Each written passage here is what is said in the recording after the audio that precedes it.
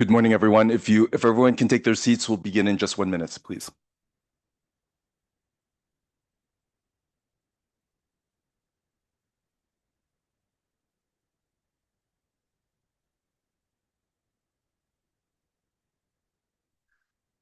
We'd like to welcome all of you to the certification ceremony of the Blue Dot Network, and many of you participated in the executive consultation group meeting yesterday, where we had some really excellent discussion and presentation of the 5 projects that have received BDN certification and which we will be honoring this morning.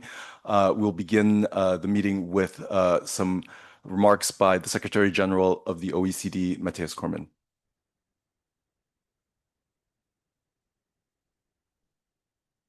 Well, thank you very much, Edwin, ambassadors, members of the Blue Dot Network Steering Committee, distinguished guests, colleagues, friends all. Welcome to this second Blue Dot Network certification ceremony. The Blue Dot Network was launched here at the OECD some 2 years ago to promote quality infrastructure investment, which unlocks economic growth, improves livelihoods, creates quality jobs, and protects the environment. It draws on a broad range of international standards, including, of course, key OECD instruments, such as the recommendation on the governance of infrastructure and the guidelines for multinational enterprises. And it helps developers stand out in an increasingly competitive global market, supporting a level playing field for quality projects. By promoting transparency on key criteria such as financial management, risk management, and value for money, the certification provides a trusted, independently verified market signal of project quality to support investor confidence. The 5 projects being certified here today are all great examples of the types of infrastructure that the Blue Dot Network was designed to support. They will all make a significant contribution to their communities and their regions, promoting sustainable and inclusive growth, unlocking private investment, ensuring fiscal sustainability, building local capacity through skills transfer, maintaining high standards of integrity, providing non-discriminatory access, building resilience to climate change and disaster risks, and contributing to job creation and well-being. The East Africa Marine Transportation Project, which connects Uganda and Tanzania, will shorten transport times between Port Bell and Mwanza from 4 days to 18 hours, cutting fuel costs and improving road safety. The Hwaseong water treatment plant in South Korea applies AI to improve operational efficiency, cut energy consumption, and reduce emissions. The Sao Paulo water crossing system, an electric ferry system in Brazil, provides a new sustainable connectivity option for businesses and people in the region, supporting the creation of an estimated 12,500 jobs. And the Angololo Water Resources Development Project on the Malaba River between Kenya and Uganda will boost agricultural productivity and incomes, generating clean energy while providing water for 270,000 people. And the Reza Hybrid Renewable Energy Project in Egypt combines wind and solar energy to supply the economy with 3.2 gigawatts of clean energy. The Blue Dot Network will continue its work to keep this momentum going by further expanding the certification of projects and by improving their visibility among investors and to boost the impact of certifications. That's why the network has cemented strong partnerships with 3 leading certification entities, the Société Générale de Surveillance, Bureau Veritas, and Ricardo, who are supporting the global rollout of this certification.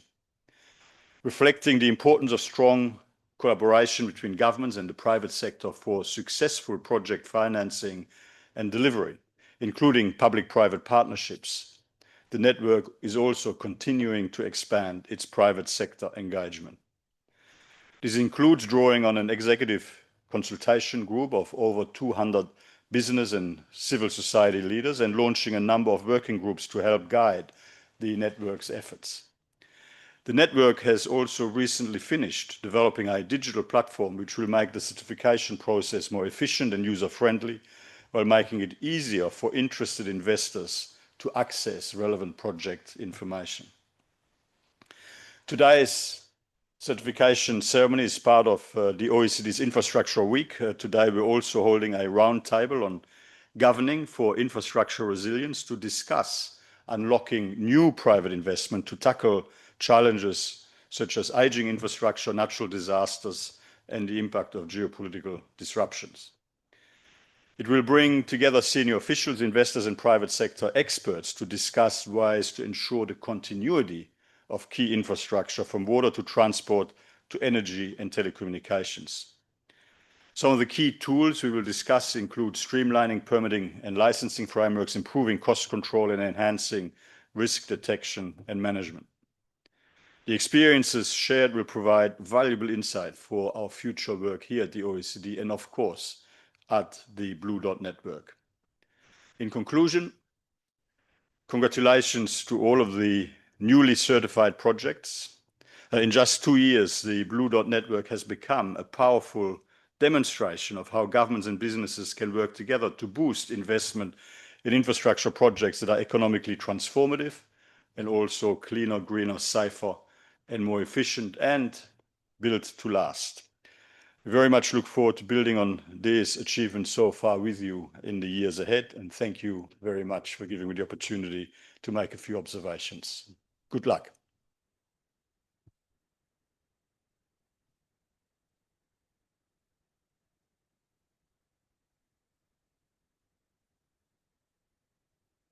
I'd like to thank the Secretary General for all of the support that the OECD has provided to the Blue Dot Network. While we are an independent hosted entity at the OECD, we gain so much from the exchange of information and networks between the work of the OECD and the Blue Dot Network. And I think today is really a testimony to how when we bring together the private sector and the public sector, really great things can get done.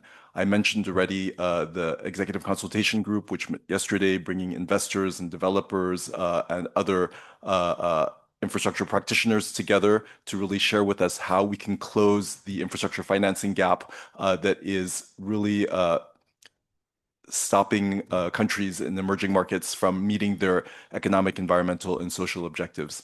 But in addition to that, we also have the different networks of the OECD, including the senior infrastructure and PPP officials, which met 2 days ago. So having that dialogue between policymakers and practitioners is really critical.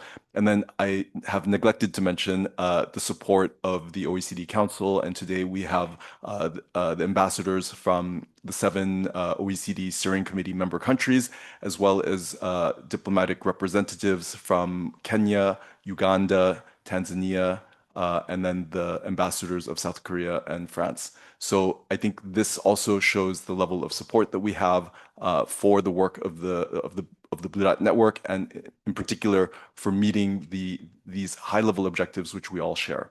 As noted by the Secretary General, Blue Dot Network certification provides an independent verification that creates trust in markets for investors to invest in projects in emerging markets. And we would like to thank, again, SGS, Bureau Veritas, and Ricardo for really ensuring this robust methodology and verification of the projects. Finally, just to say that we are here not just to celebrate the 5 projects, but also the benefits that you will be hearing about for their local communities, for their economies, and also in meeting the Sustainable Development Goals. Blue Dot Network was conceived to support this one planet that we have, and I think that we're taking important steps to reaching that goal. So thank you very much. I'm now going to invite the first project for recognition, that is the East Africa Marine Transport. So if I can have Ricky Mayers, the Councillor Linda Zhang Oder, and Age Anas Mina, the Councillor from the Republic of Tanzania, to come up to the stage. African project is a roll-on, roll-off freight transport service across Lake Victoria between the Ugandan and Tanzanian sides. It shortens average journey times from 4 days to 18 hours, reduces fuel consumption and emissions from road hauling, and improves road safety by taking large trucks off rural roads. It facilitates connectivity across Uganda and Tanzania and reduces trade barriers, thus contributing to regional integration and economic development in Africa. The project was developed and financed by the Private Infrastructure Development Group, PIDG, and is operated by Grindrod in South Africa. The project was certified by Bureau Veritas.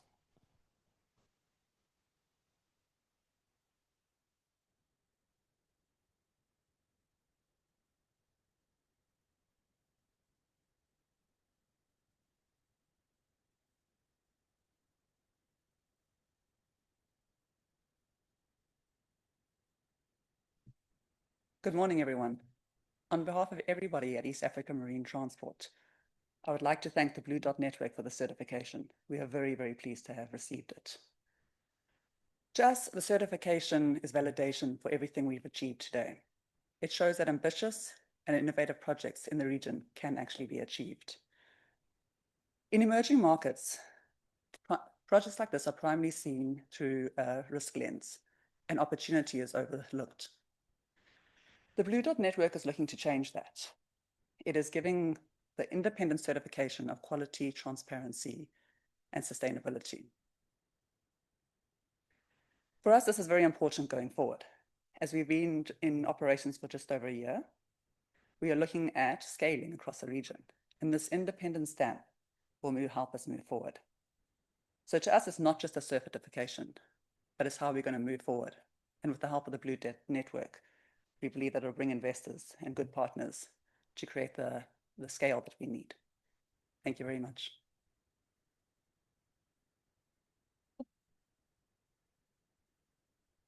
Thank you, Ricky.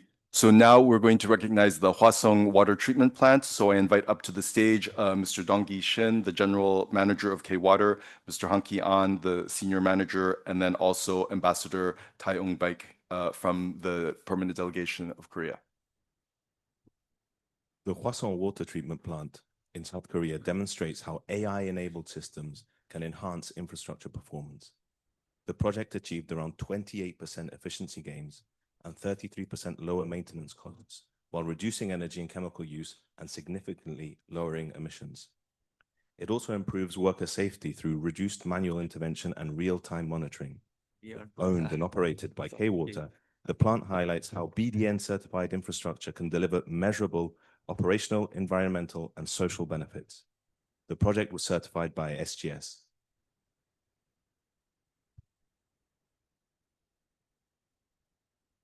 Yes. Good morning, everybody. My name is Donggi Shin from K-Water. K-Water is a public company in South Korea. It's a great honor to receive the OECD BDM certification for our Hwasong AI water treatment plant. Thank you. I think OECD BDM certification is like a global passport for us. It proves our technology is safe and transparent and very reliable for global partners. This certification has raised the value of our project, making it a trust global model. Because of this high level of trust, we can now build a strong global partnership, and we bring our high quality AI technology and solution to other countries in the world. Thank you.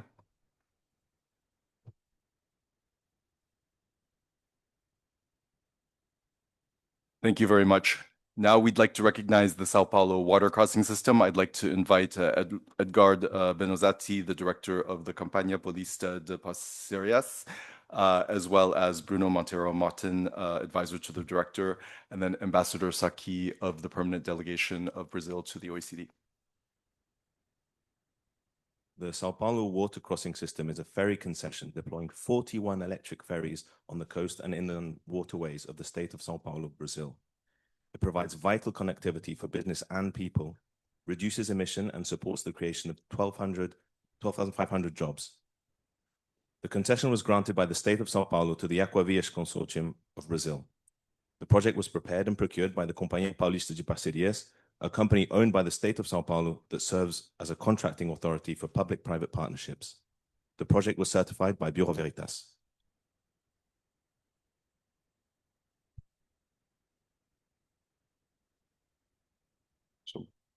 Thank you, Edwin, Juan, and the whole BDN team, as well as the Bureau Veritas team for the certification process that went so smoothly from our part. It's a big pleasure on behalf of the state of São Paulo. It's a big pleasure to be here, not only because the certification means so much regarding the quality of the project that we proposed and that's going to be implemented in the waterways of the state of São Paulo, but also because it's very exciting to be part of such a bold and with such a big future initiative as BDN is. São Paulo is the biggest market for PPPs in Brazil, and some of the biggest infrastructure projects are being deployed there, and a lot of those, a big portion of those, are actually being deployed through the state of São Paulo, through a Companhia Paulista de Parcerias, CPP. And when we think about that and we look at the proposal that BDN, the value proposed by BDN, we think that there are so many synergies here, and we have a lot of things to do in the future. So I would say that we're looking at the partnership with BDN and the state of São Paulo in a very similar way that we look at our infrastructure projects. We see that we have full of opportunities for all the parts involved. We are looking at investing for the long run, and we are very confident that we'll be successful in every objective that we set it. Thank you so much.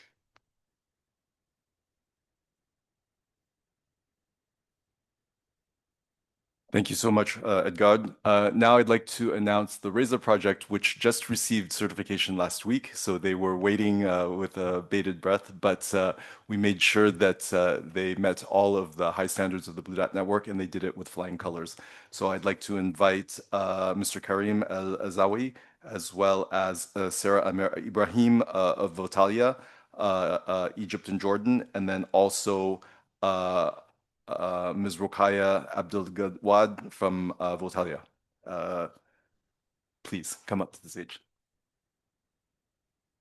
The RESA project consists of the redevelopment of the existing Zafarana site located in the Gulf of Suez, Egypt, through the deployment of approximately 1.1 gigawatts of modern wind turbines, combined with approximately 2.1 gigawatts of utility-scale solar PV installations with the same land footprint, leveraged shared infrastructure, grid connection assets, and complementary resource profiles. The project is part of Egypt's Nexus of Water, Food, and Energy program, country platform, and supports economic growth and energy security while accelerating the transition to low-carbon power. The project is being developed by Voltalia, a leading France-based renewable energy developer. The project was certified by SGS.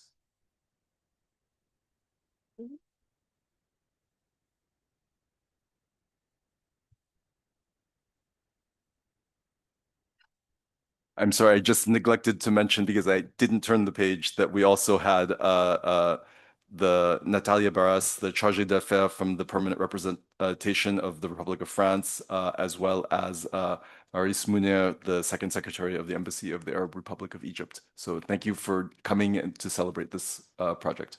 So please. Good morning, distinguished guests, representatives of the OECD and the Blue Dot Network, excellencies, ladies and gentlemen. It's a great honor to stand here today at the OECD in the heart of Paris to accept this Blue Dot Network certification on behalf of the RESA project, the Zafarana Hybrid Repowering Project in Egypt. I would like to sincerely thank the OECD and the Blue Dot Network Secretariat for this recognition, which reflects the highest standards of quality, transparency, sustainability in infrastructure development. RESA is not just a renewable energy project. It's actually a statement that infrastructure built on integrity, resilience, and strong governance attracts international confidence. This certification sends a clear signal to investors and partners that high-quality, bankable infrastructure projects in Egypt and across emerging markets are not only needed, they are ready. This recognition validates the years of technical work, financial structuring, and institutional dialogue that our consortium, Voltalia and TAC Arabiya, has invested in this project and places Reza within a selected group of infrastructure projects worldwide that meet the highest international standards. It also illustrates how the energy transition can be accelerated pragmatically by building on existing assets to deliver more power with lower environmental impact and faster implementation. We recognize the strong ambition of Egypt leadership to accelerate this transition, and we firmly believe Reza can contribute meaningfully to these national objectives. At Voltalia, alongside our partner Taqa Arabiya, we remain fully committed to continue working with all stakeholders for translating this certification into a concrete reality on the ground, from certification to financial close to construction, and finally to clean energy delivered to the Egyptian grid.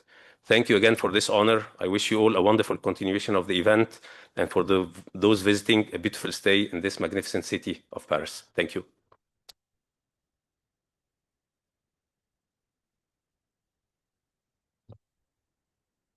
And last but not least, our fifth project, which is the Angololo Water Resources Development Project. I'd like to invite Younes Touita, Abdel Nasser Doad Kinifor, Christella Onana from ODA NEPAD. And then we also have Ms. Lina Jiang Oder, the counselor from the Republic of Uganda, and Samson Ole Nakama, the second secretary from the Embassy of Kenya. If you can please join me on the stage. The Angololo Water Resources Development Project is a multi-purpose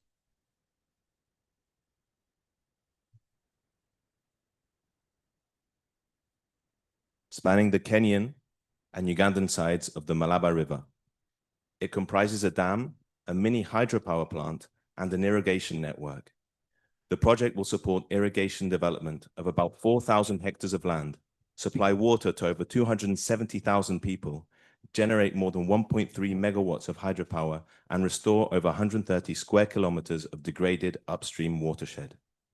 The project is being developed by the governments of Kenya and Uganda with the support of ODA NEPAD through its PIDA program, and it is the first PIDA project to receive BDN certification. The project was certified by Bureau Veritas.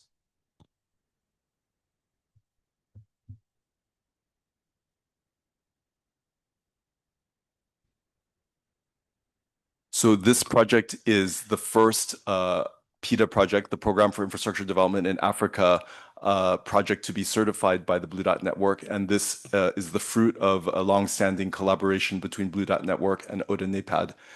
So to recognize this, we will have Ms. Director Amin Idris, Senior Director at ODA NEPAD, who will say a few words. Younes will say a few words. Thank you. Thank you, Edwin. Excellency, Secretary General of OECD, Excellencies, Deputy Ministers, BDN Secretariats, and distinguished participants. It's an honor to be here for this certification ceremony. The collaboration between Program for Infrastructure Development in Africa and the Blue Dot Network is evident because together, the two platforms can close the gap that often holds African infrastructure back, moving from a recognized continental priority to an investable, delivery-ready project. Through BidN, the international community offers a trusted and dependent signal that project is being prepared and delivered in line with robust standards. Efficiency with robust standards, environmental and social sustainability, resilience, transparency, and economic efficiency. When we connect the two, we create a strong pipeline project that are both strategic and credible to investors. For Angololo projects, and after this, the Angololo projects, and after this certification, the remaining task now is to convert that readiness into financing and delivery at scale by de-risking and investor confidence, faster path to capital, and better delivery over time. So today, the message is simple. PIDA helps us select the right regional projects, and bid and certification helps us prove they are prepared and governed to a standard that allows finance. For Angolo, this certification is practical tool to strengthen bankability, broaden the investor pool, the accelerate delivery of water, food, and energy security benefits for communities of both sides of the border. Odanipad looks forward to working with BDN Secretariat, ECG members, and partners to translate this label into a concrete financing conversation and a clear route to financial close. And I thank you very much.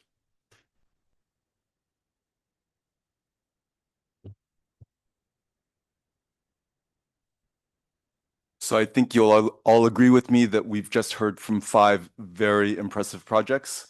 These projects are bringing clean water, food, and transportation of people and goods. This is what our planet needs to help bring people out of poverty and also to ensure that we're doing it in a more efficient and cleaner way. So we'd like to thank all of you again for joining us.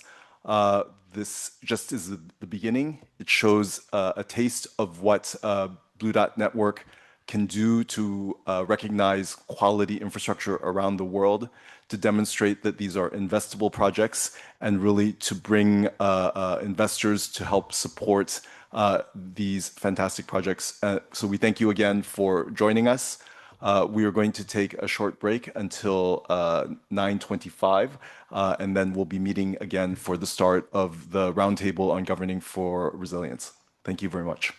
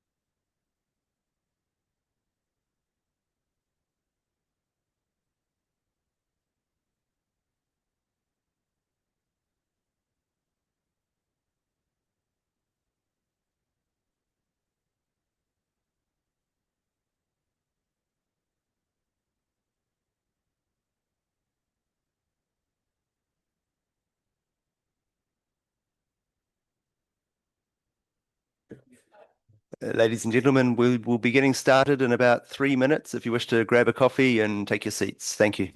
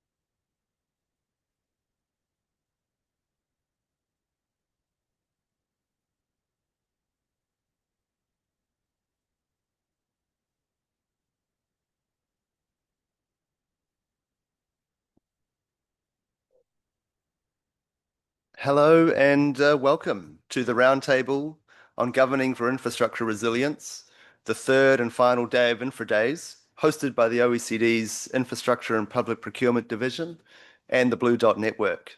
My name is Robert Addison. I'm from the OECD's Infrastructure and Public Procurement Division, and I'm your Master of Ceremonies for today. Thanks to those who have stayed with us across the last 2 days of discussions. For those who have just joined, we are delighted to welcome you to Paris and would also like to welcome those who have joined us online. Today's discussions will draw on experiences and best practices from public and private infrastructure providers globally on how countries can effectively plan and deliver infrastructure that is resilient to natural, human, health, and cyber risks. A discussion on resilient infrastructure is timely. Events like COVID-19, more frequent and severe weather events, and the growing international interest in national security have kept resilience in the forefront of policymaking and reminds us of the essential role infrastructure plays in protecting citizens and responding to a range of risks. And with that, I would like to invite Ms. Elza Polichowski, Director of the OECD's Public Governance Directorate, to open the roundtable and provide opening remarks.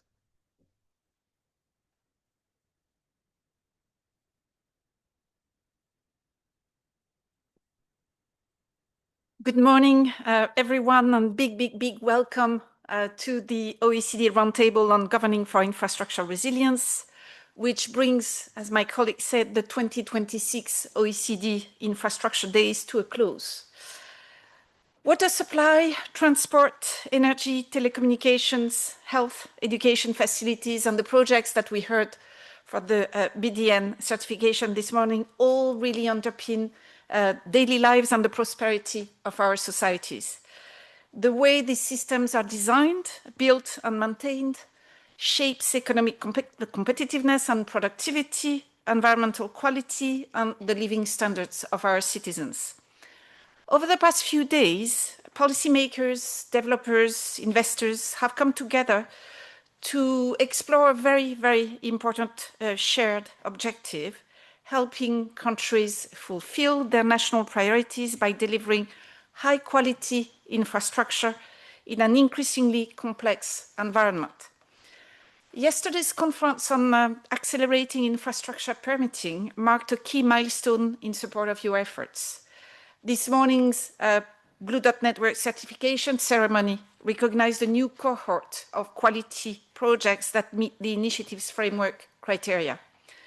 Today's roundtable directly builds on all of these discussions. It brings the OECD and the Blue Dot Network together to find solutions for governing and delivering resilient infrastructure that can meet the demands of the 21st century.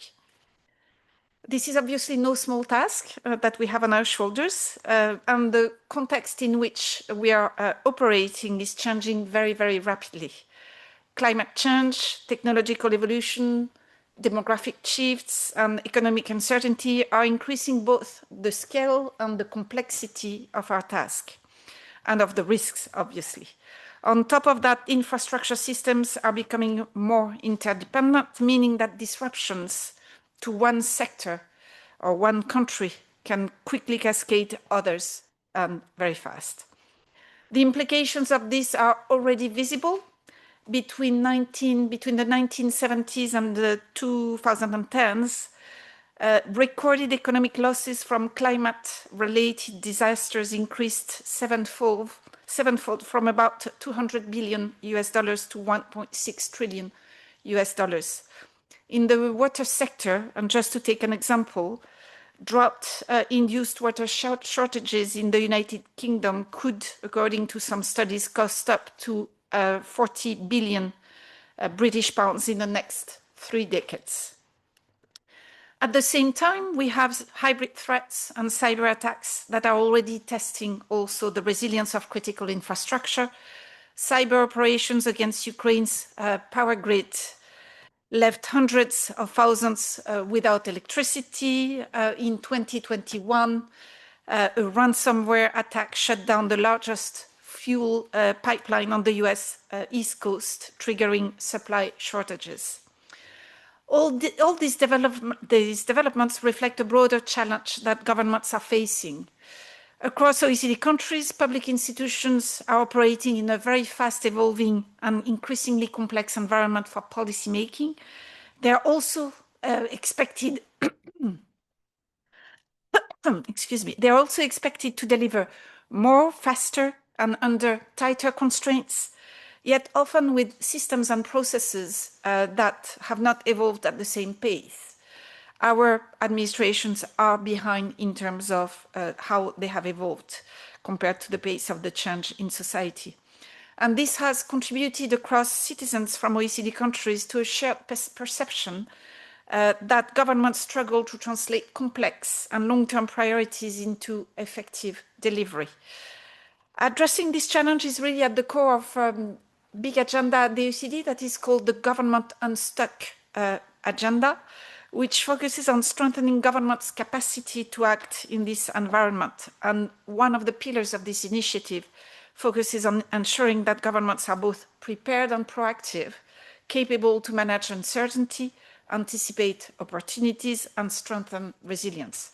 And obviously, infrastructure plays a very particular role in this context.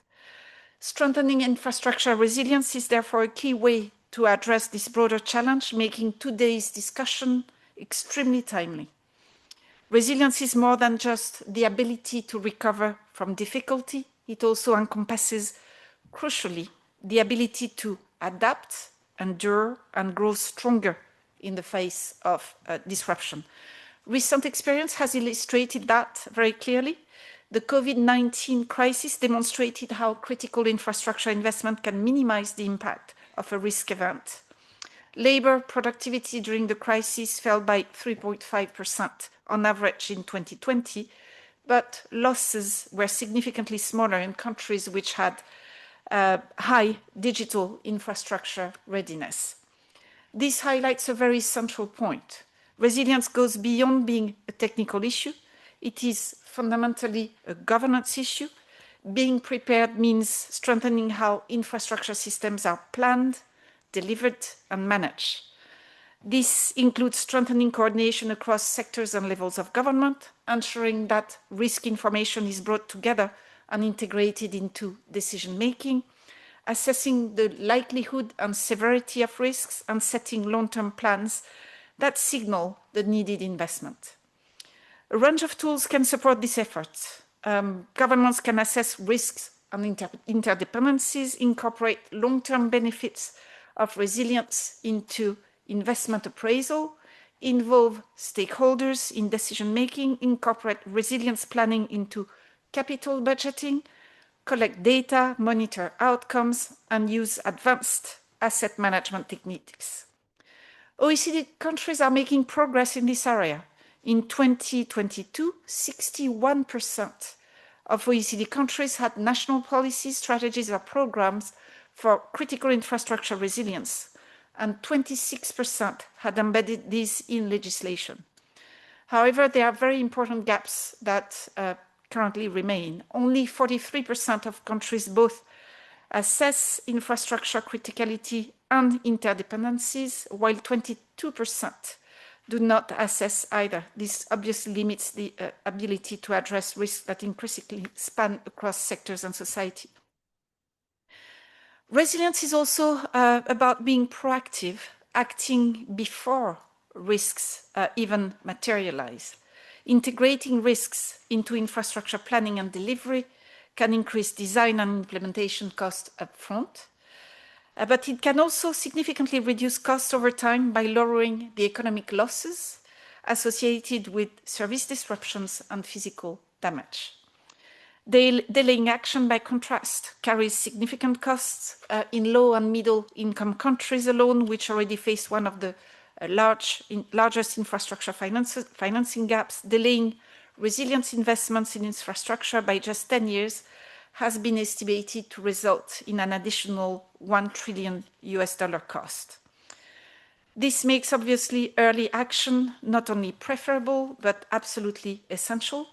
These challenges point to the need for more resilient infrastructure governance, not only in terms of regulatory governance, but also in how decisions are made, how risks are assessed, and how different actors coordinate and act together.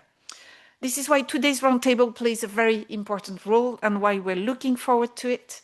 This discussion will continue later in the year at the roundtable on governing for infrastructure resilience in early November, which will convey stakeholders from across the different policy domains inside and outside the organization to debate infrastructure topics at large.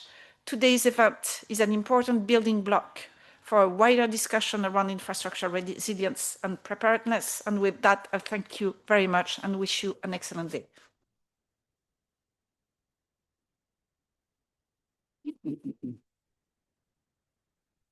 Thank you, Elsa, for setting the scene for the discussions that are ahead.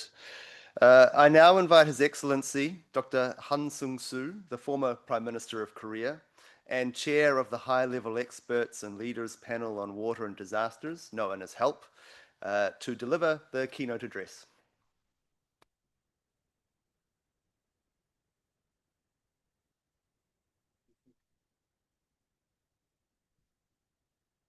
Excellencies, ladies and gentlemen, I am very pleased to speak to you today at this OECD Roundtable on Governance for Infrastructure Resilience. Personally, I have rather has a very unique relationship with OECD for three reasons. When I was Korea's Deputy Prime Minister and Minister of Finance, I was a principal minister in charge of negotiation for accession to the OECD, and Korea was successfully admitted to the OECD in 1997. That was about 30 years ago. Then, in my capacity as Prime Minister of the Republic of Korea, I came to Paris to chair the OECD Ministerial Council meeting on June 24, 2009. At the time, OECD Ministerial Council meeting unanimously passed the resolution on green growth. It was the first time in 10 years that the OECD Ministerial Council meeting passed a resolution unanimously. One of the attending members at the time was Christian Lagarde, current president of European Central Bank, then Finance Minister of France. Based on that resolution, OECD carried out an in-depth study on green growth and published a monumental report on green growth on the occasion of its 50th anniversary in 2011. Then, when I served as Prime Minister, I drastically increased our budget on overseas development assistance, despite a very strong opposition from the Finance Ministry, to eventually be admitted to the DAC, Development Assistance Committee of the OECD. Thus, Korea became the first developing country to enter the League of Developed Economies. It was a very memorable occasion for Korea nationally, but also for me personally. So much for the reminiscence, but now back to our main topic. Perhaps the reason why I'm invited here today is not because I was former senior ranking government official, but I'm a professional economist. Ladies and gentlemen, infrastructure forms the foundation upon which human life and livelihood depend. It is difficult to imagine modern life without it. Yet, just as human beings are exposed daily to a wide range of risks, health risks, threats, accidents, disasters, labor challenges, and environmental stresses, infrastructure too is constantly exposed to multiple sources of risk. Natural disasters, accidents, deterioration, economic instability, fraud, governance, and operations, as well as intentional and negligent misuse, can all threaten its integrity and normal functioning. Though infrastructure appears large and robust, it is far less resilient to risk than it seems. Ladies and gentlemen, among the many risks facing infrastructure, natural disasters provide perhaps the clearest example. Over the past 30 years, more than 6 billion people have been affected by disasters. Statistically, this suggests that anyone living 60 years is likely to encounter at least 2 major disasters in a lifetime. And if disasters reach nearly all people, they inevitably reach the infrastructure that surrounds them. While people may flee floods, infrastructure cannot. 50% of the world's urban population now lives in coastal area within 100 kilometers of shorelines, and this share is expected to grow. It is no exaggeration to say that much of the infrastructure to be developed in major urban centers in coming decades will be exposed to sea level rise and water-related hazards. When roads, railways, power systems, and other critical infrastructure are paralyzed by disasters, urban functionality itself can come to a halt. Through global value chains, the consequence can spread far beyond the borders and may even trigger instability in financial markets. Annual global disaster-related losses, including indirect losses, amount to approximately $2.3 trillion, roughly 70% of total global infrastructure investment. Yet, disaster is not only risk facing infrastructure. Again, aging and deterioration, obsolete designs, and changing societal demands can all erode resilience. In recent years, as people are increasingly targeted by malicious emails and disinformation, infrastructure too faces growing exposure to cyber attacks intended to disrupt normal functioning. Infrastructure may also become economically sustainable, and fall into functional decline. Faced with these diverse risks, global community must apply its collective wisdom to ensure infrastructure remains resilient and capable of performing its essential functions. Ladies and gentlemen, when then is required to strengthen infrastructure resilience? What is required? First, infrastructure itself must be robust. This is particularly relevant in disaster context. Beyond strengthening individual assets, resilience can also be enhanced by developing protective infrastructure such as dams and levees that safeguard entire cities and nations. Second, when considering the economics of infrastructure, long-term perspectives are indispensable. The concept of life cycle cost is fundamental.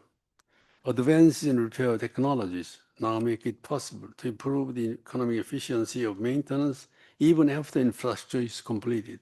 Likewise, advances in artificial intelligence hold in transformative potential for improving infrastructure performance and operational efficiency.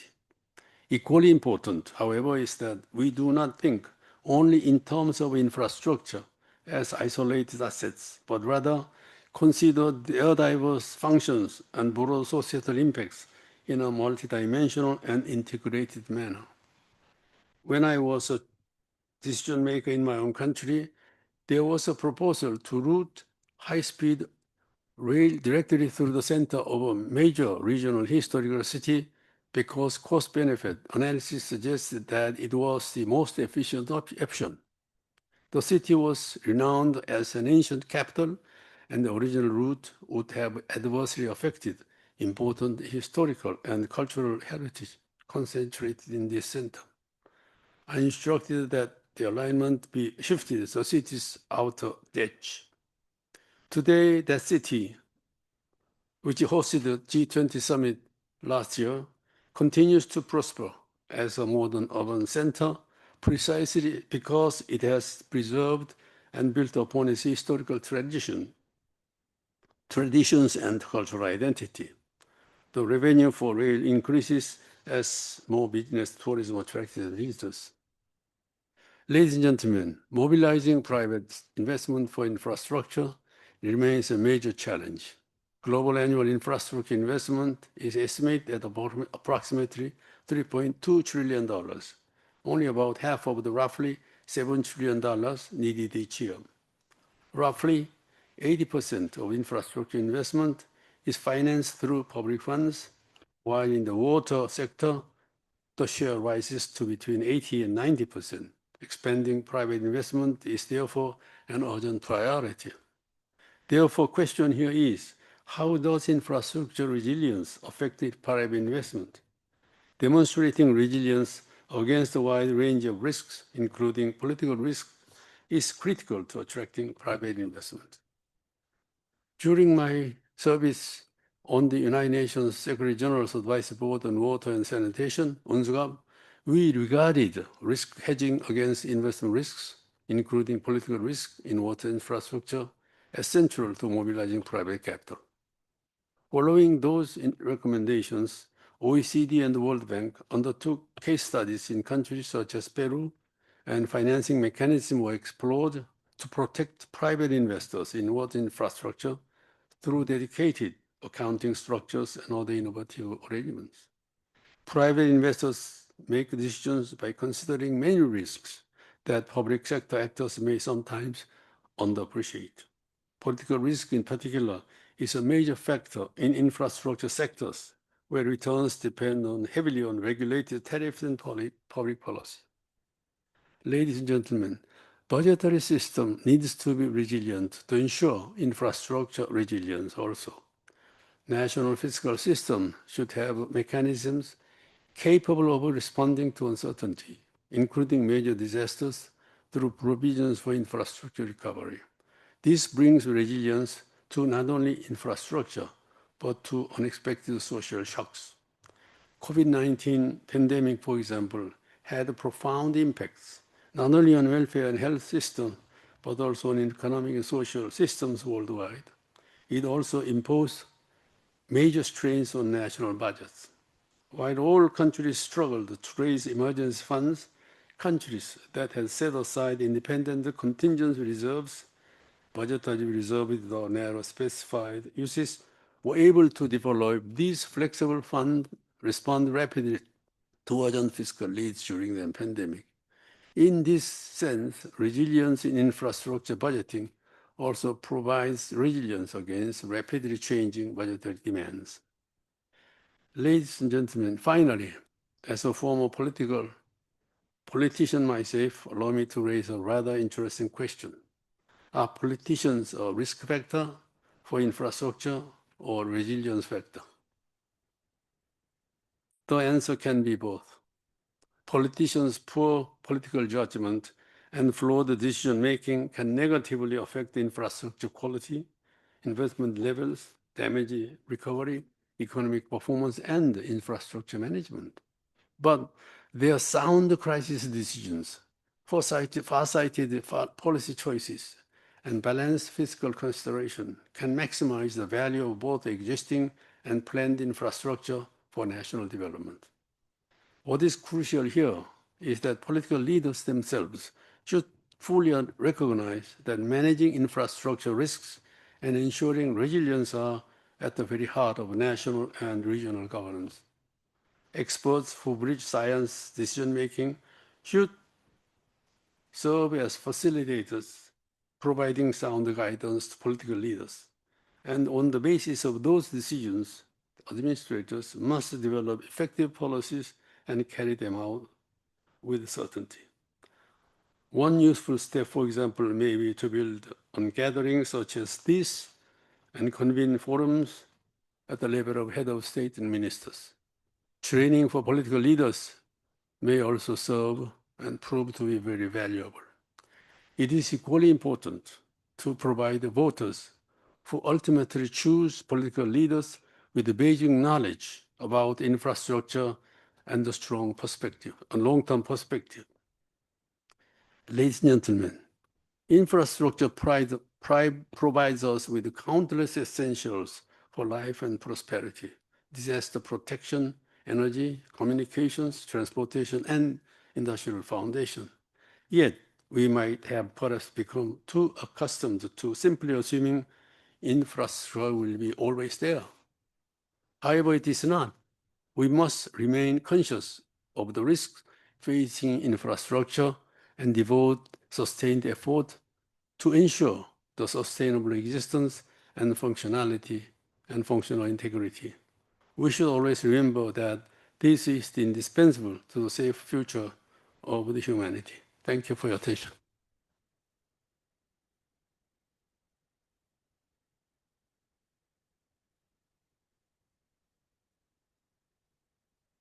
Thank you, Dr. Han, for some wonderful insights there. And can I just acknowledge the privilege it is to have you here to share your remarks with us today.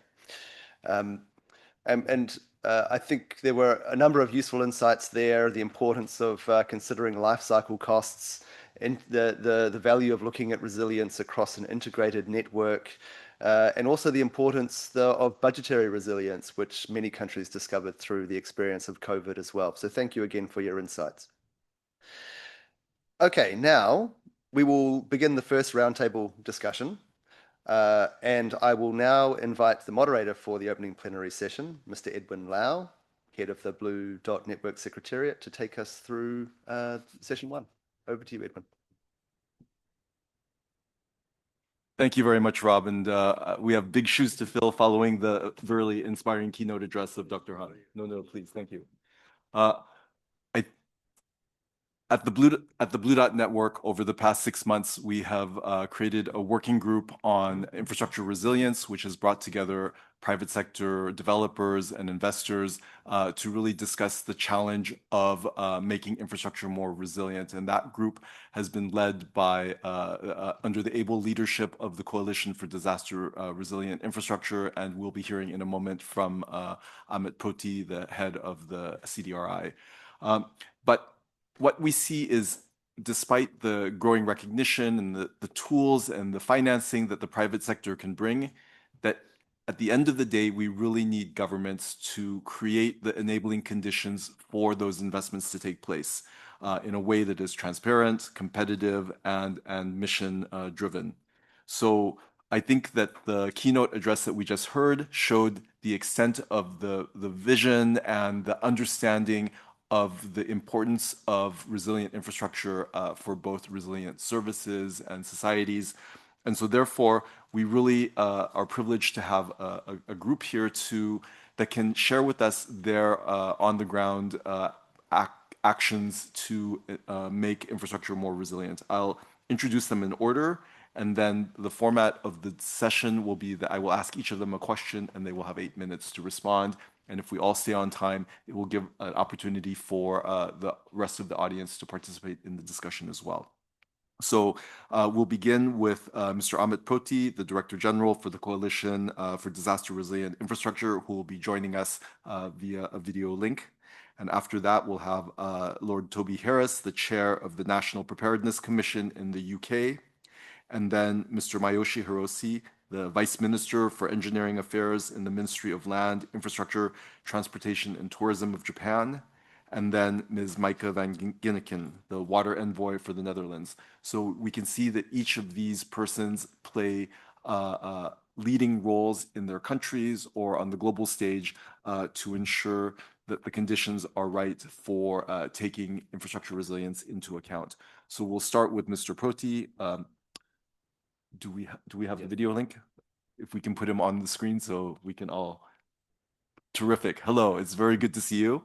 Mr. Proti, the CDRI works extensively on data capacity and financially constrained environments where governments may not be able to demonstrate the value of building resilient infrastructure in terms of safeguarding against economic, environmental, and human costs of disasters. So how can you share with us how CDRI is raising awareness and helping countries put the tools and capacity in place to incentivize resilience? Thank you so much.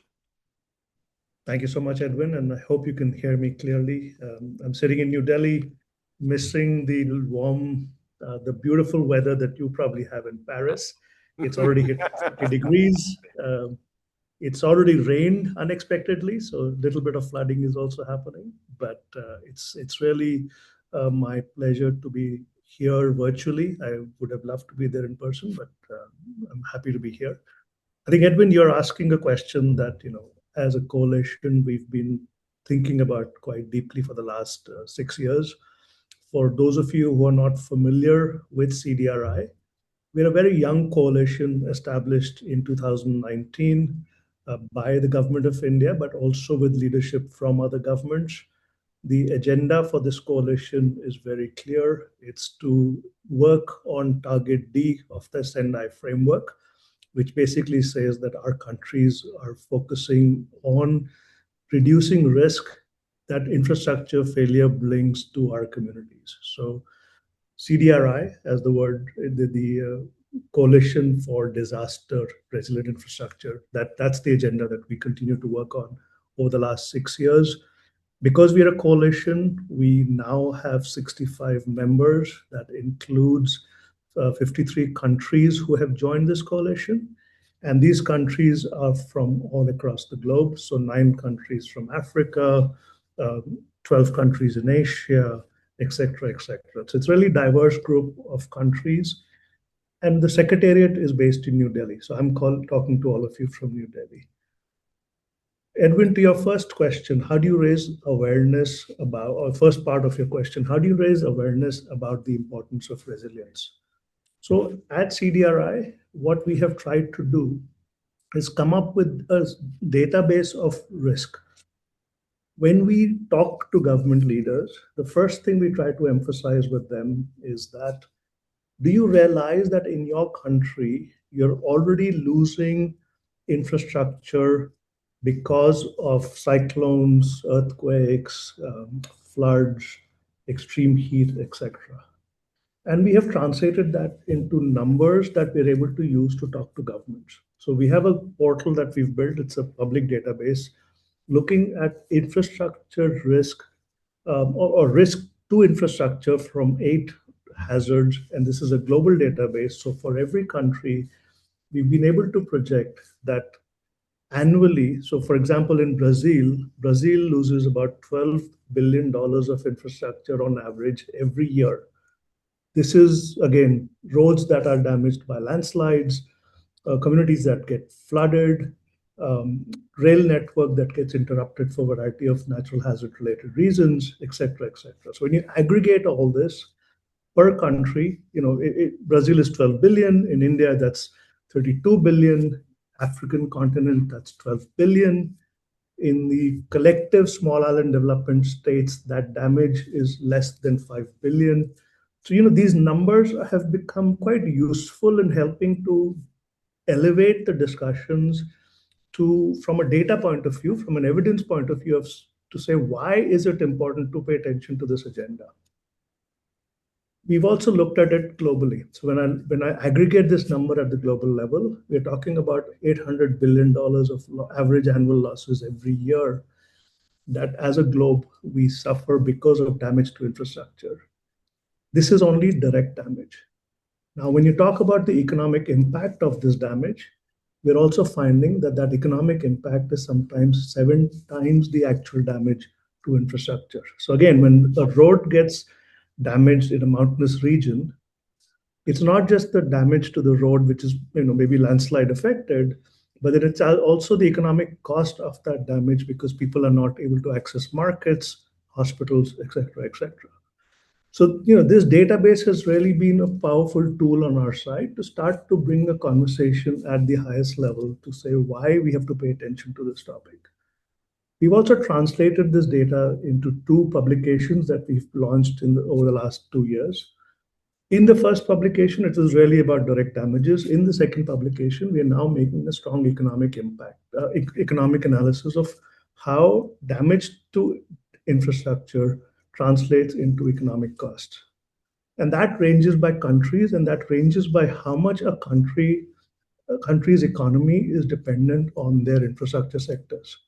So again, if you're a country that's heavily reliant on your transportation network for tourism, airports, etc., and it gets that critical infrastructure gets damaged, how does that translate into the economic impact on the community? So again, there's a publication that we came out and launched at COP, and there's several people in this room who have been part of that publication to make the economic argument for why we need to pay attention to disasters and the work around critical infrastructure that strengthens the work that is needed to strengthen infrastructure so that economic impacts are reduced.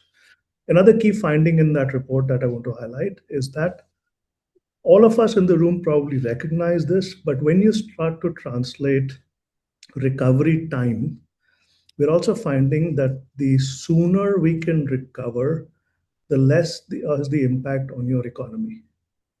So when Japan gets hit by an earthquake and critical infrastructure is affected, and they bounce back within 1, 2, 3 years, the impact on their economy is much less compared to Haiti, where an earthquake has damaged critical infrastructure, recovery has taken a much longer period, and then again, your economic impact is much higher. So we're making these arguments in a way to link resident infrastructure and the economic impact of not paying attention to it. So data and publications is one part of what we're trying to do. Second part of this is how do you translate that into action for people on the ground, right? I mean, I deal a lot with engineers or financiers who are basically saying, yeah, that's all okay. That's sort of that's a theoretical argument, but what do I need to do? Now, as a coalition, what we're trying to do is trying to bring methodologies to people who are trying to build or upgrade infrastructure. I'll give you an example from the state of Odisha in India. It's a coastal state heavily affected by cyclones. We're working there for the last 3 years with the government to understand how is the transmission and distribution system going to be affected by changing cyclonic patterns in the future.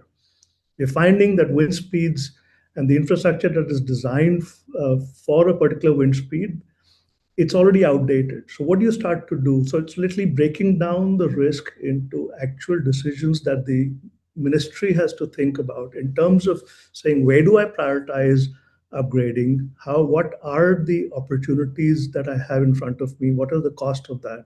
And if I don't pay attention to it, what am I losing in that process? So we're starting to now bring these frameworks out through examples in the power sector, in telecommunication. Again, we've done studies to see in different geographical conditions, where is it that your telecommunication system might fail, and what do you need to do to address it? So again, the second part of our work is really starting to do on the ground technical assistance to countries. At this point, we are working across 48 countries, and our way of working is through grants. So we're giving grants to countries to get expertise to then look at infrastructure from a resilient point of view. Third part of it is around capacity building. So because we are a coalition, and we are a coalition that has a range of government types. We've got governments that are where infrastructure has existed for a long time. We've got governments where infrastructure is just being built. We've got capacity where there is incredible amount of capacity, for example, France. We've got countries where capacity is really low. So we're trying to see how, as a coalition, we can create opportunities for that capacities to be shared. So, for example, the Italian government is facilitating capacity building for Bhutan, India, Nepal, Sri Lanka, etc., on learning from them, learning from the Italian experiences in earthquake and landslide management.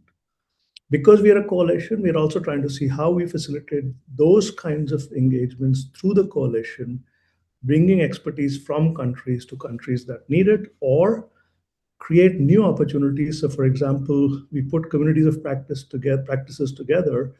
We put one together to look at extreme heat in the transit sector. So again, something that has not necessarily been dealt with quite recently. I mean, it's a new issue of extreme heat. And again, I'll give you an example. And I think Mike, who's in the room, may relate to this. But I was in Amsterdam about 5 years ago, and I couldn't go from Amsterdam city to Schiphol Airport because the train was not functioning because the temperature was already 36 degrees. When I use that example in India, the railway engineers in India start laughing. Laughing not in a bad way, but laughing because they say, well, we are dealing with infrastructure planning that's already addressing 50 degrees of centigrade of temperature, right? So how do we bring those experiences across different countries? So again, with Netherlands, we're actually working on water resilience, etc. So first part was around data. Second part was around really facilitating some evidence on the ground through technical assistance.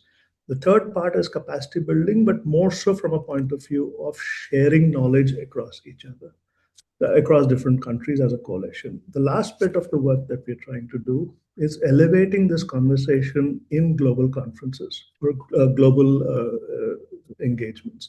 So, for example, we've been a knowledge partner to the G20 since its inception in India 3 years back.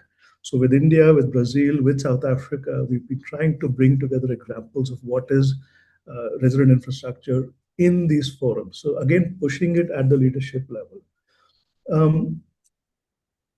I'll stop there, Edwin, because otherwise I can keep going on. Again, in 6 years, we're trying to just say, how does one build so the data around it, the experiences on the ground around it, the capacities that are required to start to address it in different contexts, and then the conversations at the highest level that start to recognize why this is critical for countries that are investing in billions of dollars to build, to upgrade, to build new.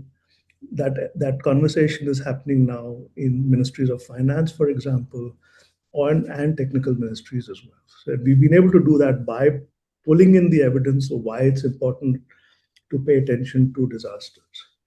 Back to you. Thank you so much, Amit. And I think that you more than answered my question in terms of the awareness raising that CDRI is doing in terms of the data the global engagement, the capacity building.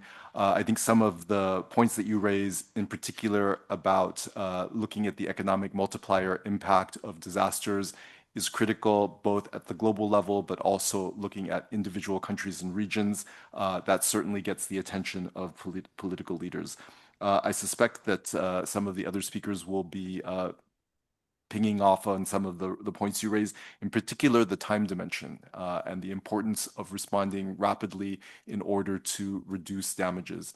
And that may be a good segue to our next speaker, which is Lord Harris of the National Preparedness Commission.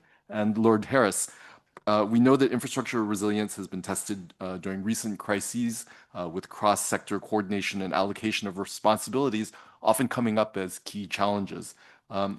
So based on your experience with national preparedness, what governance arrangements can help ensure that the resilience plans put into practice are taking into account cross-sector dependencies? And how can a systems approach reinforce infrastructure resilience and ensure continuity of service delivery in times of crisis? So here we're looking at failures of infrastructure resilience. Well, thank you very much for that introduction. I'm very pleased to join you here today.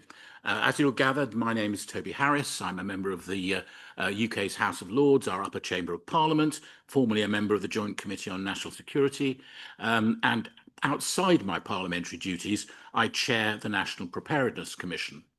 Now, this was conceived before COVID hit, but the 66 months since our first meeting have highlighted how vital our central purpose to promote better preparedness in the UK for a major crisis or incident has become.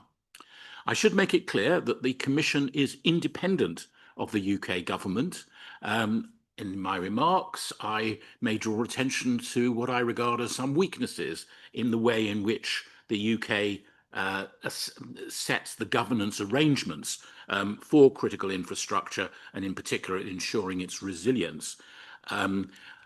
Now, I don't need to tell this audience that we live in troubled times. I think the jargon is it's a tuna world, turbulent, uncertain, novel, and ambiguous. We are probably closer to widespread war than we have been for over 60 years. What we are seeing is on a daily basis, grey zone aggression threatening our lives.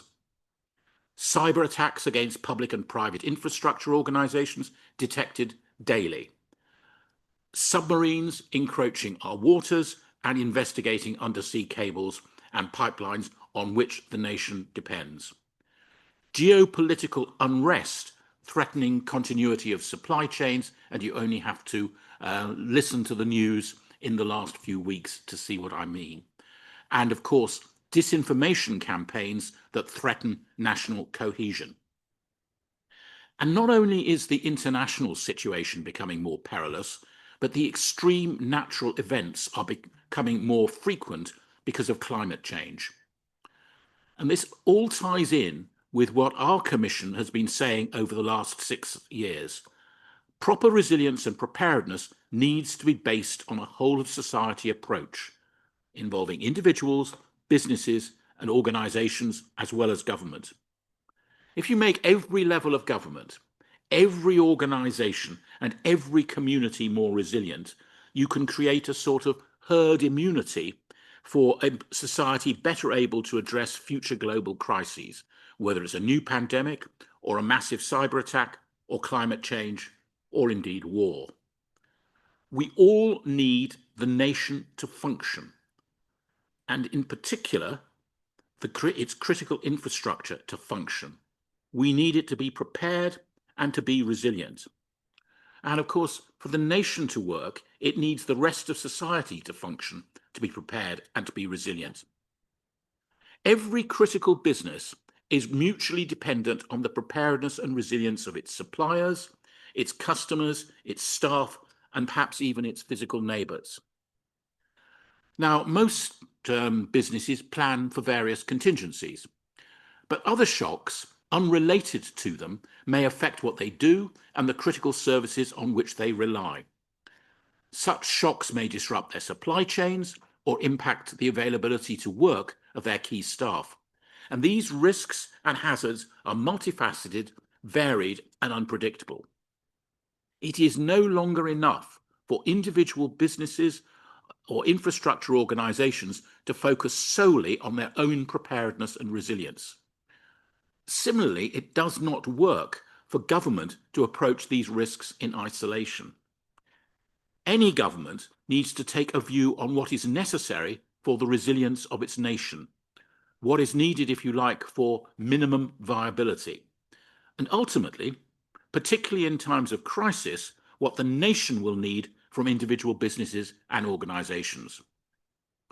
And this must not only encompass critical national infrastructure, but also the other essential functions that are necessary for society to function. This will require governments to adopt a whole system approach to what is needed for minimum viability, just as our critical services need to take a similar systemic approach. Now, the UK's critical infrastructure is ageing. Much of it is constructed in the 19th century. It has been inadequately repaired and maintained.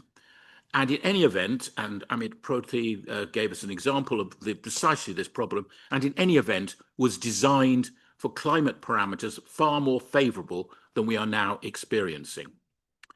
And all our critical systems are increasingly interconnected. Now, this may bring efficiency benefits, but it also creates new vulnerabilities, single points of failure, which are shared by different systems, and a system's complexity that is hard to understand or regulate. So it is the whole system that needs to be considered. Each individual element of critical infrastructure will have its own mechanisms of management and regulation. And in the UK, much of that infrastructure, but not all, is now in the private sector, and if so, will be subject to some form of government regulation. But that regulation is sector specific. Yet we know that infrastructures are interdependent with each other. You do not have communications without power. Water systems need pumping and are dependent, therefore, themselves on power. Some energy systems require cooling and are therefore dependent on water. Food supplies and distribution need transportation, and that too requires power. Critical infrastructure needs to be able to communicate with its staff, its own staff, and so it goes on. Also, the ducts supplying power, water, and telecoms cables often use the same physical ducts, and if that duct is damaged by flooding or is severed in some other way, perhaps sabotage, it affects them all. And that is why interdependency is a challenge. But our governance structures do not necessarily reflect this. Where is the governance of the whole system? And the key question is, how do you manage such a whole system? Now, in the UK, there is usually a lead government department that oversees a particular sector. So we have an energy department that has responsibility for power, an environment department with responsibility for water, and so on. In theory, of course, different government departments can be coordinated, but often they are competing for budgets and are keen to bring forward their own priorities, which may have little to do with the overall system resilience of the nation's critical functions. And the regulators are also sector specific. Again, in the UK, Ofcom regulates communications, Ofwat the water sector, Ofgem energy, and so on. There is no regulator for the whole system. And the individual regulators have their own sector-specific remits and powers, usually focused on price and immediate continuity of service. Rarely have they a responsibility for longer-term sustainability, and unless it is specifically written in, do not see their role as to ensure that other sectors have the supplies or support they need to function optimally or to serve the nation as a whole. And of course, not all critical functions are subject to regulation. In practice, nations need to make a conscious decision to build in system resilience and preparedness, whether it is against the threat of war, natural disasters, climate change, or all the other hazards of the 21st century world. And that will require and does require clear political will at national level, a readiness to devote tax revenues and/or see higher consumer prices, a willingness to mandate critical infrastructure providers to do what is necessary, mandate regulators to work together to deliver that system resilience, and government itself will need a strong central purpose to deliver this across different ministries and departments. This has to be seen as a whole of government responsibility and becomes what the British Prime Minister in the UK's national security strategy defined as the fundamental organising principle of government. But he warned that this would require the biggest shift in mindset that we've seen for many decades and the creation of a collective national endeavour. In the UK, that is now set out as policy, but I have to admit it is not yet fully embodied in practice. Maybe the work being done here in OECD will help us, and indeed other nations, to deliver the system resilience that our populations deserve. Thank you.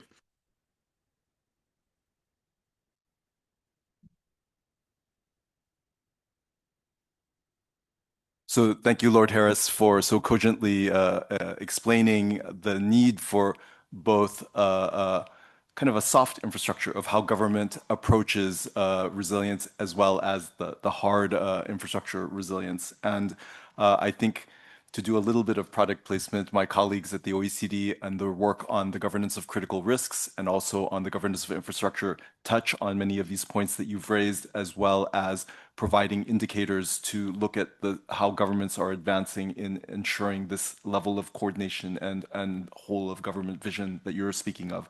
And I think it's extremely important that we keep that in mind. You also talked about, both of the previous speakers talked about the changing weather conditions that we were facing, and that what worked perhaps a few decades ago may no longer be sufficient. And our next speaker is Mr. Mayoshi Hiroshi, the Vice Minister for Engineering Affairs of the Ministry of Land, Infrastructure, Transport, and Tourism. And my question for you is that Japan continuously updates its inspection standards and practices for managing infrastructure in response to disaster experiences and major accidents. So this creates a learning loop that most countries struggle to replicate at the same speed and rigor.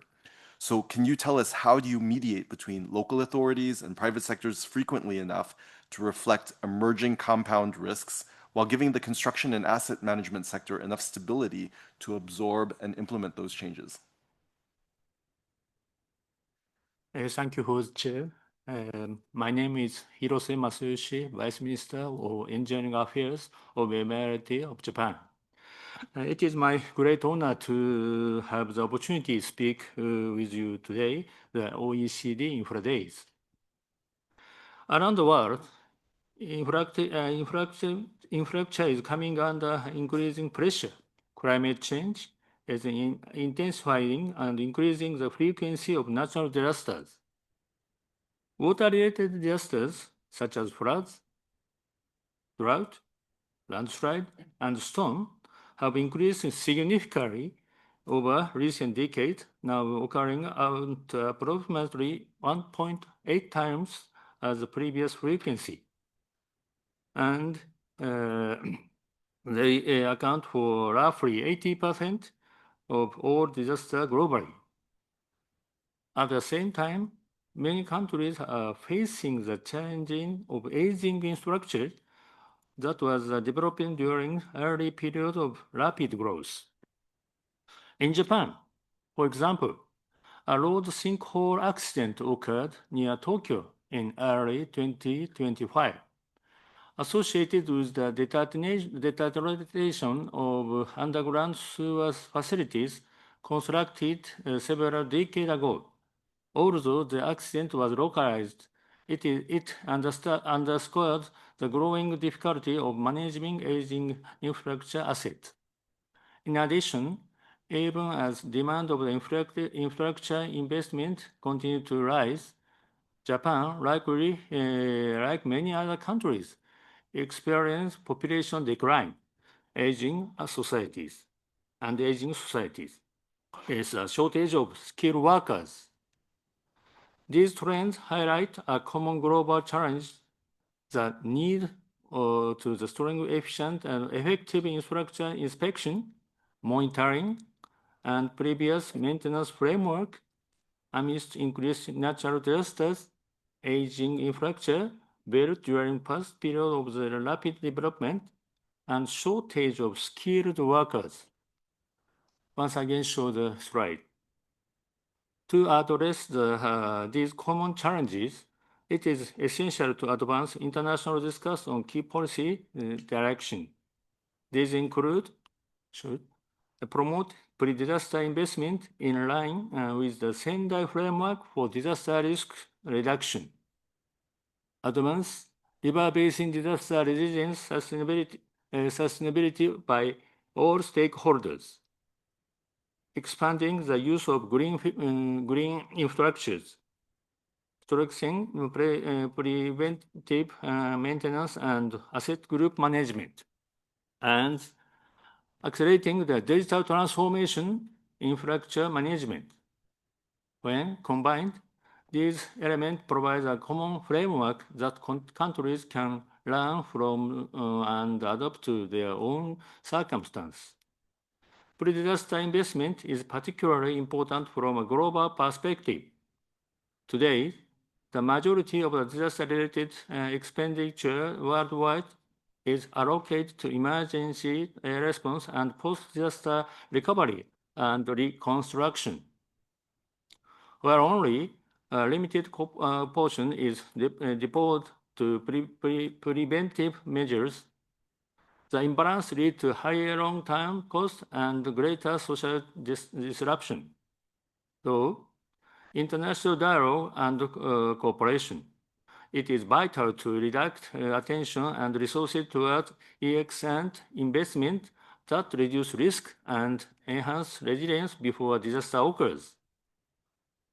In disaster resilience and sustainable river basin management is involve all stakeholders, combining structure and non-structural measures comprehensively and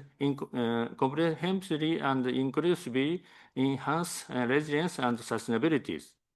In other words, while prioritizing measures to prevent flood as much as possible, though appropriate river improvement and basin-wide planning, it is equally important to implement measures for damage mitigation, rapid recovery, and reconstruction. Recognize that prevention alone cannot eliminate all risk. Green infrastructure also represents a shared pathway toward resilience and sustainability.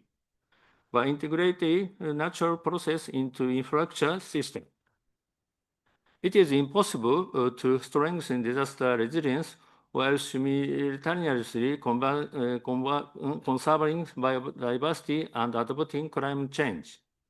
In this area, Japan is working together with the OECD's Center of the Entrepreneurship, SMEs, region, and states to build international cooperation framework, with the expectation that such approaches can be widely applied beyond Japan.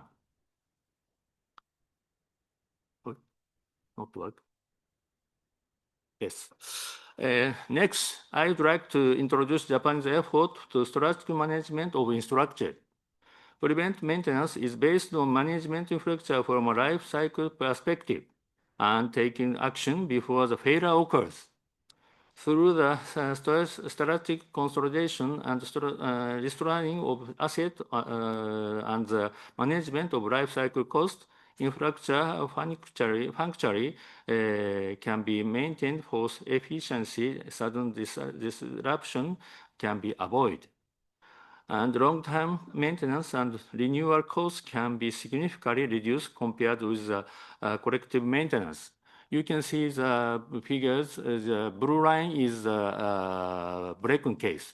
The horizontal is the time, the service period. The vertical line is soundness. So blue line is past the certain period, certain times of so rapidly decrease. So total cost means the center is total cost maintenance. Previous maintenance is decreased break-in case. So as part of the preventive maintenance, Japan required rigorous inspection at least once every 5 years for sewer pipeline with a high risk of corrosion. In response to the previous mentioned underground sewer pipe accident, Japan is also examining the transition toward a new, more risk-based and priority maintenance approach to infrastructure management. Data transformation, including the use of satellite, artificial intelligence, drones, and remote construction technologies, is also rapidly transforming infrastructure management. These technologies enhance asset condition monitoring, improve safety, and reduce the reliance on skilled workers. In Japan, these efforts related to infrastructure maintenance and shared development developed collaboratively with a wide range stakeholders, including local government, private company, and academic institute through a national platform established in 2016. In recent years, Japan has also promoted asset group management. This approach aims to make more efficient and limited human and financial resources through the integrated management across sectors and administrative boundaries.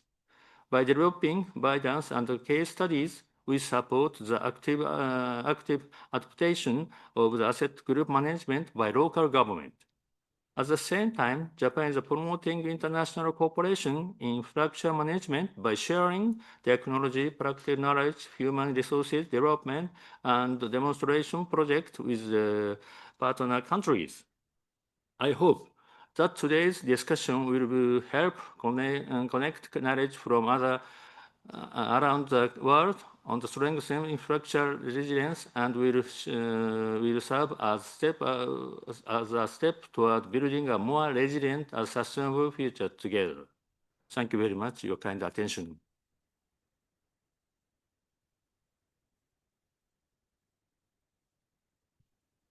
Thank you very much, Vice Minister. And I think we really take on board your recognition that there are new challenges, but also new tools, such as digital tools, which will allow us to do preventative maintenance and to respond in a quicker and more efficient way. And actually, one of the sessions later today will be looking at AI and IT solutions to infrastructure resilience, and I think we'll draw on some of the examples that you raised and provide further examples.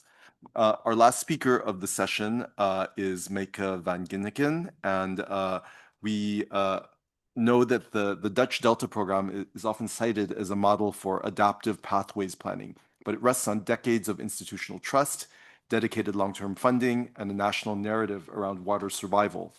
How has the Netherlands built this consensus across governments, the private sector, NGOs, and local communities? And what lessons can other countries learn from the Netherlands' experience to put in place these foundations?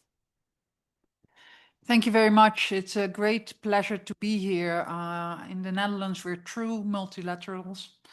And being here with OECD at 65, one of the grand dames of multilateralism, and with CDRI, which at 7 years is the face of a new generation of multilateralism, is truly inspiring. The Netherlands is a delta country. Every square kilometer of our country is part of an international river basin, and traditionally we faced a lot of flood risks from the sea, coastal flooding, and from the rivers. If you think about how you identify that as a risk, it's a high impact, low likelihood risk. And that is the basis of our governance approach to infrastructure. We don't flood very often, but because we're below sea level, if we flood, we all die. That's a pretty high impact. And I will tell you today how our approach has grown over the years and what we see as new challenges. So this is a picture of one of our coastal storm surge barriers. Infrastructure is still an engineering-dominated sector, and if you look at this panel, male-dominated sector. So I thought I'll give you some nice picture of infrastructure. We're very proud of this. If you look at that infrastructure, you also need to think about governance and financing. And I think one thing to realize is that the Netherlands spends a lot of money on water management. We spend about $8 billion per year. That's the equivalent of 500 euros per capita per year. This is everything: water management, water services, drinking water, wastewater treatment. It's about 1% of our GDP. We can afford it because we're a rich country, and which is also important to realize is that most of that spending is done at sub-national level by our provinces, our water authorities, which is a tier of government that only is responsible for water management, and by our municipalities. And I think if you ask what's the secret of the successes we've had in water management, it's partly what was already in the question, how we have a consensus building governance system, but it's also about willingness to pay and willingness to charge. It is about who pays for it, which is always a question you need to ask before you ask who finances it. Our water authorities, to start at the bottom, provide excellent services. They keep your feet dry.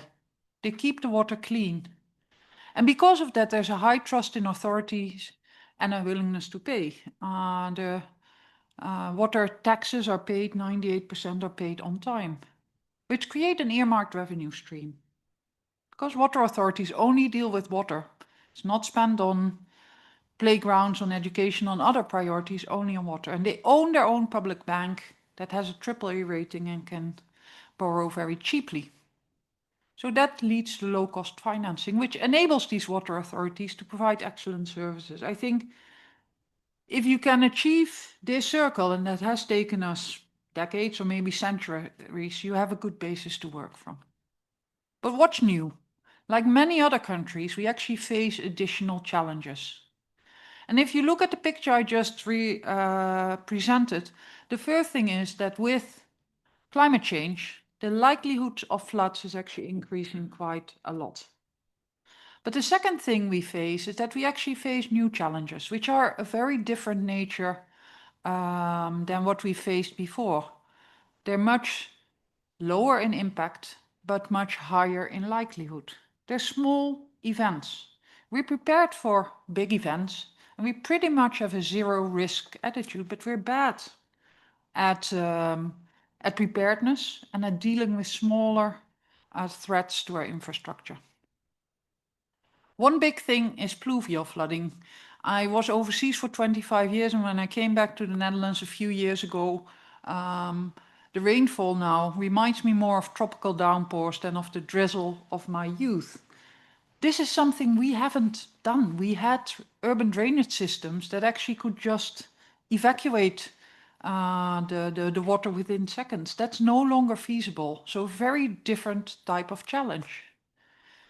I'm sorry, Amit, I should have used a picture of our railway system not being resilient for 36 degrees.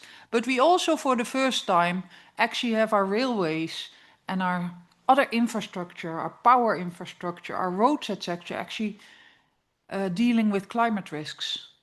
With these big risks and with zero risk, we weren't in this business. So it's a very different challenge we're facing in addition to what we're already good at. So what are we doing about it? We do a number of things, and we want to learn from you because these are new challenges. I think the first thing is really looking at nature-based solutions. Green where possible, gray where necessary. It's really a change in our thinking and really working with nature, working with water, living with water instead of fighting nature and fighting water. The second thing, and this is a really big worry for us in the future, when this high impact risk is going up, is we need to do a lot more pumping. We don't know exactly in what year, but there is in the near future year that every cubic meter that flows through rivers coming into the Netherlands will have to be pumped to the sea because the sea level is rising and our land is sinking.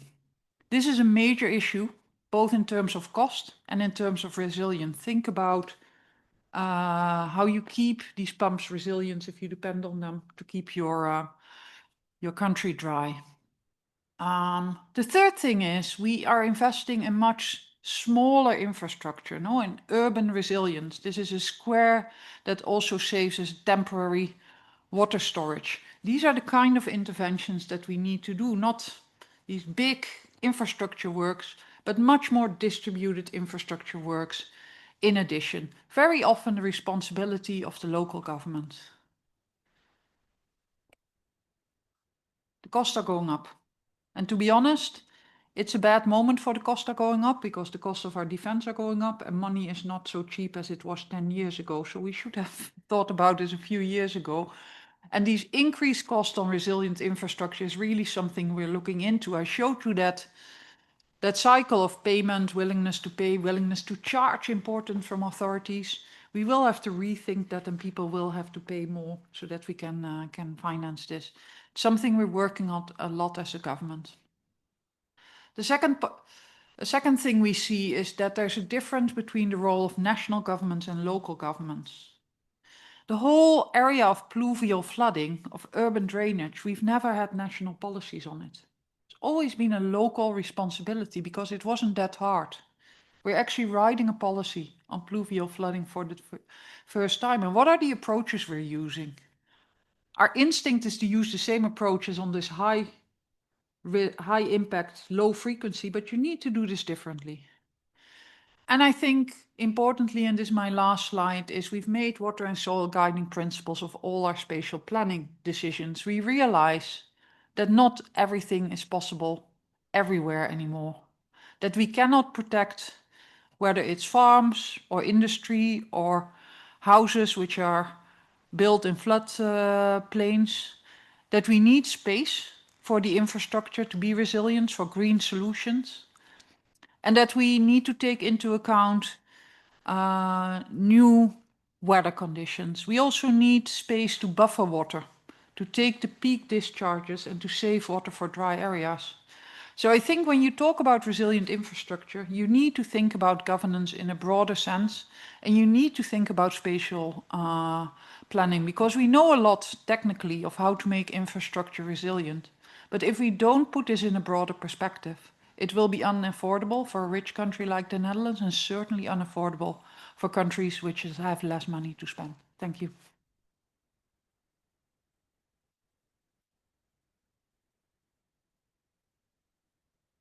Thank you very much.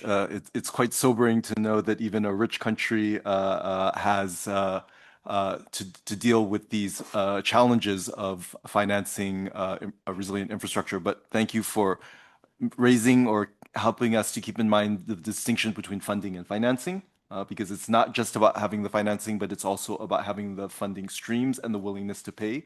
That trust is also a capital that we need to bank in order to be able to make these investments. And that comes back to excellent services. And so we're not just talking about the infrastructure asset, but we're talking about the infrastructure service, and that it's that service that is both delivering the returns for the public, but also in terms of building that continued trust. Many of our BDN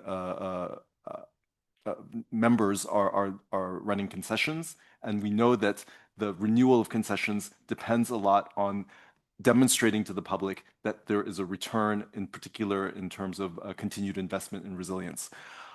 We have just a few minutes, but I'd like to open up the floor for one or two questions. So I'll let you think about that for just a second before we conclude. I think that the presentations have been so comprehensive that there is one there. Okay, please.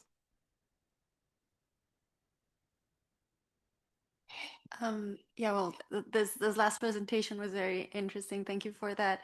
And I was wondering I mean, that challenge between the role of the national government and then the role of the local governments, as you're thinking about this resilience problems and spatial planning and so on, is the approach, let's say, to try to set standards or guidance at the national level so that local governments have a better understanding of what to do without, let's say, getting too much into the details, that it doesn't allow local governments to respond well locally, like with local considerations.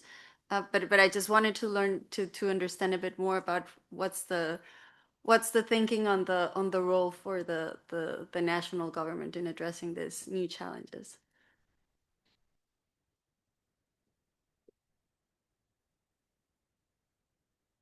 Yeah, good question. And we have a lot of discussions about that because we don't have many areas in infrastructure where we haven't made any policy before. And we're used to an approach on flooding with very strict standards. No, every piece of infrastructure for coastal and riverine flooding has very strict standards, and we don't know whether we can apply the same to pluvial flooding, which is much more local. But what we're working on is standards at the national level or guidelines. The question how imposed they will be, how legally enforcing they will be, is an ongoing discussion. But what we want to make sure is that a hospital in one part of the country is not exposed to more risk than a hospital in another country. That homeowners in one part of the country are not exposed to very exceptional high risk compared to other parts. So whether this is going to be legal standards or whether this is more guidance, which is a little bit softer, is still a discussion. And I think in this, what we really need to think about is who's responsible for what, no? Who's responsible for which infrastructure, which the Netherlands is very good at, no? You never see a piece of infrastructure that doesn't have an owner because we're a highly organized and very dense country. But also who's responsible for the damage if it goes wrong. Damage on foundations of houses, not only for homeowners, but also for the banks that provide mortgages. Small damages if you have this kind of temporary pluvial flooding. And I think the consideration of how hard you make those standards are what are the implications for the accountability of local governments if they don't meet the standards. Does that mean that every individual, every citizen, every firm, every hospital can claim damages at the local government? So we're struggling a little bit with that, but it's the how-to and it's the how much that we're trying to define. And the last part is funding and financing. Do we all leave this at the local level, or is this so big that you also need to provide funding or financing from a more central budget? We have time for one last question. So,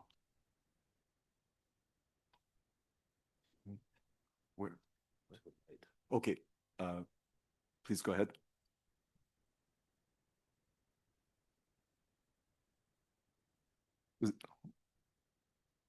Oh, yeah, okay.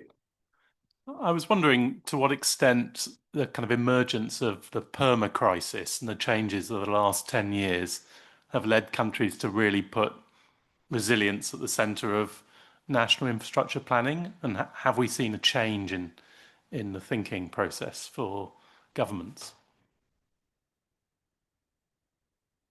Who would like to address that? Perma crisis. Maybe Edwin, I can come in for a brief second. Well, they ought to have taken on board perma crisis, and they ought to have taken it and therefore put resilience at the center of their thinking. But what enters into all of this is what I call NIMTO, not in my term of office.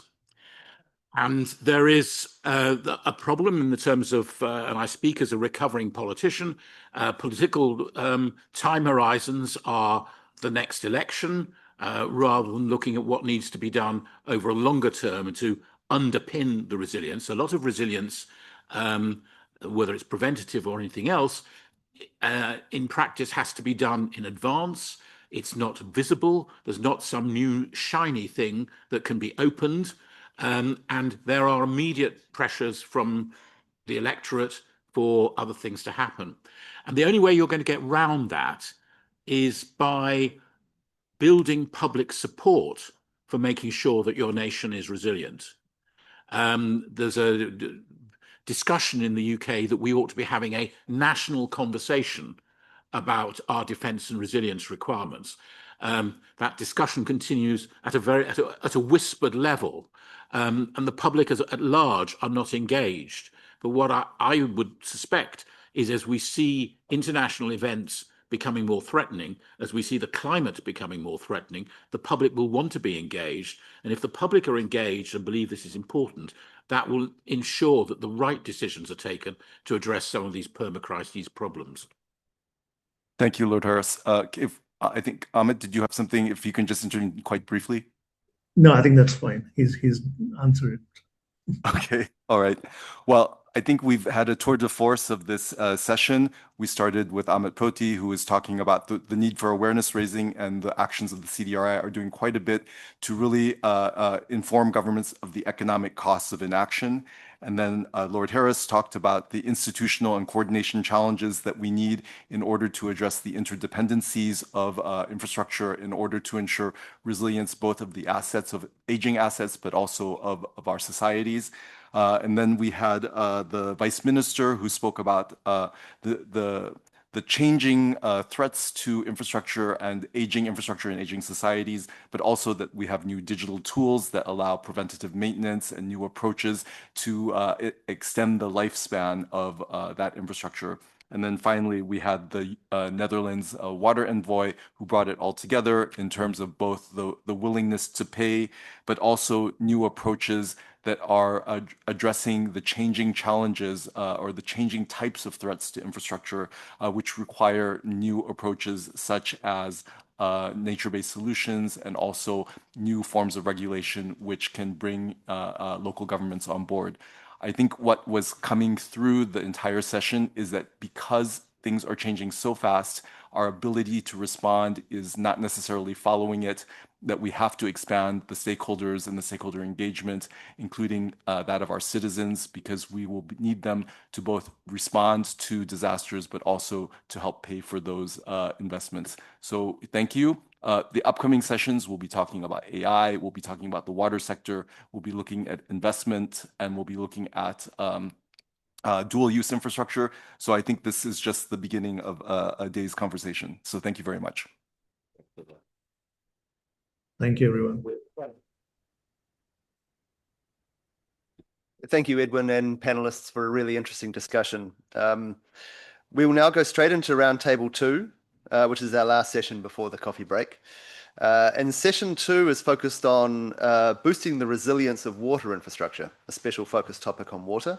To introduce our next session, I now invite the session's moderator, Mr. Kenzo Hiroki, who is a Professor Emeritus and Adjunct Professor at the National Graduate Institute for Policy Studies in Japan, and Coordinator for the High-Level Experts and Leaders Panel on Water and Disasters, otherwise known as HELP. Mr. Hiroki, the floor is yours. Thank you, Mr. Moderator. Good morning, everybody. This is a continuation from the previous discussion. This is titled Lifting the Resilience of the Water Infrastructure, but actually many of the speakers have already talked about water. So I will add one more water in the discussion. And this session is an opportunity to speak directly with the policymakers responsible for planning and delivering water infrastructure investment. But what is the current situation of the climate change? What is this climate change problem is bringing in additional problems to the infrastructure? That is the core of this discussion. You may think that climate change is bringing us larger flooding and longer drought. Yes, it is true, but this is not the this is just one of the problems for the infrastructure. Because for the designing, there's uncertainty. Actually, in the past, the water engineers have been designing infrastructure, assuming that water events occur at random. Sometimes there's a flood, sometimes there'll be a drought, but in the future, it is not occurring at random. It is increasingly more severe. and increasing longer. So the designing methodology, which was used in the past, does not work anymore. And the additional problem is that you have a more frequent damages to the infrastructure.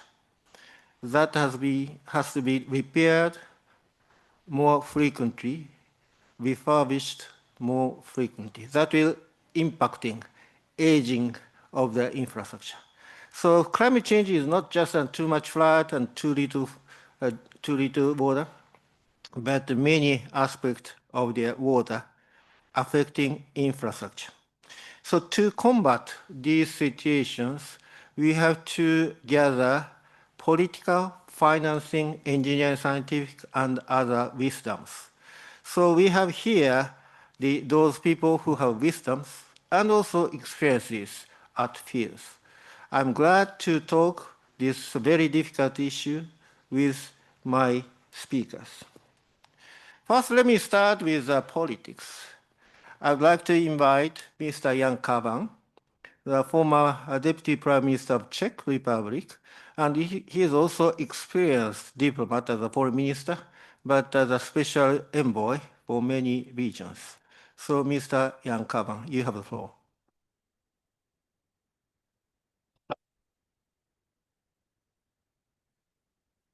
Thank you. Distinguished Professor Hiroki, Excellencies, ladies and gentlemen, it is a profound honor for me to open this session. Today I wish to speak about water not merely as a natural resource, but as a core matter of strategic governance, public accountability, and human security. Global experience from international diplomacy and large-scale crisis management teaches us, I believe, a clear lesson. Water is never a marginal agenda. It is a matter of national security, public health, and economic stability. We are here at the OECD to discuss how to lift resilience. But let us be clear, we cannot lift the physical structures if we do not first lift the standards of our political governance. In times of crisis, the reliability of water infrastructure becomes the most visible measure of state competence. If a state cannot provide water or protect its people from floods, it loses its most precious asset, the trust of its citizens. Therefore, resilience is not just a technical goal, it is a political duty. It is the very bedrock of the social contract between the state and its people. Our countries entered the 21st century with a vast legacy, dams, treatment plants, designed for a world that changed far more slowly. The climate reality of 2026, characterized by extreme non-linear weather patterns, exposes these legacy systems to stresses that the original designers could never have anticipated. We are no longer dealing with 100-year floods. We are dealing with a shifting baseline where the unprecedented is the new normal. In Central Europe, we have learned a difficult lesson. Modernization cannot be one-off reaction after disaster. It must be a permanent state program. We often hear that there is no money for resilience. As a former Deputy Prime Minister, I say this is a very false dilemma. Within the framework of the Next Generation EU and our national recovery strategies, specifically our updated economic strategy 2026, Country for the Future 2.0, we are proving that every euro invested in prevention saves 7 euros in emergency response. I believe that waiting is the most expensive strategy of all. Professor Hiroki, your concept of a water-resilient society, in my opinion, must not remain an academic idea. It must become mandatory reading for finance ministers. A flood is the most brutal auditor of government readiness.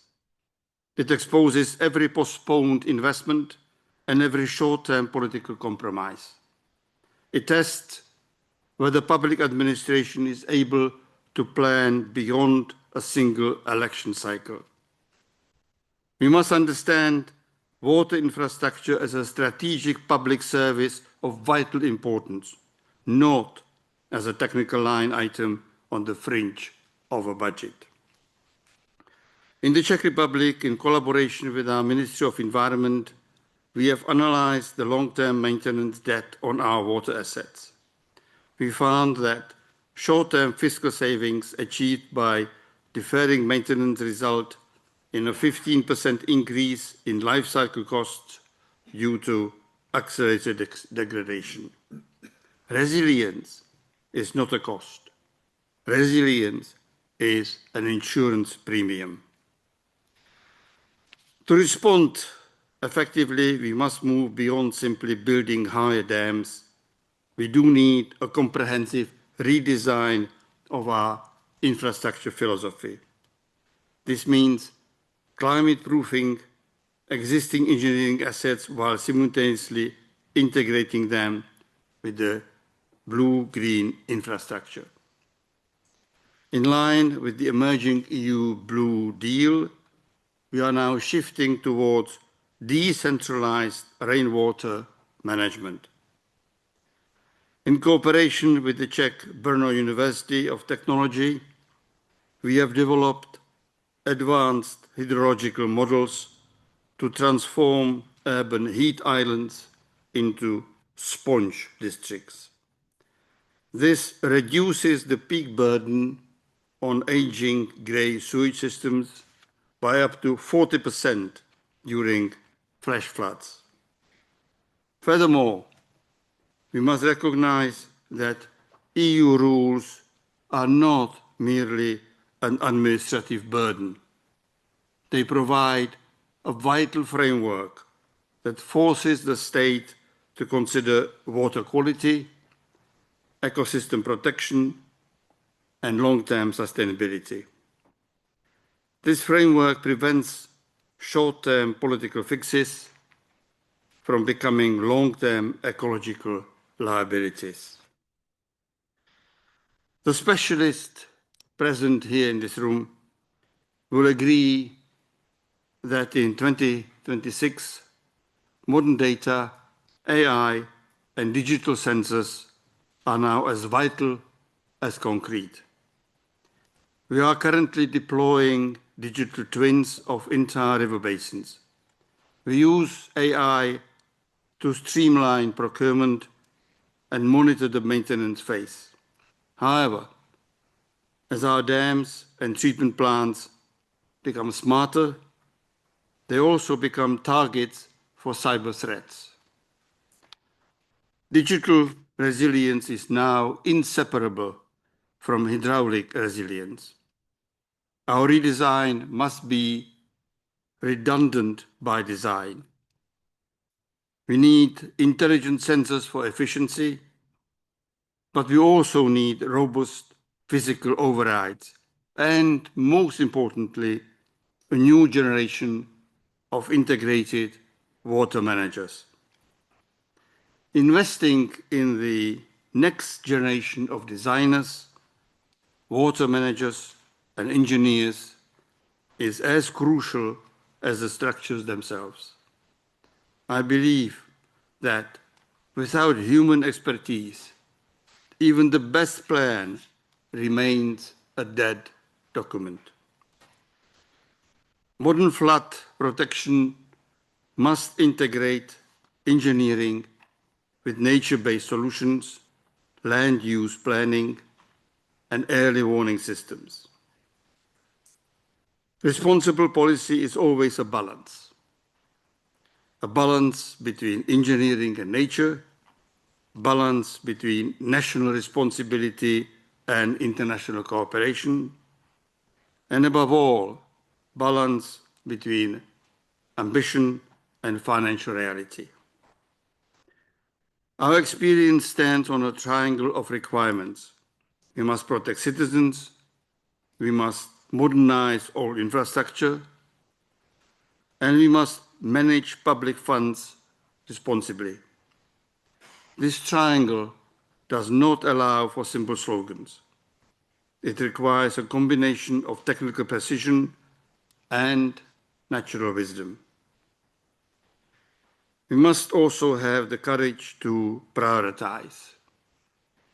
No state, especially relatively small or medium-sized states like mine, has unlimited resources. We must use methodologies like the sustainable asset valuation to identify where investment brings the highest public utility. By valuing the hidden benefits of wetlands and green zones, which, unlike concrete, appreciate in value over time, we make a stronger case for sustainable investment. We view international standards such as the Blue Dot Network as a safeguard for quality.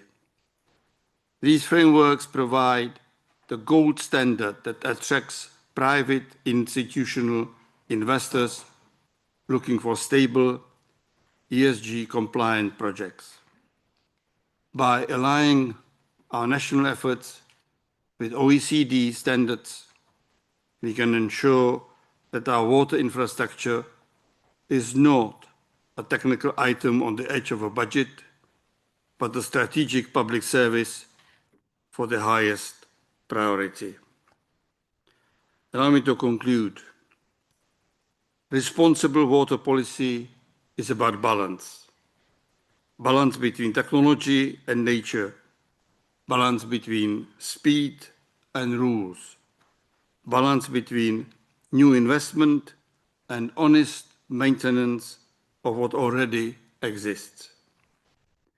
As we implement the UN Water Strategy 2030, let us remember, fiscal responsibility is not about spending less, it is about spending smart.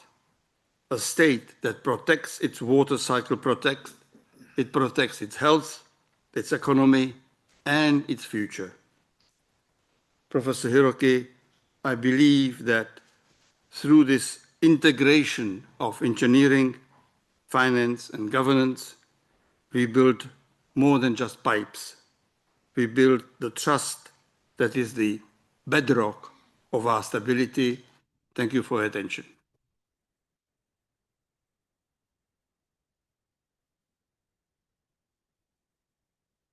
Thank you very, very much for your intervention, starting from the trust of people. And actually, climate change is corroding not only water infrastructure, but also trust of people to the government. You have mentioned many examples about that. And also you have mentioned many possible solutions about that. Particularly important thing is that, we need a redesigning. But it's not a redesigning our infrastructure, but our redesigning politics and policies. That's what you mean. And I'm glad that there'll be an emphasis on the balancing various aspects to combat climate change. You have to balance financial policy, technical policy, and the political and governance policies. So I heard and you heard a very important statement from a leading politician. Now us turn our eyes to the field situation, starting from the national policy to the local policies. I'd like to invite Mr. Philip Bollard. He's the managing director, Flemish Waterways, who is dealing with daily policy matters and also practical issues for the Flemish waterways. You have the floor. Thank you, Mr. President. Dear Mr. President, ladies and gentlemen, I thought I had some slides. There they are. It's an honor and a real pleasure to be able to talk about how Flanders is strengthening the resilience, performance, and long-term value of its inland waterways. As CEO of the Vlaamse Waterweg, the Flemish Waterway, I represent an organization responsible for a dense and strategically important system of rivers, canals, locks, bridges, and an essential part of the European transport backbone. Our waterways are not only a mode of transport. Next to their economic importance, they are a climate buffer and a spatial structuring element, because in almost all big local authorities in Flanders, there's a river running through. And in a rapidly changing world, they're becoming more important than ever. Flanders sits at the heart of Europe and at the heart of Europe's logistical system. Our waterway connects the North Sea ports of Antwerp, Bruges, and Ghent with the hinterland, and they form a crucial link in the 10T corridors, as you can see on the screen here. 3 of the 9 corridors are running through Flanders, including the Seine-Scheldt connection and the Albert Canal access. Every year, inland shipping keeps 3.5 million trucks off our roads. This is not a statistical it is a tangible contribution to cleaner air, safer roads, and a more efficient transport system. It's also a reminder that our waterways are a strategic instrument for achieving Europe's modal shift ambitions. But the system is under pressure. And that brings me to the 3 major challenges that we face. The first one is enhancing business through stimulating modal shift. The first challenge is to stimulate a sustained modal shift towards inland navigation. Because with an expected economic growth, freight volumes in Flanders are expected to go by 25% up by 2040. And if we do nothing, this growth will only end up in already congested roads. Our strategic plan makes it clear. The waterway network must be a reliable, a predictable, and competitive alternative. This means it has to ensure sufficient capacity on key corridors. We have to remove bottlenecks, guarantee reliable lock operation, and offer digital services that make planning and navigation easier. Projects like the Seine-Scheldt junction and the upgrading of the Albert Canal are not just infrastructure works. They are long-term investments in Europe's economic resilience. They create a continuous high-capacity waterway network from the Seine Bassin to the Scheldt Bassin, enabling larger vessels, more efficient logistic chains, and new opportunities for inland ports and terminals. But modal shift is not only about infrastructure, it's also about trust.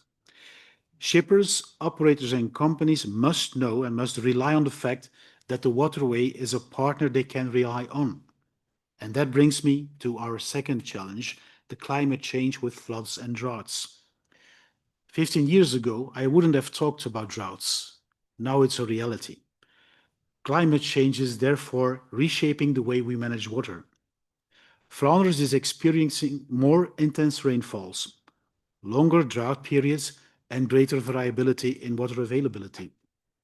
Our waterways must therefore serve multiple purposes simultaneously: transport, water supply, flood protection, and ecological resilience. Our advisory report, Resilient Waterlands, written after the devastating floods in 2021, a framework is set on how we should adapt the system to these new realities. And we have to invest in 4 aspects. 1, nature-based solutions that give rivers more space, because it's not about making them deeper, It's not about widening them, it's about giving space to rivers and the water that's in these rivers. 2, smart water level management supported by real-time data. 3, a climate-robust infrastructure that can handle both high and low water conditions.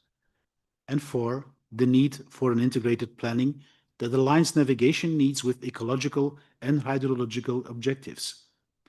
The goal is clear: a waterway network that remains safe, navigable, and ecologically healthy even under extreme conditions. Climate adaptation is no longer a separate policy domain. It's embedded in every instrument and investment decision we make. The third challenge is our aging infrastructure, and I know we're not the only ones. Because the aging of our infrastructure, around 25% of our assets are at the end of their technical lifetime. 25% is 1 out of 4. Locks, bridges, quay-walls, weirs built decades ago are now facing increasing wear, higher loads, and more complex operating conditions. This is where our broader asset management strategy comes into play. We're moving from reactive maintenance to a risk-based, data-driven, and life-cycle-oriented approach. This means we're prioritizing interventions based on risk and societal impact.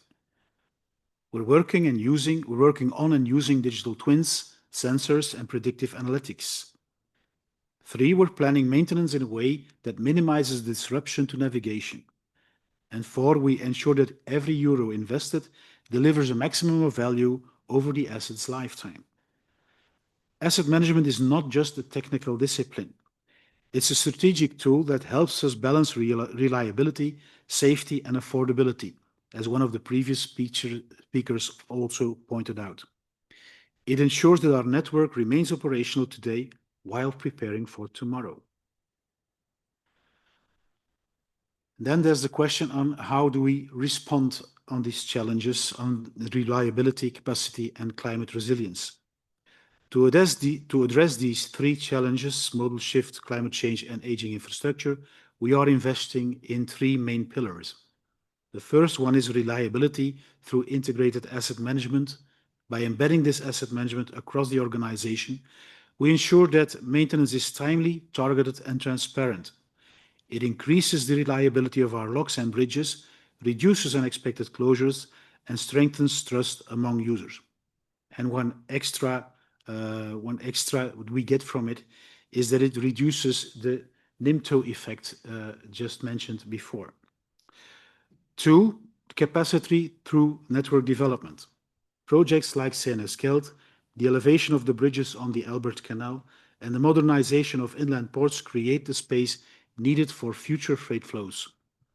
They also support Europe's ambition to shift more goods to sustainable modes. And 3, safety through future-proof, nature-based infrastructure. We are redesigning waterways to cope with both floods and droughts. This includes floodplains, giving the river space, controlled inundation areas, also giving the river space, fish-friendly structures, and adaptive water level management. These measures protect communities, safeguard navigation, and enhance biodiversity. Together, these investments form the backbone of a resilient waterway system, one that can withstand shocks, adapt to change, and continue to deliver value for decades to come. Our ambition is a smart, versatile, and prosperous waterway network. Ultimately, our aim is simple yet ambitious: to be a reliable partner for a smart, versatile, and prosperous inland waterway network. A network that supports Europe's economic competitiveness, contributes to climate goals, strengthens spatial quality and ecological resilience, and offers a predictable, high-performance transport alternative. This ambition is not ours alone. It's shared with our partners in logistics, industry, governments on different levels, and research. Resilience is a collective effort, and international collaboration, such as the dialogue we have here at the OECD, is essential. In short, we enhance economy. We want to enhance economy and less water stress. That's what we want. Thank you.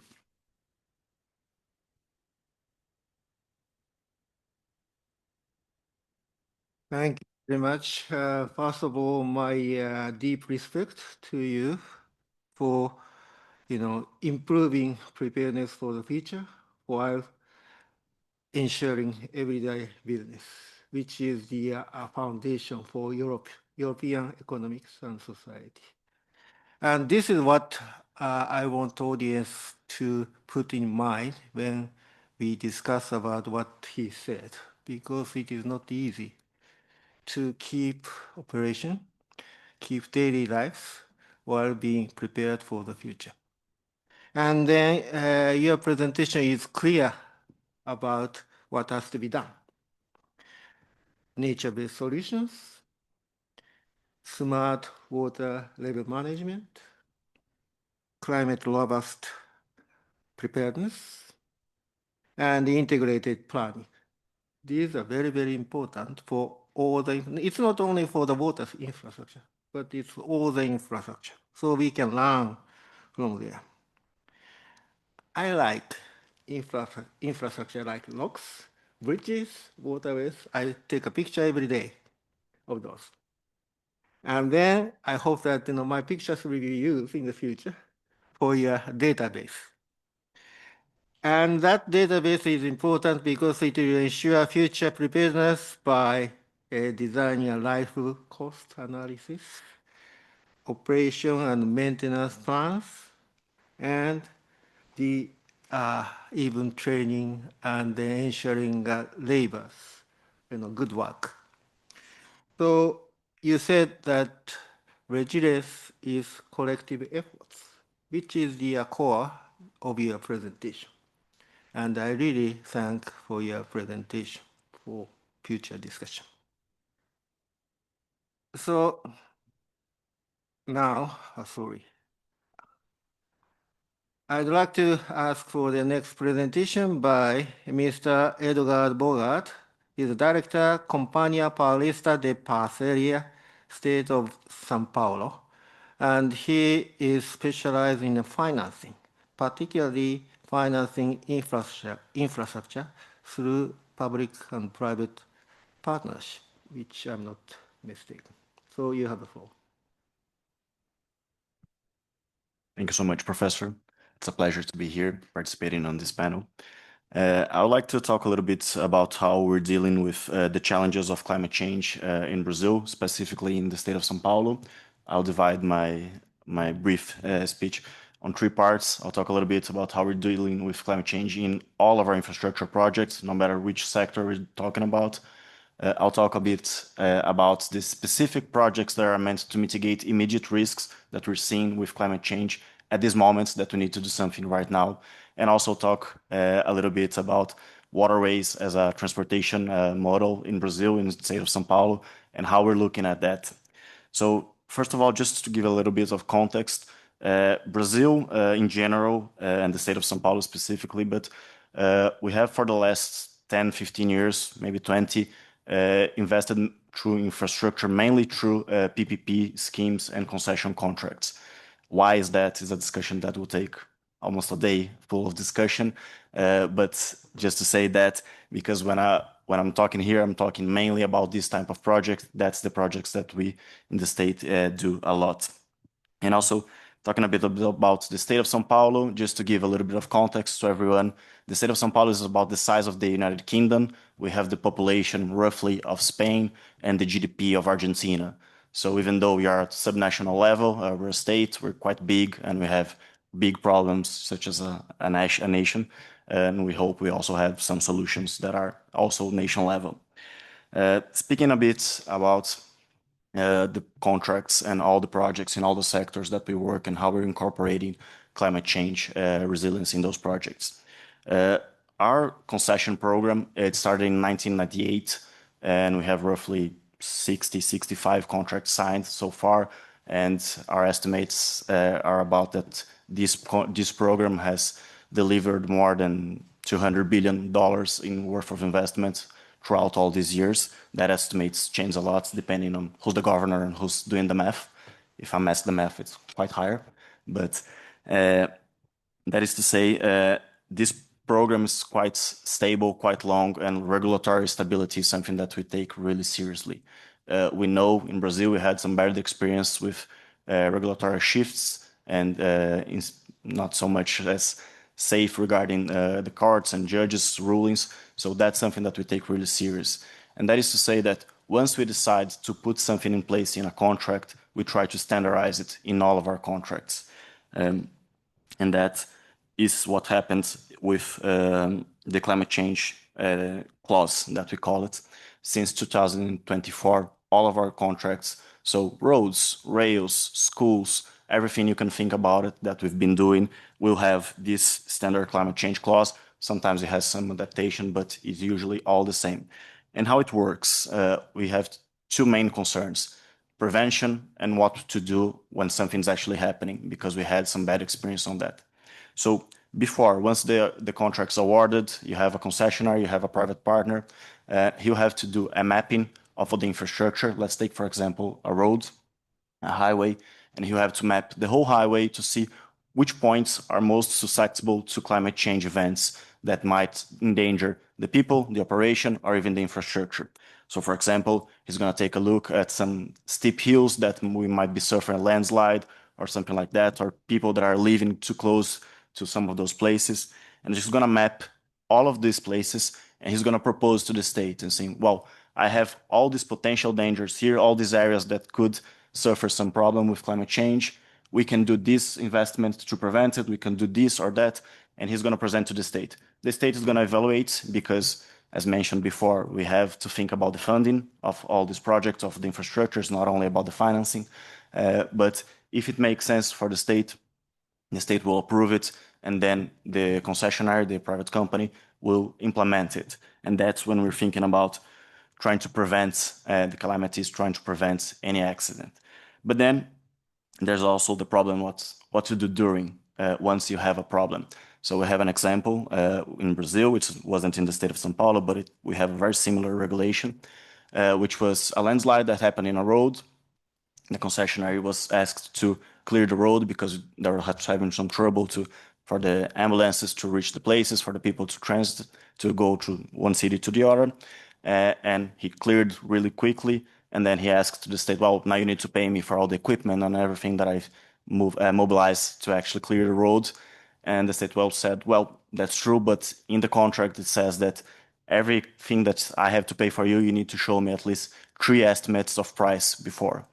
And then you had a big discussion for a long time regarding who's going to pay for that.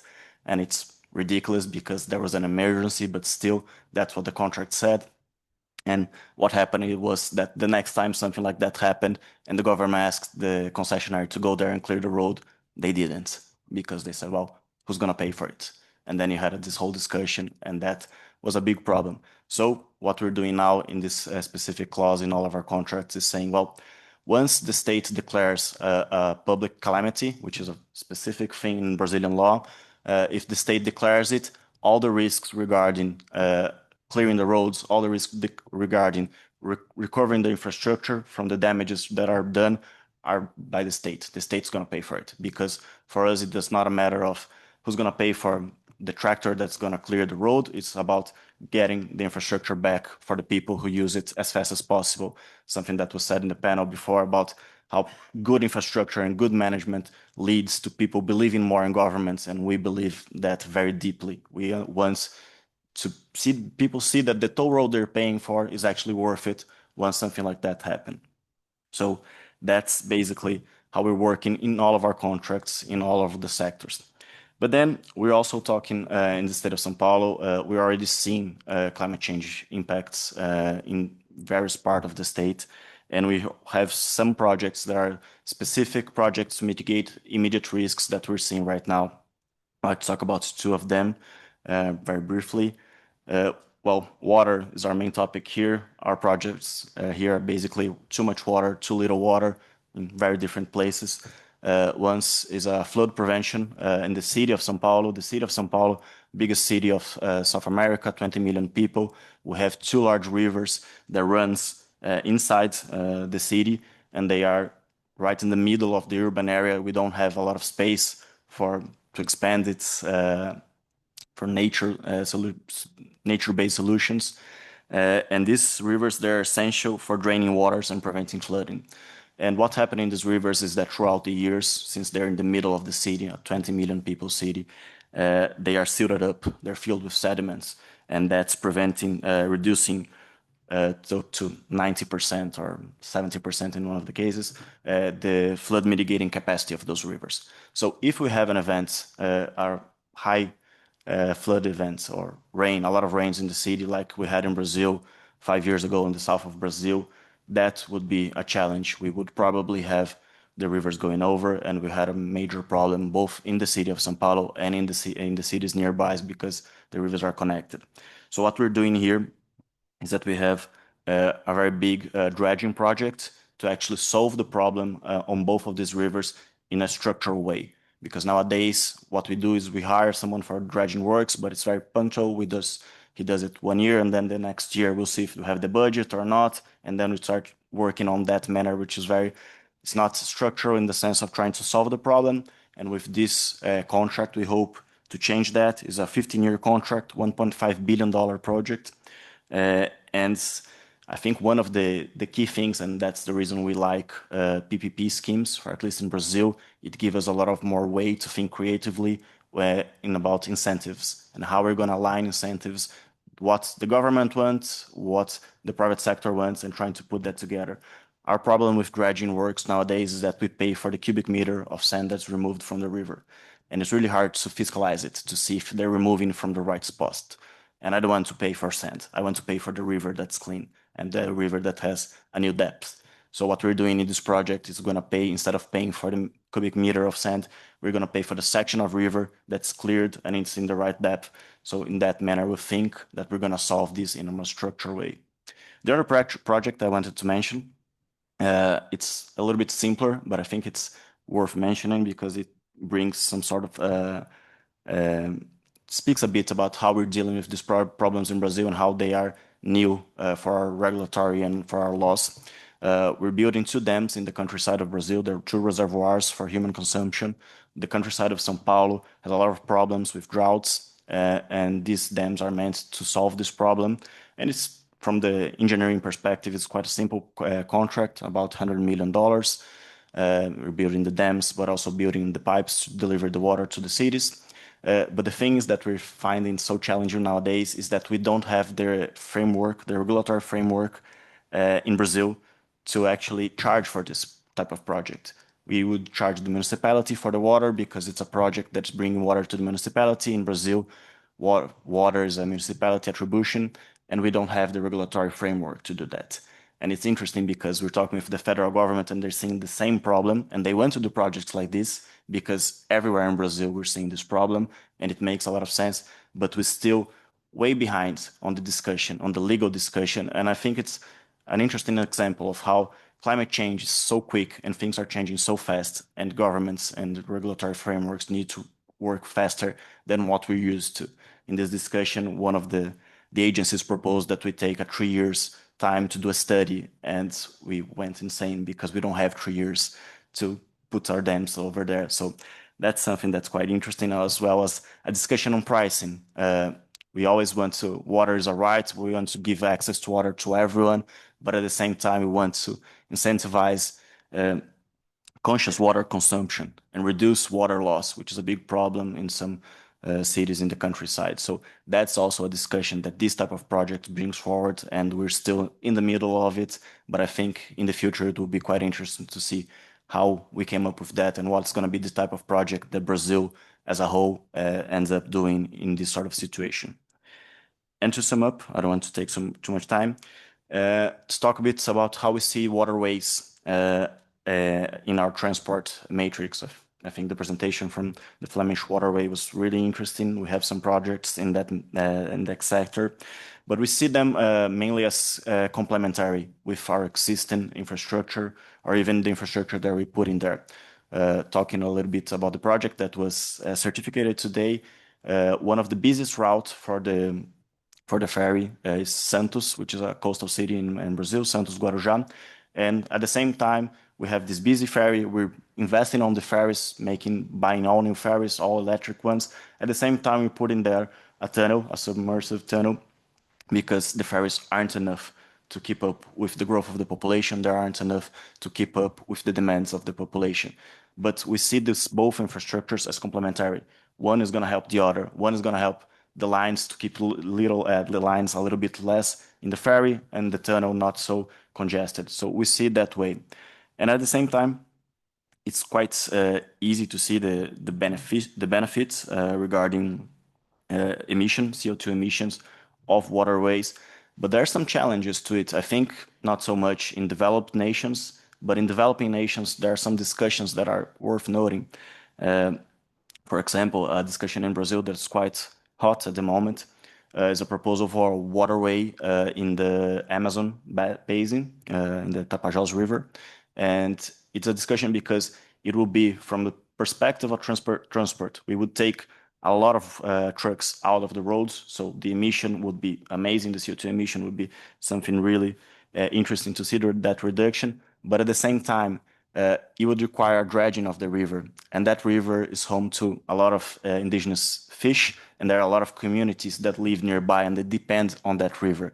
So at which points do we take it's more important to reduce CO2 emissions? At what point is more important to respect the rights of the people that were there before, and how we can actually take all of that into account to put together projects that are ESG friendly and that make sense. And I think that's a discussion that in this table, and thinking about all that we've been discussing here with Blue Dot, that's something that really speaks to everyone in this room, I believe. And we don't have an answer in Brazil, but it's something that when we talk about waterways in Brazil, in São Paulo, we're seeing this type of dilemma and trade-offs, and that's something that I think is worth noting from our developing nation perspective. Thank you very much.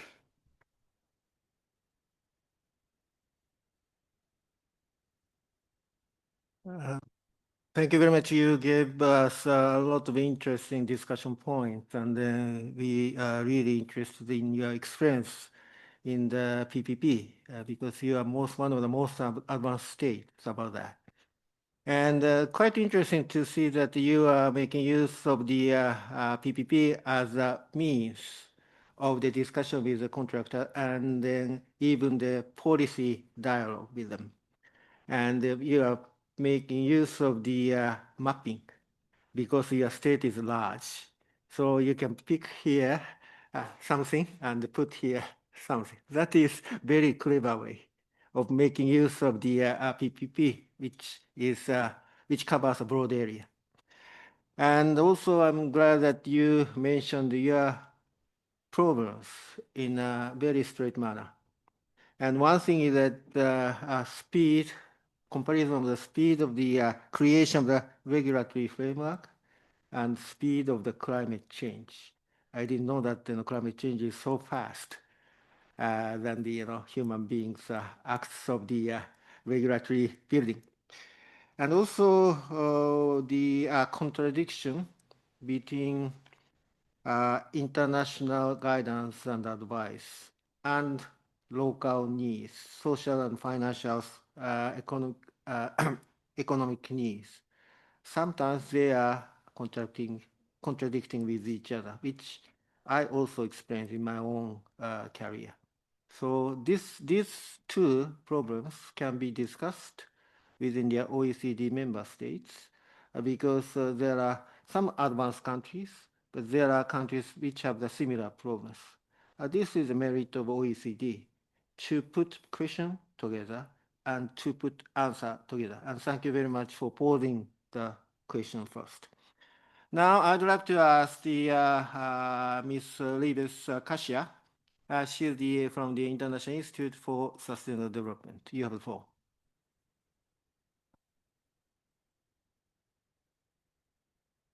Thank you so much, and thank you so much for having me here on this panel.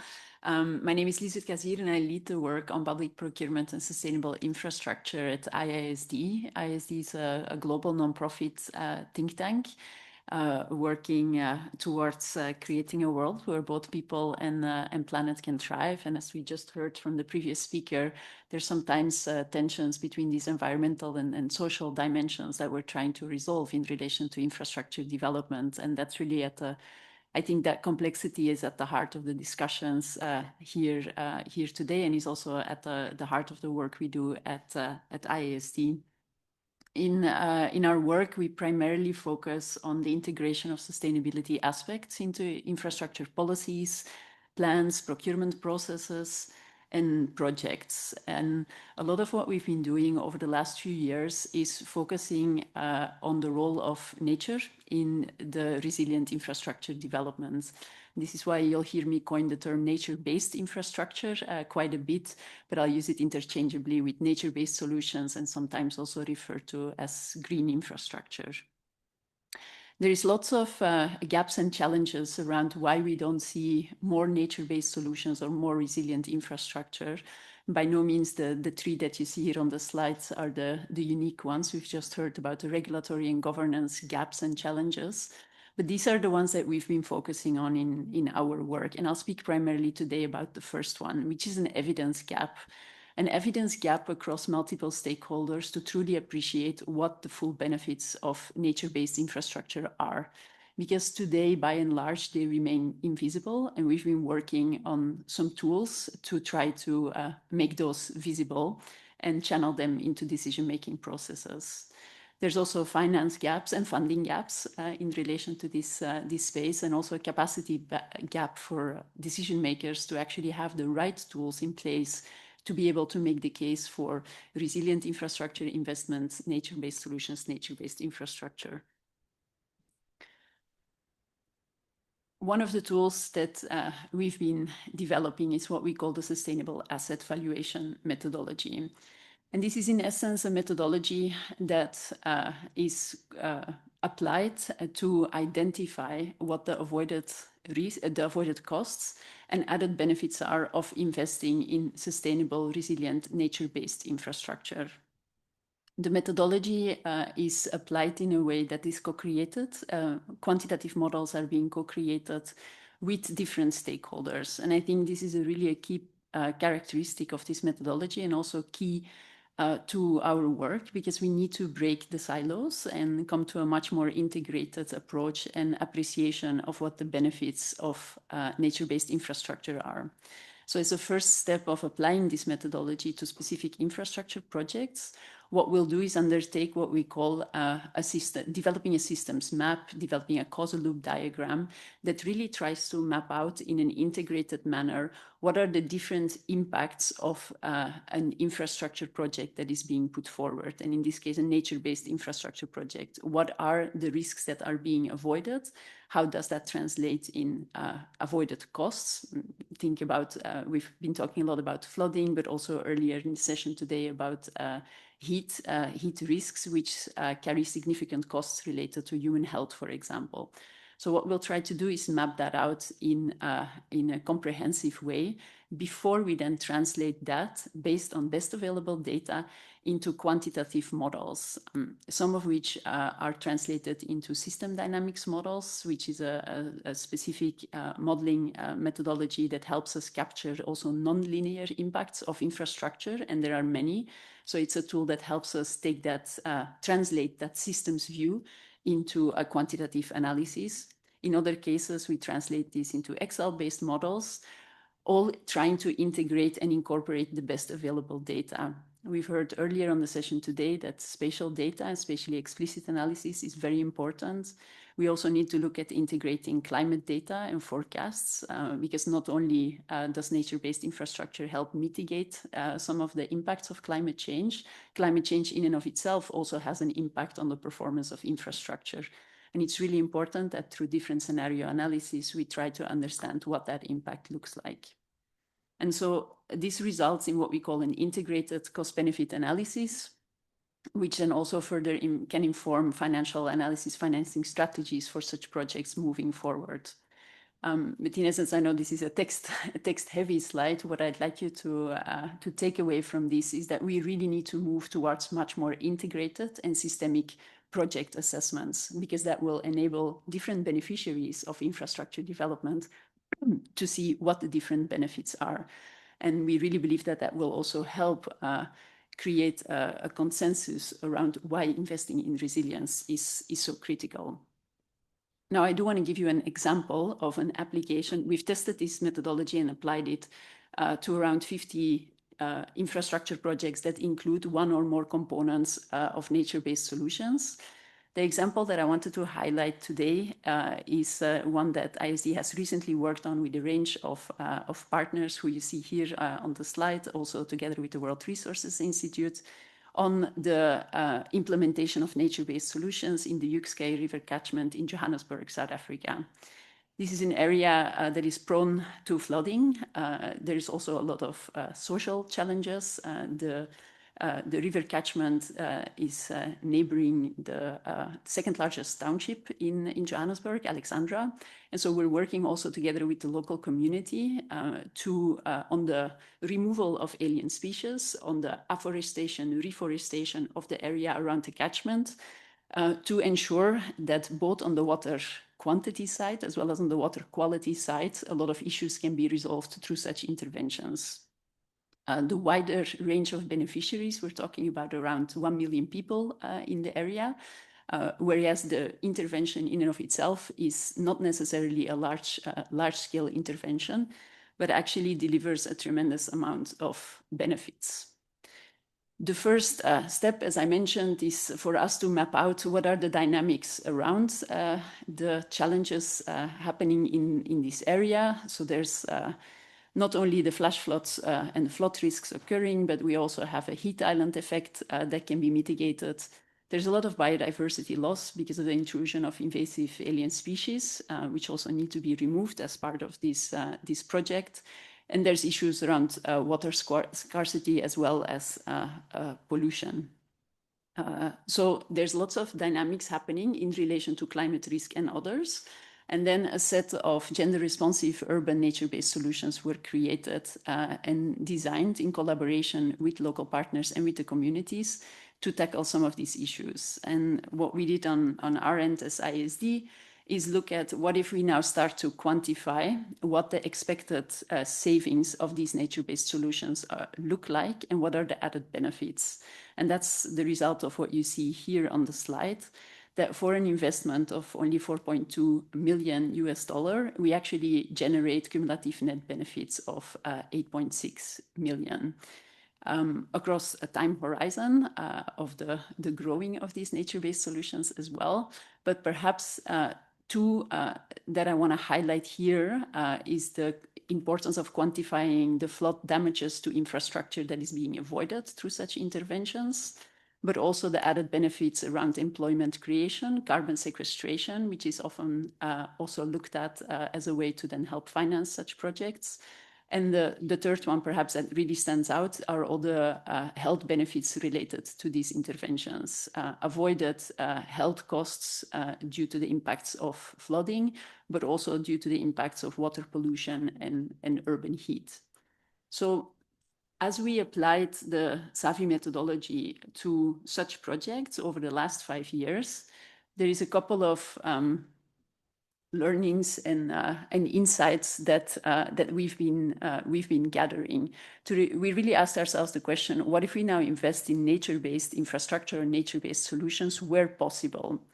Nature-based solutions can replace, to a certain extent, built infrastructure. I think the speaker in the previous panel also mentioned we should build with nature where we can, gray when we must. And it's kind of that mindset shift, I think, that we need to install. Because in many cases, it's a lot cheaper to build with nature than to build gray infrastructure.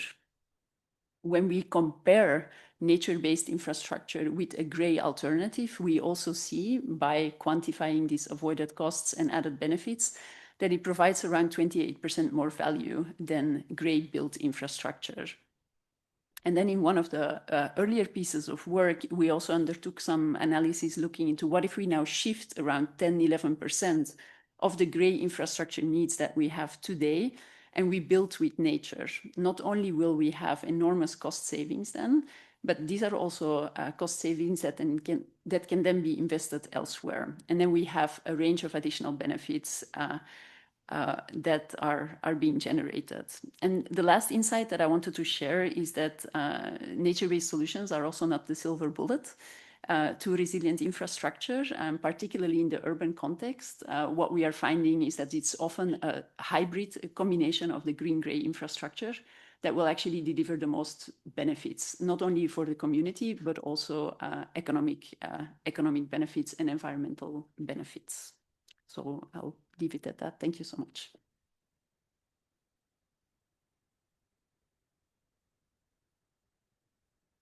Yeah, thank you very much. Your presentation reminds me of the case when I was sitting in the water conference.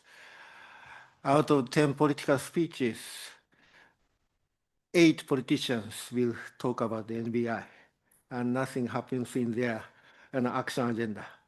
So your presentation clears my mind about how NBI can be put more into practices by having a good logical and justification to more NBI that is very, very useful and effective for the future climate change adaptation. And evidence gap, finance gap, capacity gap is what we have to think very seriously. And then your survey is quite a good approach to logically well structure the how to deal with the our current water problems with the NBIs. So thank you very, very much. And then maybe the people will have a lot of questions about that also. But still, we have a bit of the shortage of the discussion, but still we have a few minutes for the question and answer. If you have any question, please. Yes.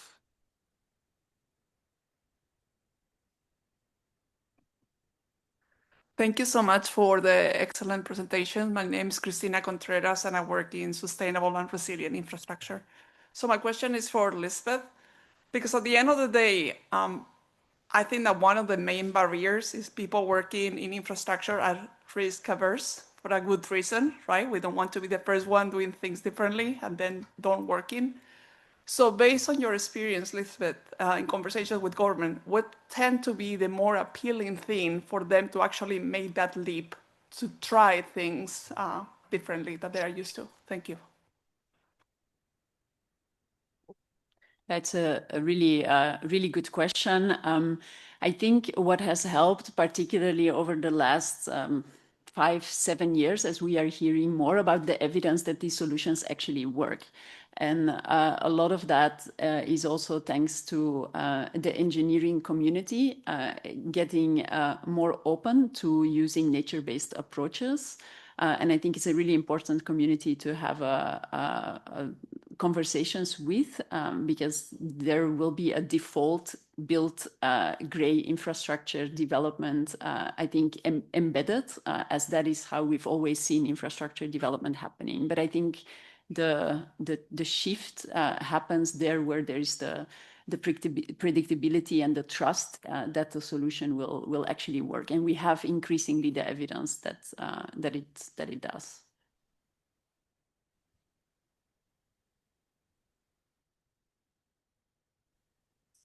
Hi, I wonder if you could say something about the various costs involved. So, for example, the costs of undertaking the analysis, and also whether your figures around the reduction in cost of a nature-based solution include the ongoing maintenance, and whether that's over a specific period. Thank you. Yeah, I think on the maintenance, thank you for bringing up that question. It really depends on the project. It depends on the because it's true that nature-based solutions in their maintenance are often more labor intensive. So we have been factoring in such costs. And there it really depends on the type of project, the scale of the number of hectares of restoration that we're looking at. What was also very important, for example, for a project that we looked at in Addis Ababa, in Ethiopia, they have a very big urban tree planting project ongoing that we assessed was to also assess the different scenarios around the survival rate of the trees, which also translated into different maintenance costs. So there's no clear-cut answer, but what's important is, again, to develop and model the different scenarios on what's possible. In terms of the cost of the analysis, it's a very good question, but it's also not one with a straightforward answer. What I can say is that the tool is freely available, the methodology is available, freely available online with the MBI Global Resource Center, which is the initiative that ISD launched. We also have a lot of capacity building and training. We have online courses around the methodology as well. But we're happy to support and look into, depending on the projects, what's possible. Okay, just a moment. And you can also ask questions to the previous speakers, all of them. So please. Thank you very much. My name is Lise Weidner. I'm from the European Investment Bank. I can see, looking at your benefits, basically the majority of the benefits are coming not directly from saved damages to water, to the infrastructure, but more health benefits. So could you explain that a bit, please? Thank you. Yeah, this was very specific to this project that I showed, but there's other projects where we actually see that it's the damages to infrastructure that are by far the largest. So it just depends on the type of project and what we are able to identify as being material impacts.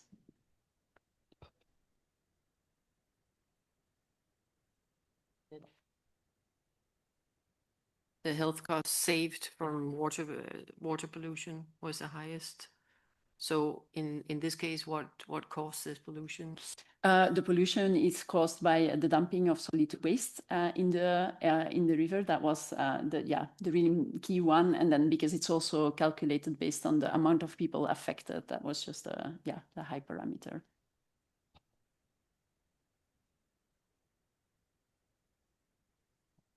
Edgar, I'm very interested in Sao Paulo. What is your government's plans for the next 10, 20 years for infrastructure? You're growing, and you're growing. So,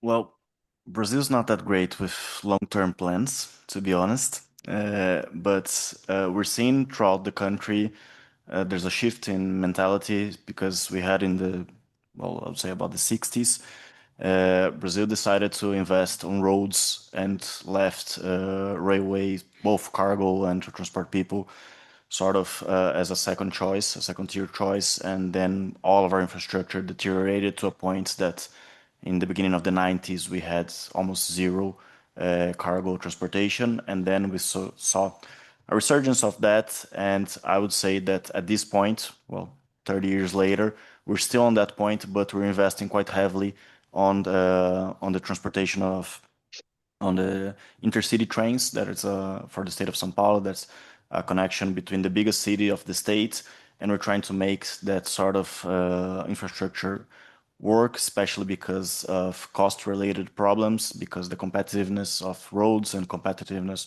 of other modes of transportation.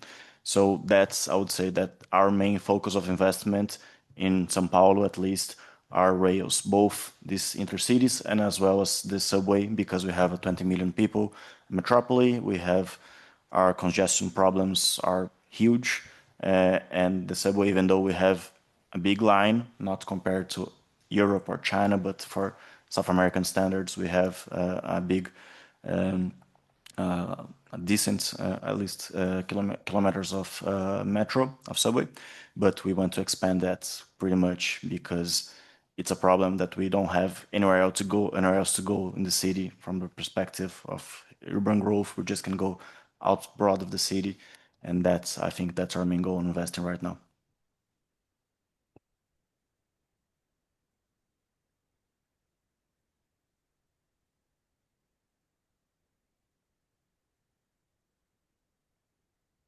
Thank you for helping the moderator. No more questions. Okay, so it's time to wrap up in 1 minute. So lifting infrastructure resilience is not an easy business, as everybody says, but there are ways. But to improve it, we need a political redesign, scientific, engineering, social. We have to devise all the measures to redesign the approach and ways to combat climate change. Then you have mentioned that the speakers and also those who made a question mentions that we need more integration, governance, capacity, and nature inclusion. So of course, this is easy to wrap up in this way, but you have to learn, more details from the speakers, from the audience. So OECD is a place to do that. Thank you very much.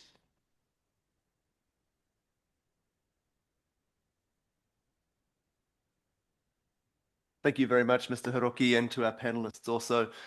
We will now take a break. So you're welcome to help yourself to coffee and tea outside the room. I suggest we take 15 minutes. So we'll start again with roundtable 3 at 12:10. See you then.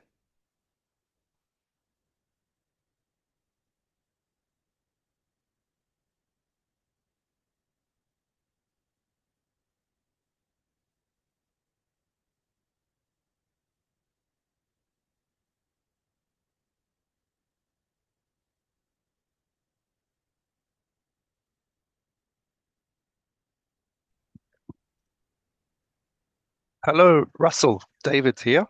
Yes, hi there, David. Good to meet you. You too.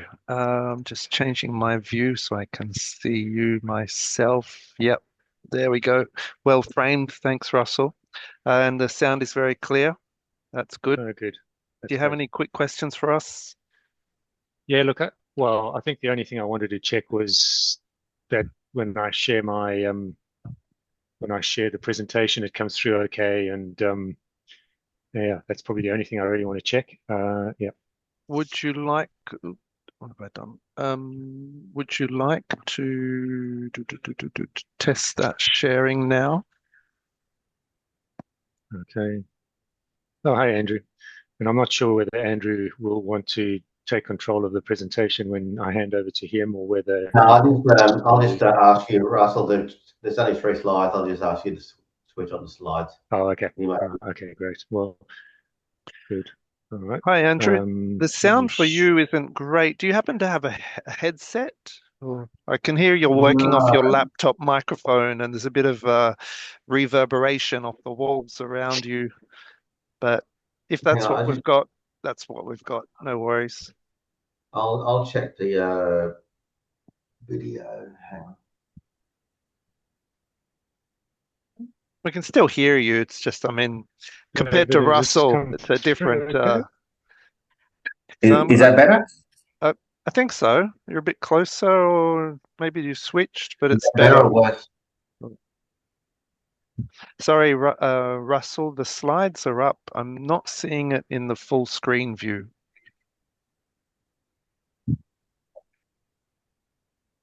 And now, if it's maybe, I've just put it into full screen right now.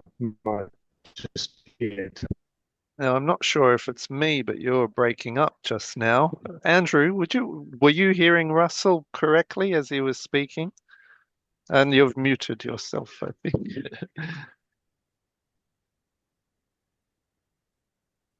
Can you hear me properly now? Yes, Andrew, I hear you clear. Okay, yeah, no, it broke up a little bit. Russell's broke up a little bit before. But you did break it. Yeah, okay. It wasn't just me. The bandwidth. Well, the slides have loaded correctly, Russell. So maybe it was just speak for a bit further, a bit longer, Russell, if you could. Okay. What time is it where you are? What are okay. You... Am I coming through okay now? Yeah, that's clear. Yep. Yeah, it's at night. It's at night, so there might be a lot of demand on the bandwidth with people. A lot of gamers streaming. out there. Yeah. No worries. Yeah, my daughter's one of them. Whereabouts are you two? Are you different city? Or... I'm in Brisbane. Brisbane, yep. And I got two Russell brothers in in Brisbane. Nice. I'm from Sydney originally. I'm in Canberra. Canberra, yep. With the home of CSIRO. Well, we Yep. hear you fine. We see you fine. Slides have come up right. But we'll take the slides down for now. I'll just stop the Okay. sharing for you. If you wouldn't mind just re-sharing them one more time for me, Russell. I'll just double check that it comes up fine the next time you do it.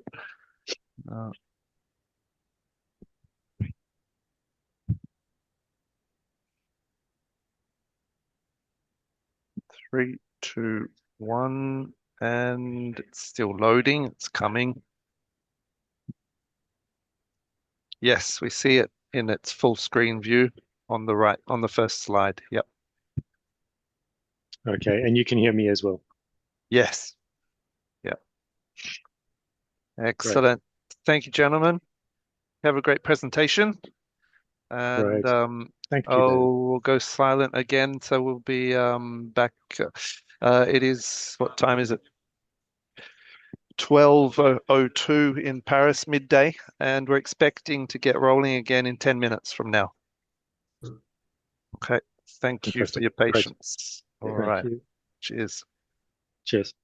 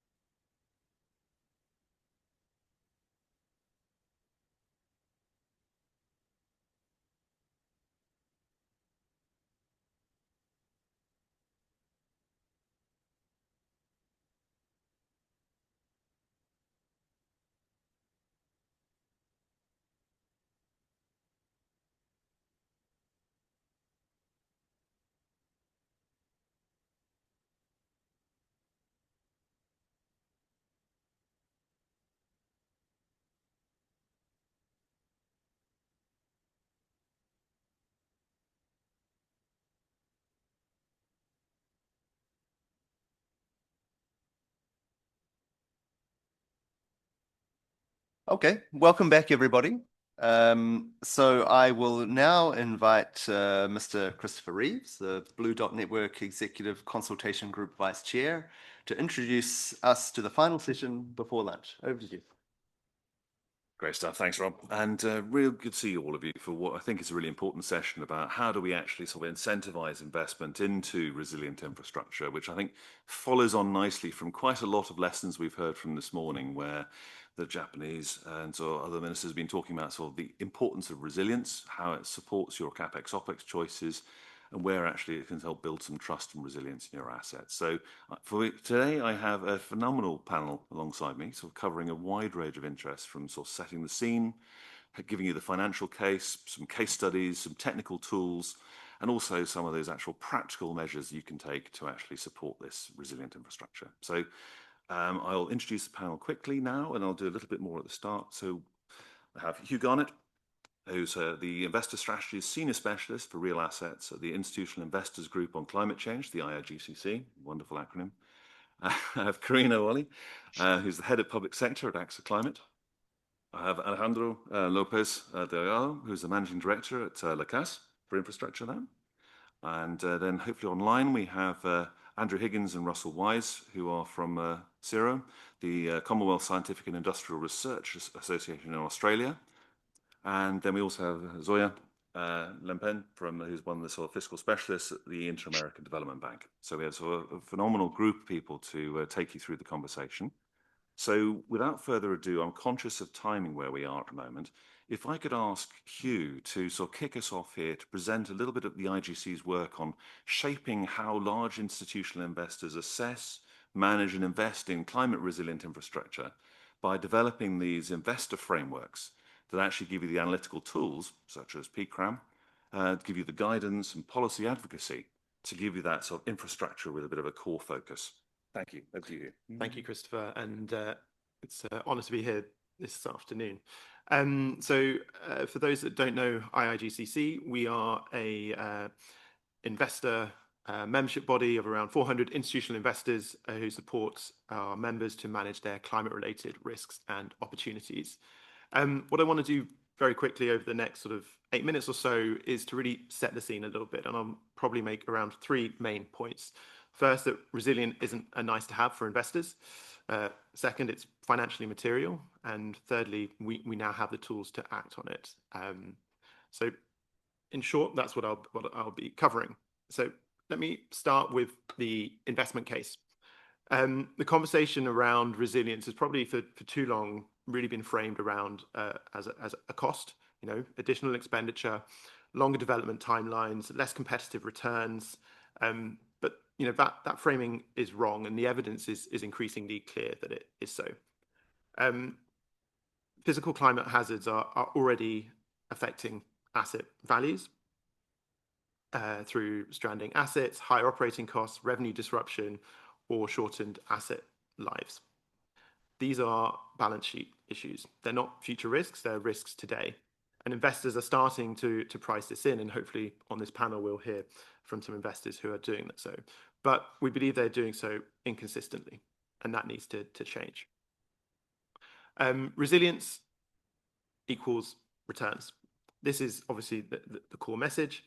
Where investors have assessed and acted, and we'll come on to the tools for how we can do this in a moment, they will find that well-targeted resilience expenditure preserves value, extends operational life, and in some cases unlocks new revenue streams. So that profile, that return profile is there. And finally, and we've heard a little bit about this on some of the previous panels, is the systemic dimension. Infrastructure failure doesn't stay contained. A flooded port disrupts supply chains, a failed power grid takes down hospitals. Losses amplify well beyond the individual asset, which is precisely why this is also a public policy problem and not just a investor problem.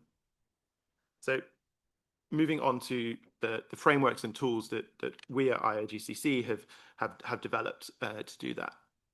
There are 2 main tools, and I'll first take you through the climate resilient investment framework very quickly, which is sort of the portfolio level framework.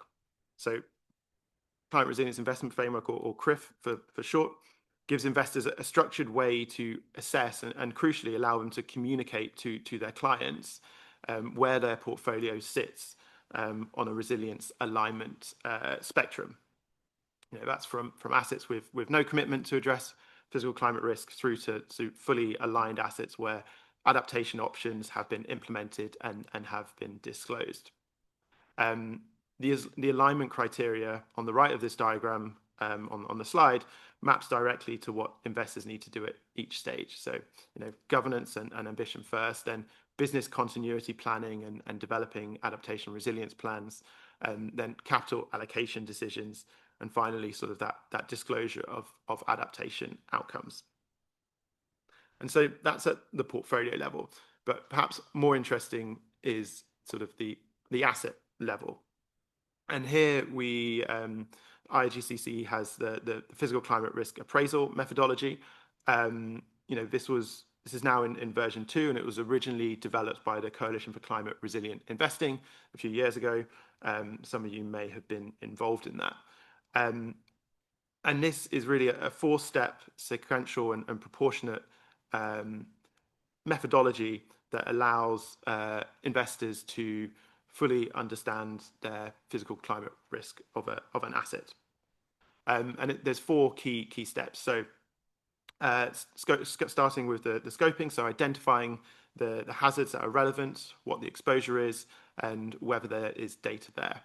Then performing the crucial materiality assessment, so what actually threatens the asset's performance and value. And then understanding, what the resilience options are, identifying them and stress testing them against different scenarios, including some of the systems thinking that was shown by IISD in the last session. And finally, probably the most important one, and where sort of the most significant development has happened through PCRAM is on the sort of the value enhancement. So shifting the conversation in investment committees around that. So this is where resilience stops being that sort of sustainability exercise and becomes the financial analysis. What is the quantified benefit of the adaptation investment over the asset life? Be that improved cash flows, improved insurability, etc. We've published a number of case studies which are available on our website. In the Blue Dot session yesterday, we actually heard a case study from one of those assets that actually has a Blue Dot certification. That's the Pidge port on Lake Victoria, which was exposed to flooding and lake level rise. And the analysis that we did through the PCRAM case study showed that sort of these adaptation implementations changed that investment decision. So the resilience expenditure becomes clearly justifiable on financial grounds. So with that, I think those are sort of the frameworks, and we really need to move towards action. And investors need more as well.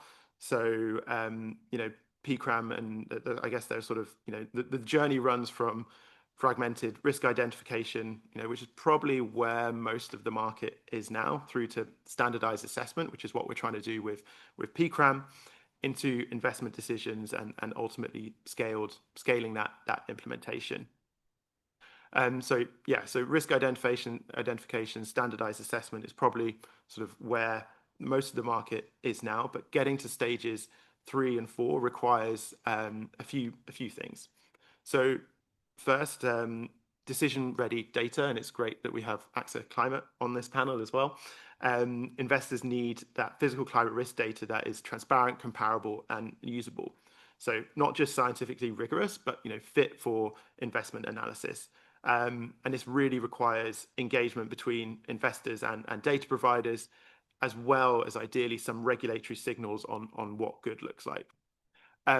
Secondly, we have sort of practical training and upskilling of the industry. We think there's a real capacity gap, particularly outside of dedicated sustainability teams. PCRAM, physical risk appraisal, needs to be something that portfolio managers and asset level teams can apply proportionately, not just sort of those sort of sustainability specialists. And finally, policy enablement, ensuring that the enabling policy and regulatory frameworks are there. So, green taxonomies, public finance mechanisms, need to recognize and crucially reward resilience value explicitly. And where they do, private capital will flow. And where they don't, the investment case, even when it is there, struggles to compete with those shorter term priority. So those are some of the gaps that we think we need to close.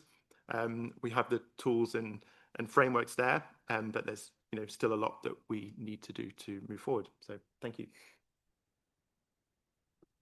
Great stuff, Ian. Thanks. And I think your comments there about sort of resilience is no longer a sort of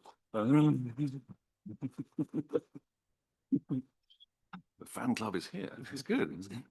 So they're really good. That sort of point about resilience not being a moral add-on, and it actually is something that's protecting cash flows and service continuity at a time when the world doesn't actually behave as it planned. I think is something important. But you raised that important point about the financial aspect, where it's really good for me to pass over to Karina, who can discuss the sort of financial case for investment in resilience. Oops, sorry. The financial case for resilience in infrastructure, noting that asset valuation losses caused by climate risks, which have actually been highlighted quite a lot this morning in previous sessions, and how analytical tools are actually demonstrating the significant benefits that from investment into resilience.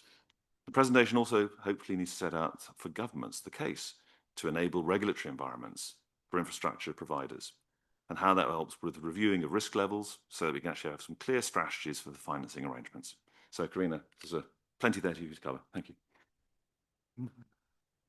Thanks very much. And before I dive in, I just want to say I think it's fantastic that there are frameworks like PCRAM2 that's being established, because I think they're both, PCRAM specifically is very scientific, but also very practical. And I'm very proud to say that AXA was actually contributing to some of the work done on to set up PCRAM and support IIGCC on that. And I think what was really great was that I think hopefully consequently, AXA was actually led the setup of a big fund with several other insurance companies in climate resilient infrastructure in emerging countries.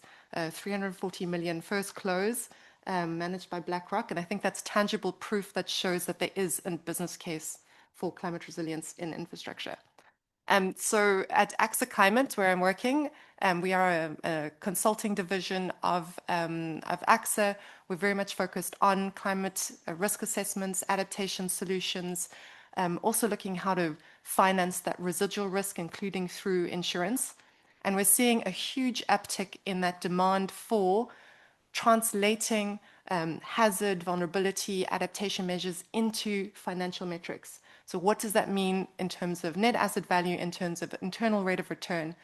And equally quantifying, if possible, I think is much more difficult, the co-benefits, the social economic co-benefits. And we're seeing that coming from investors, from big industrial players. I've got my colleague here who's worked a lot with Michelin, Saint-Gobain, and equally from the public sector. So,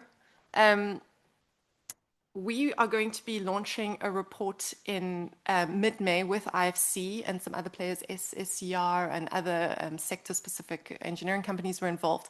And it's exactly on this topic of making a business case for integrating adaptation and resilience in infrastructure. And so that includes 3 case studies that follow the PCRAM methodology in Brazil. So I'm glad Edgar's here. One of them was actually for Sao Paulo's Cantareira system, water system that supplies the water for the whole of, or a big chunk of Sao Paulo, and collapsed 10 years ago due to a drought. We're also looking at transport and transmission lines. And when we do the analysis, we see that in every single case, a subset, obviously the most cost-efficient A&R measures, will more than pay for themselves. So I won't give you the spoiler alert, the report has not been launched yet, but we can say that the internal rate of return, if you strip out those measures themselves and just the costs and the benefits in terms of avoided losses, will have triple-digit internal rate of returns. I mean, that's huge. So I think, I mean, we heard some ratios in terms of the benefit to cost ratios. It obviously depends on what kind of measure, what kind of asset, what kind of peril, where it is. But those can range from 1 in 2 to more than 1 in 10. So I think the business case is clearly there.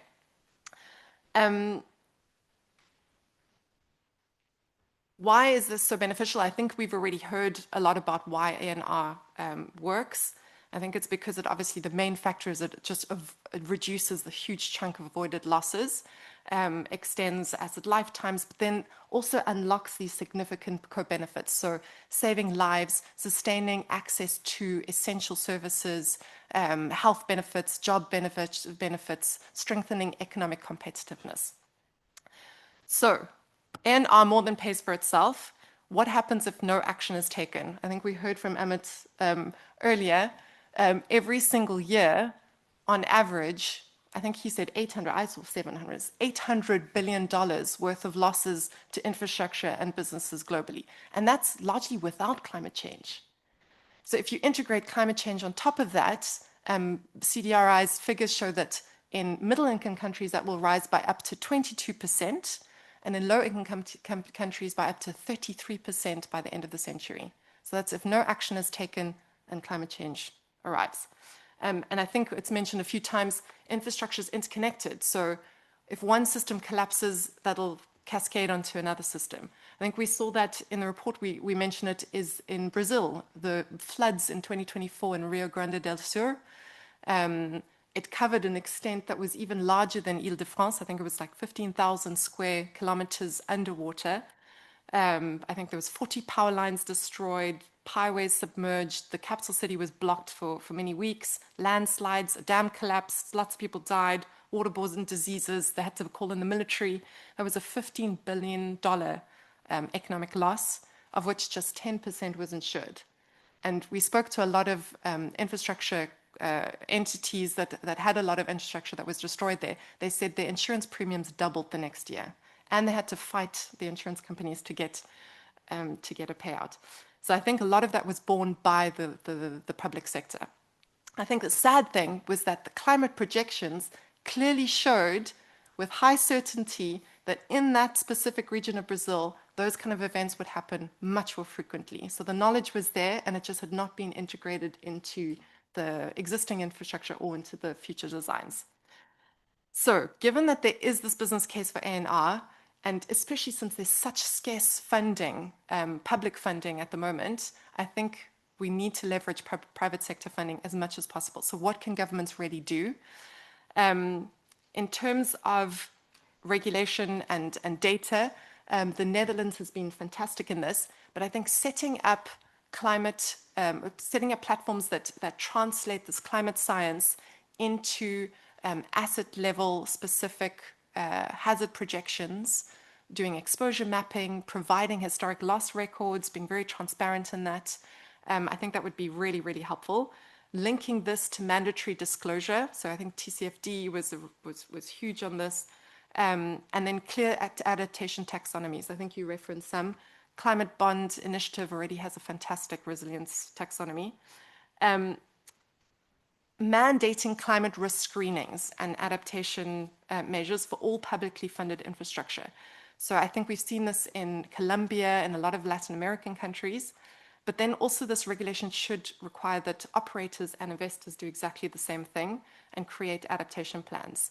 And this could be done in a phased approach. I think we heard from the Flemish Water Authority that, being risk-based, being dynamic, having a phased approach that if you see the climate risk is increasing, then you do a phase 2 of increased adaptation. So I think that's also very, very possible.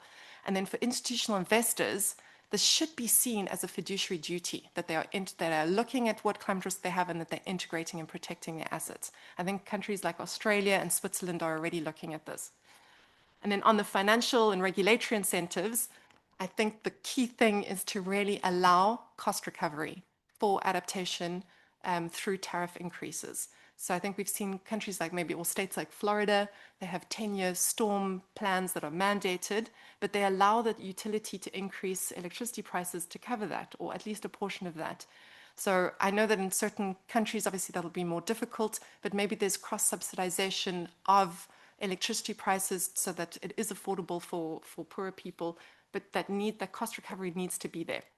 And then obviously reforming on PPPs, the big topic.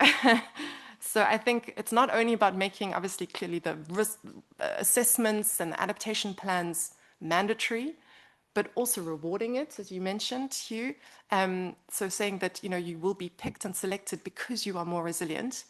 Extending concession duration, so you've got more time for the operator to really see the benefits of those adaptation investments. And then the Holy Grail, a clear allocation of risk between the private and the public partners. So I think a great example, it's not really climate risk, but in Chile, the government was suffering huge losses from earthquakes that were affecting all of their roads under PPPs. And so they decided, because it's so frequent, we are no longer considering earthquakes to be force majeure. And that risk now passes clearly to the private partners, who then went and insured themselves. We've seen in Japan, they have a really they have a scaled approach to risk allocation between public and private, depending on the seismic intensity of an event. So it's very clearly demarcated. And then Jamaica, they've just done this about 3 years ago. They've mandated climate risk assessments in their PPPs, disaster response plans, appropriate insurance coverage, and they've also got in their force majeure guidelines very focused project-specific climate risks, so not just generic clauses. Another innovation that I think is fantastic is payments under PPPs that are already tied to the achievement of resilience metrics. So if you've got performance-based contracts, I think even some sustainability-linked loans, you get better pricing if you achieve your resilience metrics. I think that's a really, I think in the World Bank's a lot of these performance-based contracts in Brazil to finance a lot of their roads. Governments should expand insurance access and encourage the use of insurance. I think even going so far in the US, some states actually mandate that premiums are reduced if houses are built to certain fortified standards. And then there's also great opportunities to create revenue from adaptation measures. So that will actually help cover their costs. I think it's been mentioned a few times, but things like nature-based solutions where you can get carbon credits, land value capture as well. I've got my colleague in the room who was part of a fantastic project in Mauritania where Nouakchott did a coastal resilience project with nature-based solutions, and they allowed the investor, Meridiam, to actually share in some of those revenues, which allows some of the, you know, the adaptation costs to be paid for in part.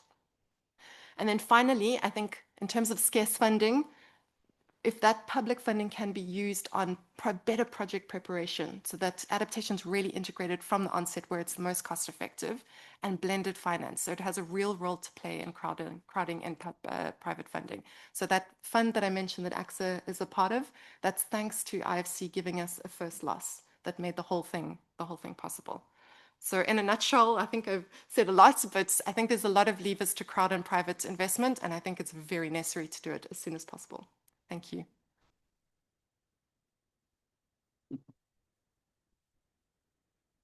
Great stuff, Karina. I think you sort of highlighted two big issues that everyone sort of puts to one side around risk and time. I think that's the big challenge. And also just sort of reminded me of the capital need that we're facing here. We've talked a lot about everyone looking at the infrastructure gap with these masses of millions of money required or trillions going into new infrastructure. But as you're just saying, the resilience challenge, where if you've got 800 billion a year being caught in resilience, that means a real loss factor into that.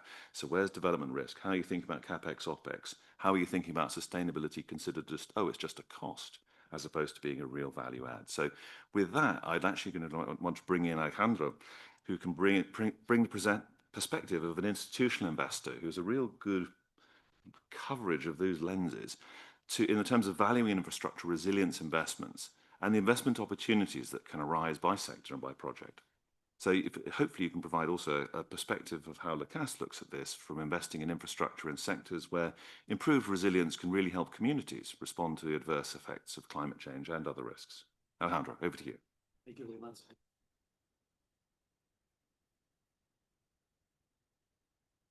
Now, thank you very much for inviting us to speak about resilience, which is, as you said, very important for us.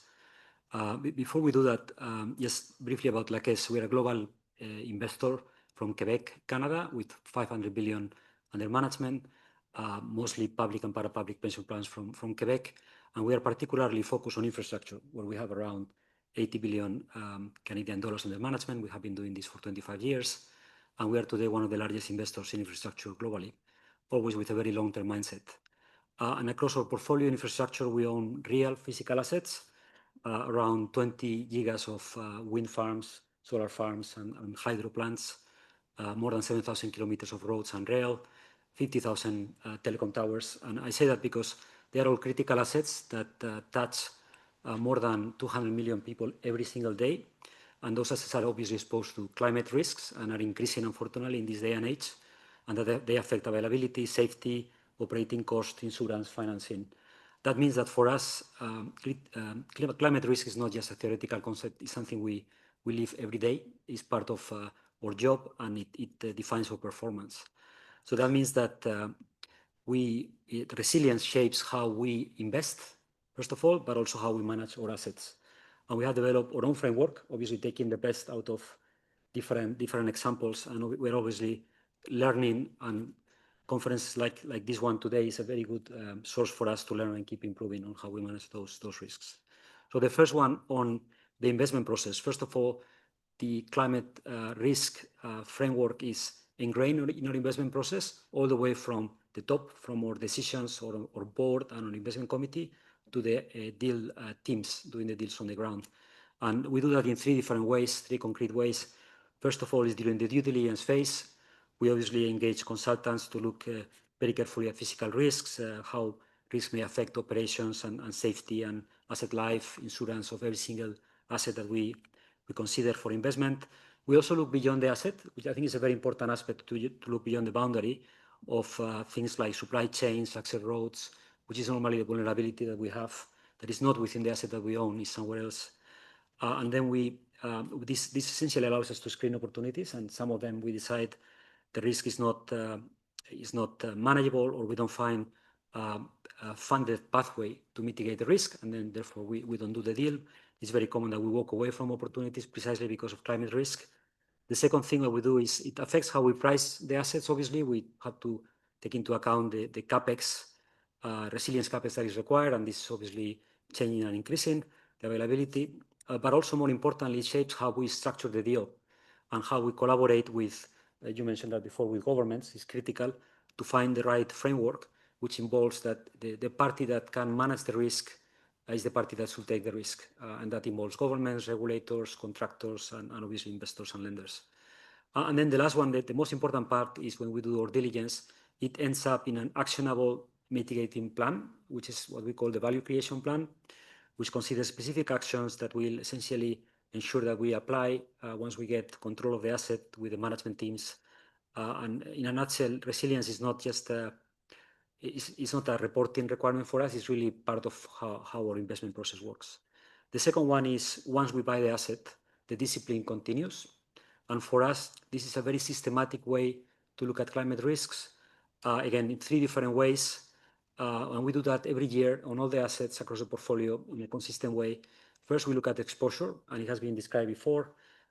Exposure for us means looking at the hazards that the assets face on a very granular level. So I talk about 50,000 towers. We know where the 50,000 towers are. We have the GPS coordinates. And we cross that with science-based climate hazard data that is very long-term. We look 100 years plus. And that allows us to identify what are the vulnerabilities. Vulnerability is something that we look at length. It's not so much design. It's a combination of things: equipment, condition, redundancy. And more importantly, we look at criticality, which is when an asset fails, what are the consequences? And that means very different things for different assets. Obviously, the obvious one is safety, service interruption, but reputation is obviously a very big concern. So all these three factors, exposure, vulnerability, and criticality, across all our portfolio, gives us a consistent measure of risk that allows us to prioritize actions, capital allocation, and more importantly, allows us also to review and calibrate the model every year. And a couple of examples here on how we do that, how we calibrate the model. So sometimes it's real outcomes in the world and events that happen. So, for example, the wildfires in California that you may have obviously remember, they didn't affect our oil storage assets in the region, but they could have. So they made us reflect and reassess the risk. And we realized that the issue was not so much the integrity of the assets, in this case, fuel storage. It was more the criticality and the impact on the environment, on safety, on service disruption and reputational impact. And that allowed us to change the way we were thinking about our asset management plans and value creation plans and focus the money where it mattered. Another example involving tornadoes and gas transmission assets. Again, this time we were impacted, but to our surprise, it was not so much, again, the asset hold very well, but it's more the accessibility. So we couldn't access the asset. And that means that it prompted us to review our plans, make sure that we had the asset management incorporating access and emergency response, the way could mitigate these problems in the future. Maybe one more thing I wanted to highlight, which is different. Until now, I've been talking about risk and resilience from a risk perspective, but for us, for Laques, we also see that as an investment opportunity. And let me unpack this for a second. What I mean is that we have some investment convictions as a fund. One of them is energy transition, and we are heavily committed to energy transition. But resilience itself, we see that is becoming front and center for every government. There is a need to invest. And I think what we do is we position our investments in those places in which policy signals are clear, but also we partner with governments to develop frameworks that allow us to invest profitably in these themes. Two examples I would like to highlight. One is energy resilience, top of mind for many countries where they don't want to depend on, let's say, exclusively on renewables, which is climate dependent, and climate is evolving unpredictably. And also they don't want to rely on fossil fuel imports, with supply chains that are also being challenged. And that means for us investing in storage, battery storage, pump hydro storage, and also low carbon baseload. And in particular, we invested very recently in a large greenfield nuclear power plant in the UK, 3.2 gigas, which again is part of the theme of resilience for the UK in this particular case. Another example, more in my home market in Canada, where the Canadian government, as you probably know, is investing heavily and coming up with plans to invest in the Arctic and the northern regions. Again, themes such as supply chain security, climate adaptation, critical minerals require investments and require private and public investments. And maybe I conclude with, I guess, the message to policymakers, and I think I'm going to build on what you said, Karina. I think you covered everything very well. Maybe summarizing the two that I think are important for us. The first one is that resilience is to be embedded in planning, in regulation, and in revenue frameworks, and this is something that is for the public sector to come up with. There's so much we can do on the private side. And then the second one, which is obviously there's an element of collaboration on these frameworks that need to happen between the public sector and the private sector, something we are quite used to do at Laques, and it requires really trust, and it requires also to have the right people in the room to come up with a framework that is not only reliable, but also investable and bankable. Thank you very much.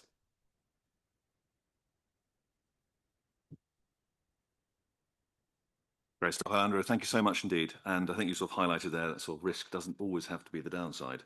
And I think that's sort of the other important point I heard you mention there is don't forget to calibrate it against the real world. That's a challenge there. So I think to help people with that sort of view of what it's like inside an investment committee with how do you get some collaboration on some standards into something that's practical, I'd like to turn to two colleagues who are dialing in from Australia, which is Andrew Higgins and Paul Box from the Commonwealth Scientific and Research Institute.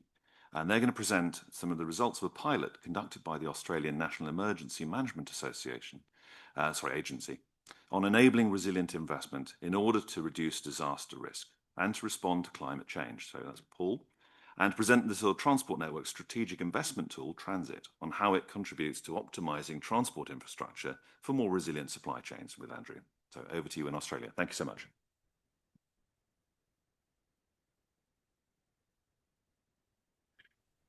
Thank you very much. I'm actually stepping in for Paul Box, who unfortunately couldn't make this evening.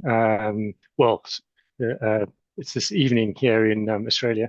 My name is Russ Wise. I'm a senior principal sustainability economist at the CSIRO, and I lead the Enabling Resilience Investment Initiative. I will give a quick overview of CSIRO and this ERI initiative, and then I'll hand over to Andrew Higgins, who leads the transit work in CSIRO.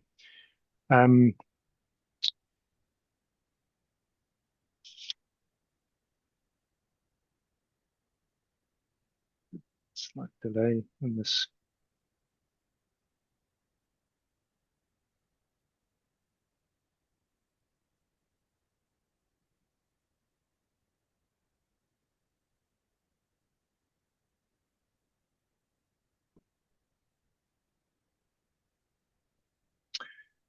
Okay, sorry about that. There was a bit of a delay. So CSIRO, what is CSIRO? CSIRO is Australia's national science agency.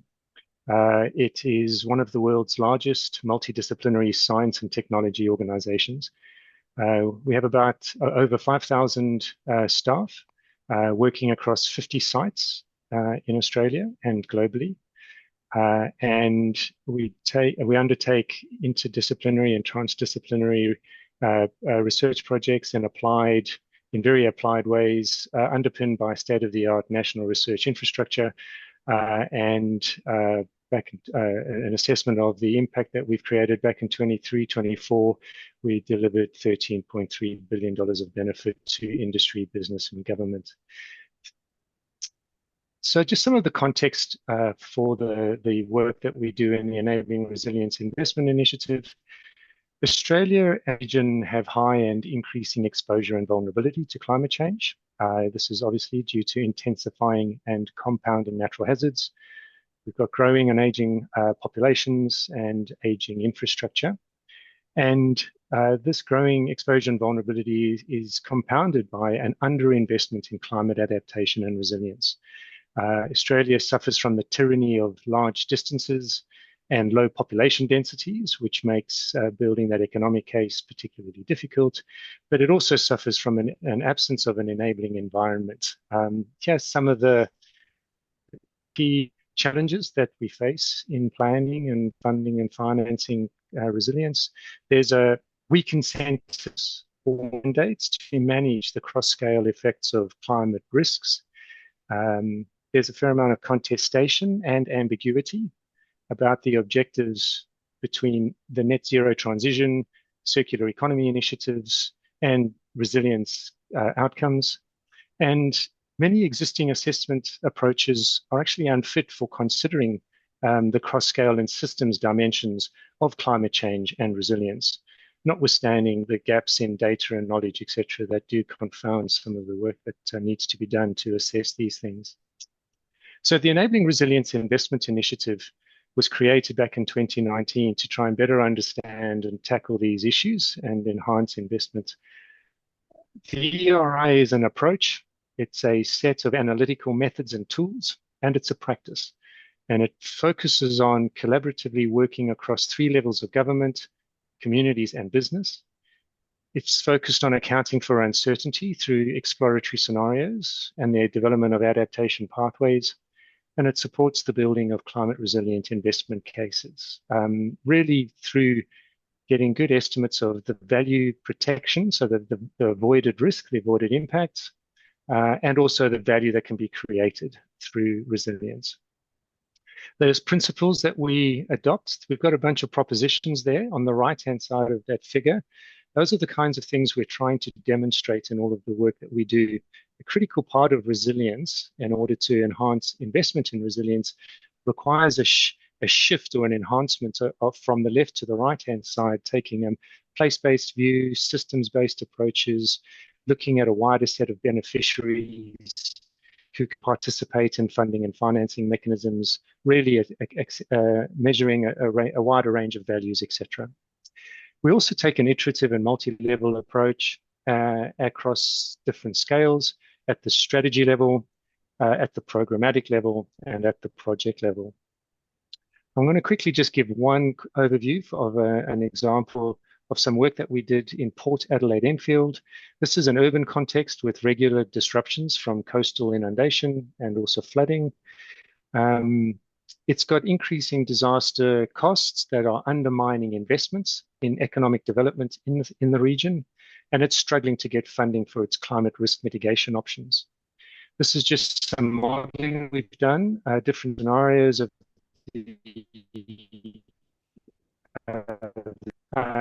Amazon. So that place-based view on infrastructure and what we did when we worked with the council and local stakeholders, they had already done their visions for the region. They had done their assessments of the risk. They had explored these different scenarios, and they had identified some initial service needs and a whole bunch of key projects that needed to be implemented. Sluice gates, levees, seawalls were seen to be critical infrastructure interventions up front that could then buy the time in order to be able to get some building codes changed and land use zoning changed in order to reduce exposure and provide opportunities for investment.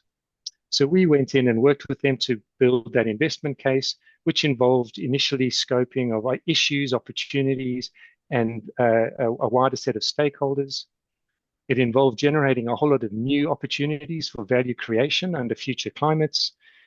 It involved identifying, shaping, and testing funding opportunities and mechanisms. Once you've widened that opportunity set, you've got a wider set of potential beneficiaries and funders. And then it was about shaping and testing project options. And so this is just an example of how we looked at a range of different scenarios down the left-hand side and different bundles of interventions that you could explore and work out what the different return on investment or net present value was for each of those different things. And this is just an example of the kinds of estimates of value potential and value creation that can be estimated for a place based on more resilient infrastructure. So I'll hand over to Andrew now. Thank you, Russell. So I'm Andrew Higgins. So I'll talk about freight and supply chains in the context of infrastructure resilience. So if you go to the next slide. Thanks, Russ. So the Transport Network Reducing Investment Tool was originally developed to understand what's the benefit we build something like build a new road, upgrade a rail. So what it does is maps the freight movements between origin and destination. An origin can be to a farm, can be to a port, can be from to a distribution center, it can be a mine, it can be something you manufacture. All origins and destinations considers all types of freight, so whether it's road, rail, shipping or air freight. And by looking at all the mapping of the freight for all the different commodities, so whether it's agriculture, whether it's forestry, whether it's general freight, whether it's mining, whether it's beverages, whether it's chemicals and so forth, you can get an idea of what the freight task cost across the whole road, rail network and air network and sea network across Australia is. So what we use that for is to understand, what does the inefficiencies of the supply chains look like across the whole country? Where are the pinch points? Where are the areas where there's inefficiencies or lack of resilience?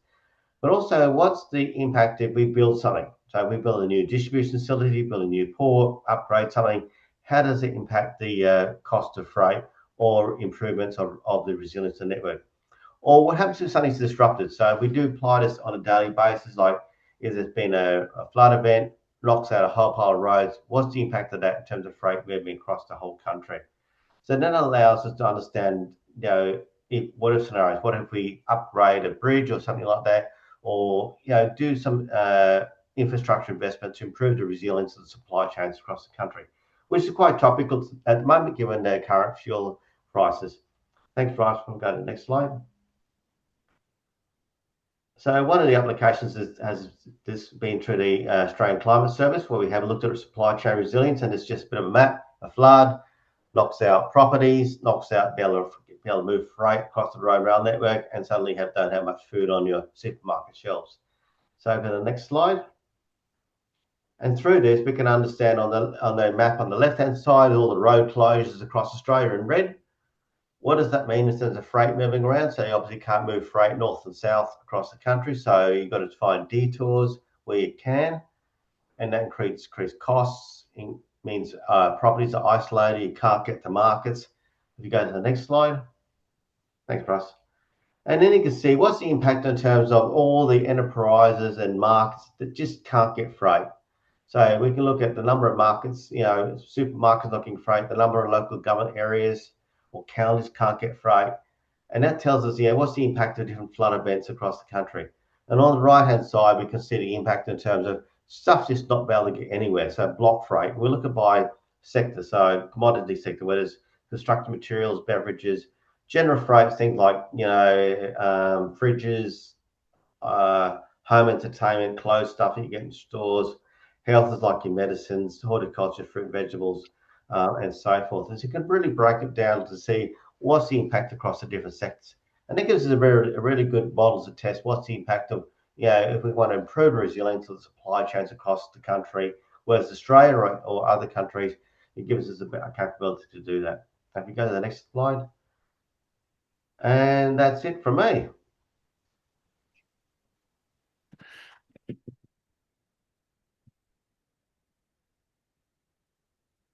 Great stuff, Russ and Andrew. Thank you very much. And Russ, thanks very much for stepping in for Paul on that one. So Yeah, I think you've given us a really good sense of how that sort of national strategy is, where you're sort of modelling across the whole country, is really helpful. So if I want to turn to our final speaker, Zoila, who can sort of really sort of bring the benefits of that sort of, how do we think about when we're getting that sort of public engagement and that sort of collaboration? Because if you can help us sort of present the opportunities and challenges for countries to deliver resilience through public investment management settings by demonstrating that some of the recent results you've had from the InvestScore LAC on your IDB tool to measure the maturity of public investment systems in the region. So this tool, it includes a resilience perspective, helping identify the opportunities to strengthen how public investment systems can better plan for and manage resilient infrastructure. So hopefully we'll also present some of the recent results from the LAC as examples. So thank you very much. Over to you, Zoe. Good morning, and thank you very much for the opportunity to be here discussing this important topic. As you mentioned, at the Inter-American Development Bank, we work closely with Latin American governments, particularly with Ministry of Finance and Ministry of Planning, to improve the public investment system. Last year, together with 15 countries in the annual Seminar of Public Investment Network, the Red SNP, we developed and launched InvestScore LAC, an ecosystem of tools designed to strengthen public investment systems in the region. InvestScore LAC begins with an index that assesses the maturity of public investment systems on a scale from 0 to 3. It evaluates how countries manage public investment systems, and it goes through the life cycle from planning, project appraisal, selection and budget allocation, implementation, ex-post evaluation, and asset management. And it also includes two particular dimensions. One is the institutional frameworks, and the other one is the practical application of the rules of the games. And in the institutional framework, we analyze the regulatory, methodological, and functional structure of the systems, of the public investment systems, across the different phases of the investment cycle. And in the practical application, we evaluate specific indicators and measures of the degree of the implementation of these rules of the games.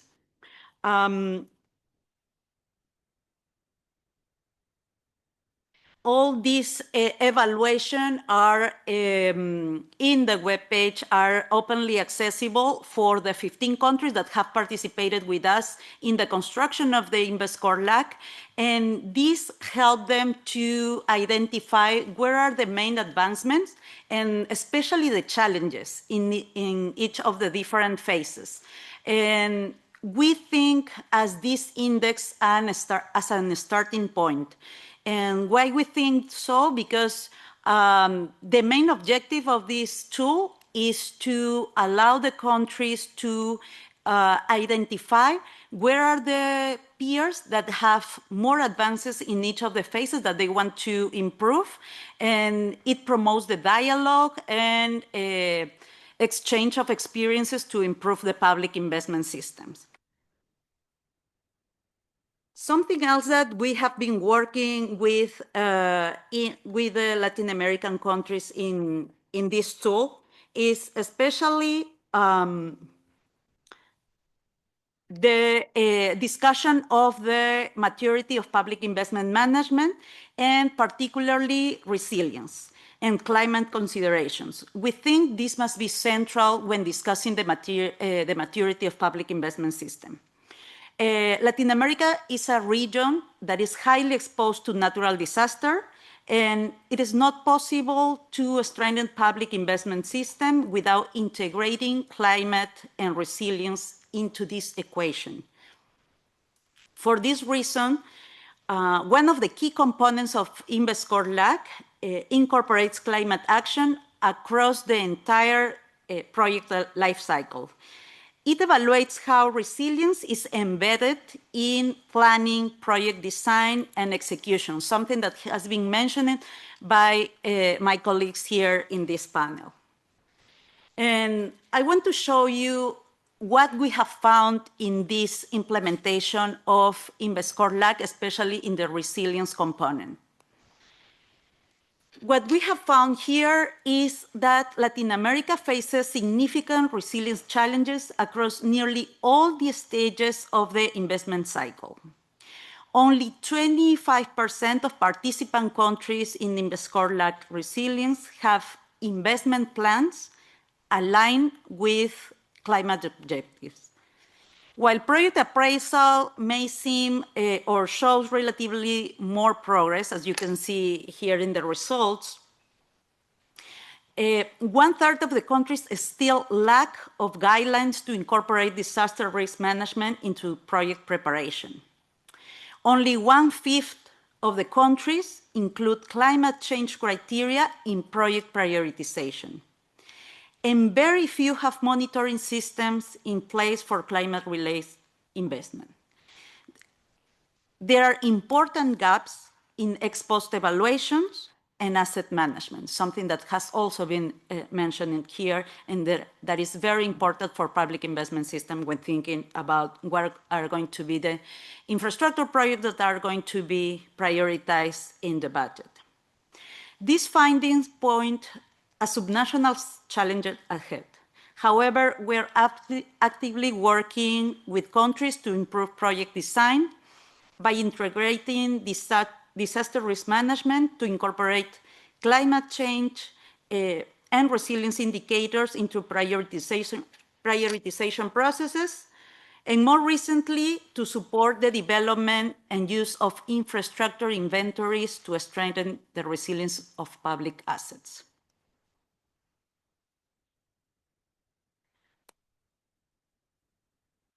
We work with technical assistance and operations, basically loans to governments to improve the different instruments that the public investment system have, and especially to create an enabling environment for private sector investment in resilience as well. Thank you very much.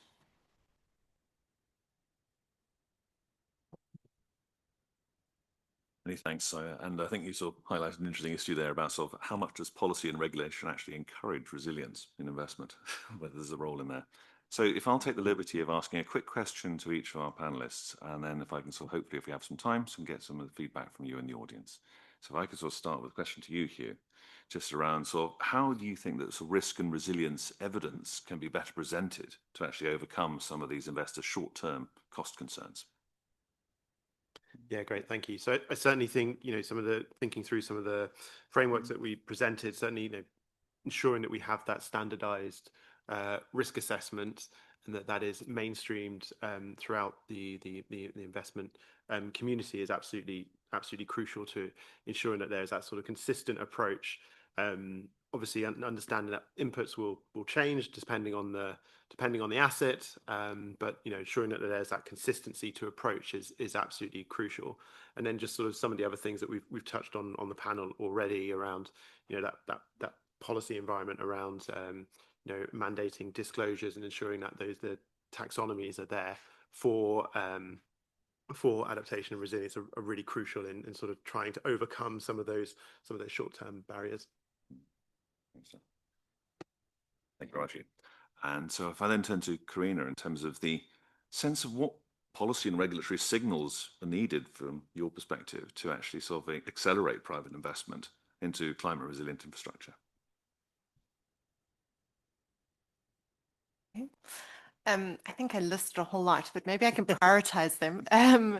And I forgot to mention the most crucial one and the lowest hanging fruit, in my opinion, is actually just updating building codes and engineering standards to integrate forward-looking climate projections, and do this quite often. It sounded like the Netherlands was doing this on a very frequent basis, but I think, that is a no-brainer. But I think alongside that, you'd need to think about how you would maybe, as a government, subsidize some of the necessary retrofits that would need to have infrastructure meet those standards. So I think there would need to be kind of a quid pro quo. But then within, I mean, for me, the other low-hanging fruit is all the PPP reforms that can really, I think, make a big change without a big cost to the government, and really like crowd in all of this public financing. And then the last thing I think is, I mean, it's not really regulatory signal, but it's very close to my heart, is this blended finance aspect, where I'm seeing, I think we were at the Finance and Commons Summit last week with G7, and the development finance is completely drying up. And so every dollar needs to crowd in X amount of private sector funding. And I think the blended finance is fantastic, because if you can create guarantees, first loss, a lot of it is around risk perception that's not really real. So as soon as that comfort is there, you know, a lot of that investment can flow. And it's not just about climate resilient, it's just infrastructure in emerging countries. So I think that's also a low-hanging fruit. Stuff, and that sort of commercial development of the DFIs, I think, is a fascinating development that's coming through. So I think for Alejandro, in terms of then, how do you, with your sort of a long-term investor hat on, sort of demonstrate those resilience benefits in terms of improved performance, user outcomes, as well as the asset life and the efficiency? Yeah, I will start with well, three answers, but I will start with the performance as it matters to investors, which is returns. So we want to believe that by investing in resilience assets and improving resilience, we get better returns, better risk-adjusted returns, and this is something that we can measure, right? We can prove.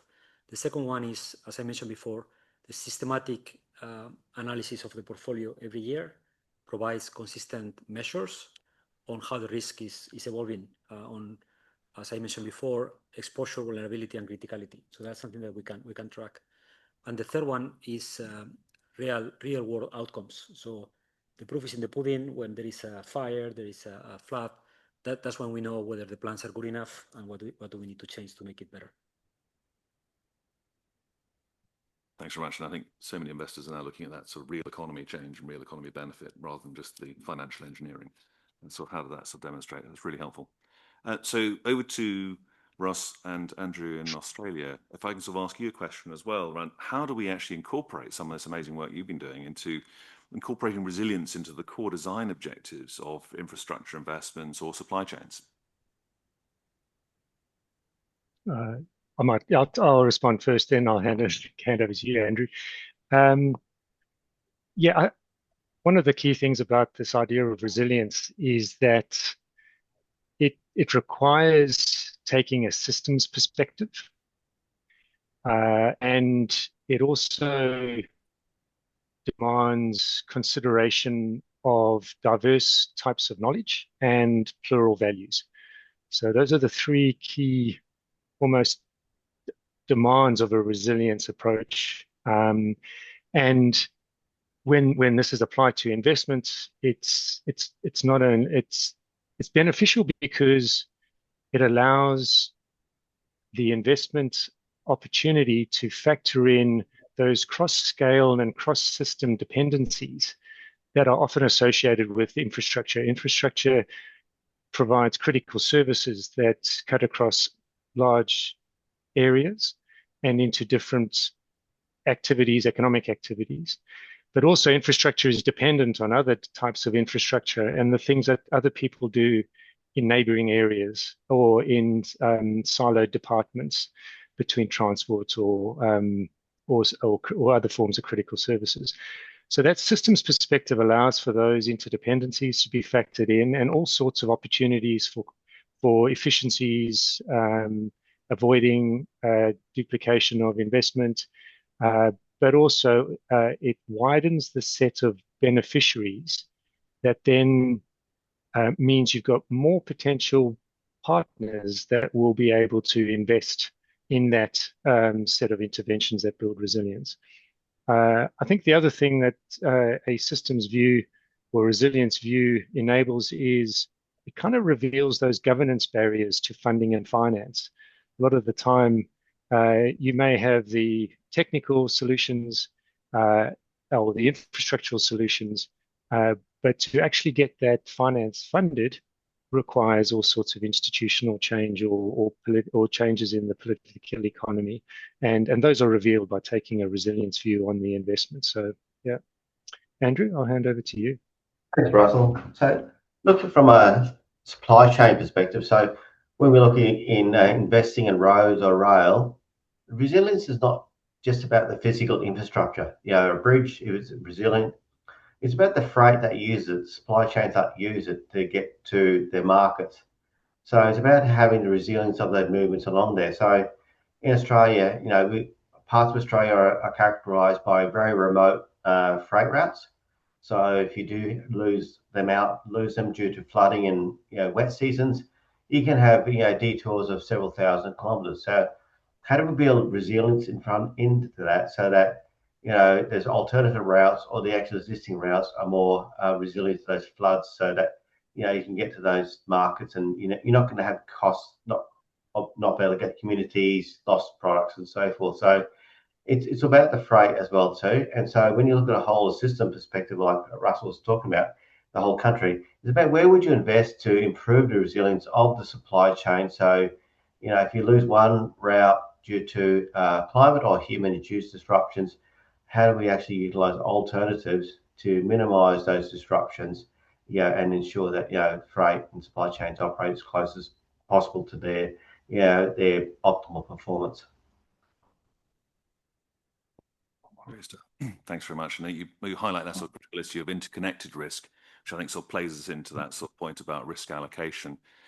Excuse me, I was actually reminded by your sort of comments there about a particular case study of an automotive plant which was built for resilience, where it was around sort of flood. And the flood happened, the plant was resilient, but the workforce couldn't get to it. So there's a number of challenges. But how do you think about the risk in these conversations? So that sort of risk allocation conversation takes me to Zoila to say, how are you thinking about this? And effectively, what capacities and incentives do you see in more sort of mature public investment systems that allow to better take resilience considerations into account? And does this also promote private investment into resilience? Thank you. Yeah, I would like to share that what we have seen from the analysis that we've been doing with the public investment network is that in more mature public investment systems, we see consistently three key elements. The first one is the strong technical capacity to incorporate and integrate climate and disaster risk management into project design, something that we have seen as well in the Australian case, how they show us the example of how to do this in different type of projects. The second one, I would say, is the clear institutional and regulatory frameworks with mandatory guidelines to incorporate the resilience perspective. And the third one, I would highlight the incentives to link resilience to project prioritization and funding decisions in the government. In this system, in more mature system, what we've seen is that this system don't treat resilience as an add-on of the public investment system, but more like it's embedded in across the entire project cycle, from planning to ex-post evaluation and asset management. We think that this also sends a strong signal to the private sector. When governments systematically incorporate resilience, it reduces uncertainty and it improves project design and quality, which in turn helps to crowd private investment. Great stuff. Thank you very much. And I'm very conscious of everyone's time here and really appreciate it. And thanks to all the speakers at the moment. We've got time for a couple of quick questions, if that's all right. And there's a gentleman here to start. Hello, I'm Gustavo Gardini, Head of Global Partnerships and Sustainable Investments of the Deutsche Bahn Eco Group. Fantastic panel. I've learned a lot. And one point I would like to ask Alejandro and also Karina, from the point of view of an institutional investor and from the point of view of AXA as an insurance, what is the best, let's say, criteria? In my opinion, one of the best criteria is not to input in the population, especially in developing countries where the delta increase of the resilience in the capex, if it comes into the tariffs of utilities like energy costs or transport costs, that makes an enormous burden for the low-income and middle-income population in the global south. So, and another way would be the governments to pay that. That would be also difficult. So best, in my opinion, would be play with the time, because then there is no cost. Do you agree that if you extend the life of a PPP concession, for example, from 30 to 40 years, just giving an example, because then there is no burden from the public side, so they don't have to put more capex. On the other side, there is no burden on the users, end users of the population in the country, on looking at that service. And you take also the consideration that by investing the delta in increasing the resilient infrastructure, you are going to extend the lifetime of that asset. So having more time also from 30 to 40 years, that asset is going to have a longer time, so you can dilute that increase, that delta along the years. Would be that a good compromise to leverage the consideration of resilience into in your opinion, as an investor and as a insurance to reduce the insurance policy? Thank you. Yeah, the short answer is yes. I guess the first point is that governments have to look at the system costs. That's the first thing, and that's something that is policy, right? There's nothing we can do about it. And then structure the project so that affordability is a key criteria, as you mentioned before, right? So you have to come up with a revenue model that is affordable for the users, and then focus the subsidies in those assets in which, for affordability reasons, you cannot have a pure commercial model. And there are different ways to do that. You can have longer concessions, you can have subsidies in different ways, you can have regulated models. And we work with all of those at the end of the day, but the decision making obviously comes from governments and policymakers.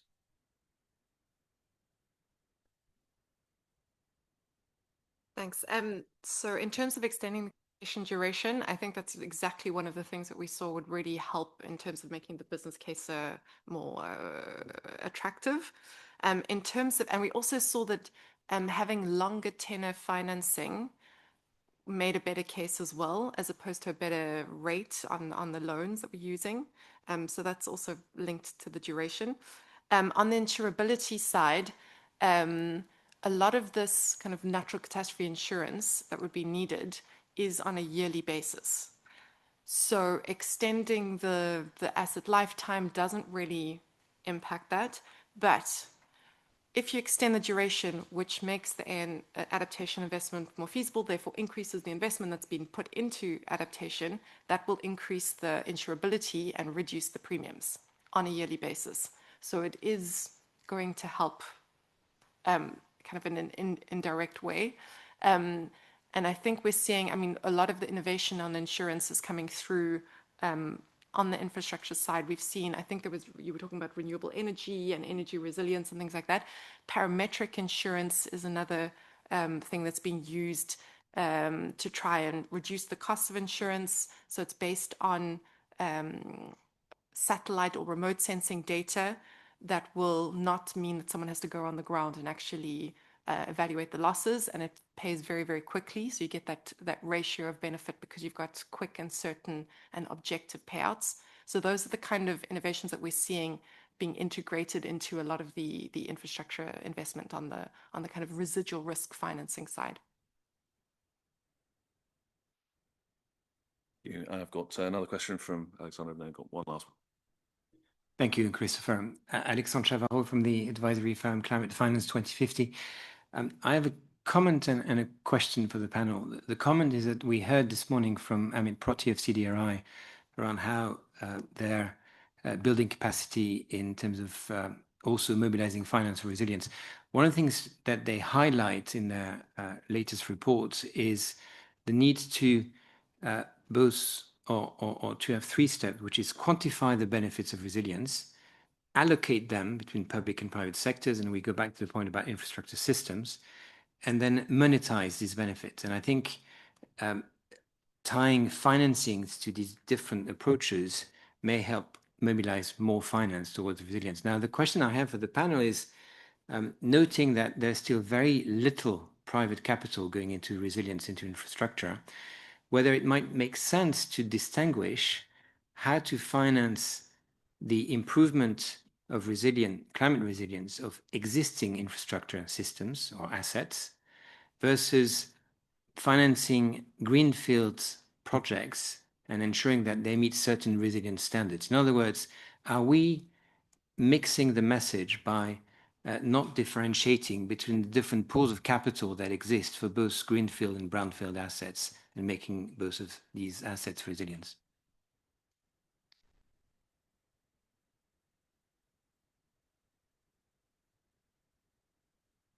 Who's going to go for that one? Did you have anyone in particular, Alex, you wanted to say?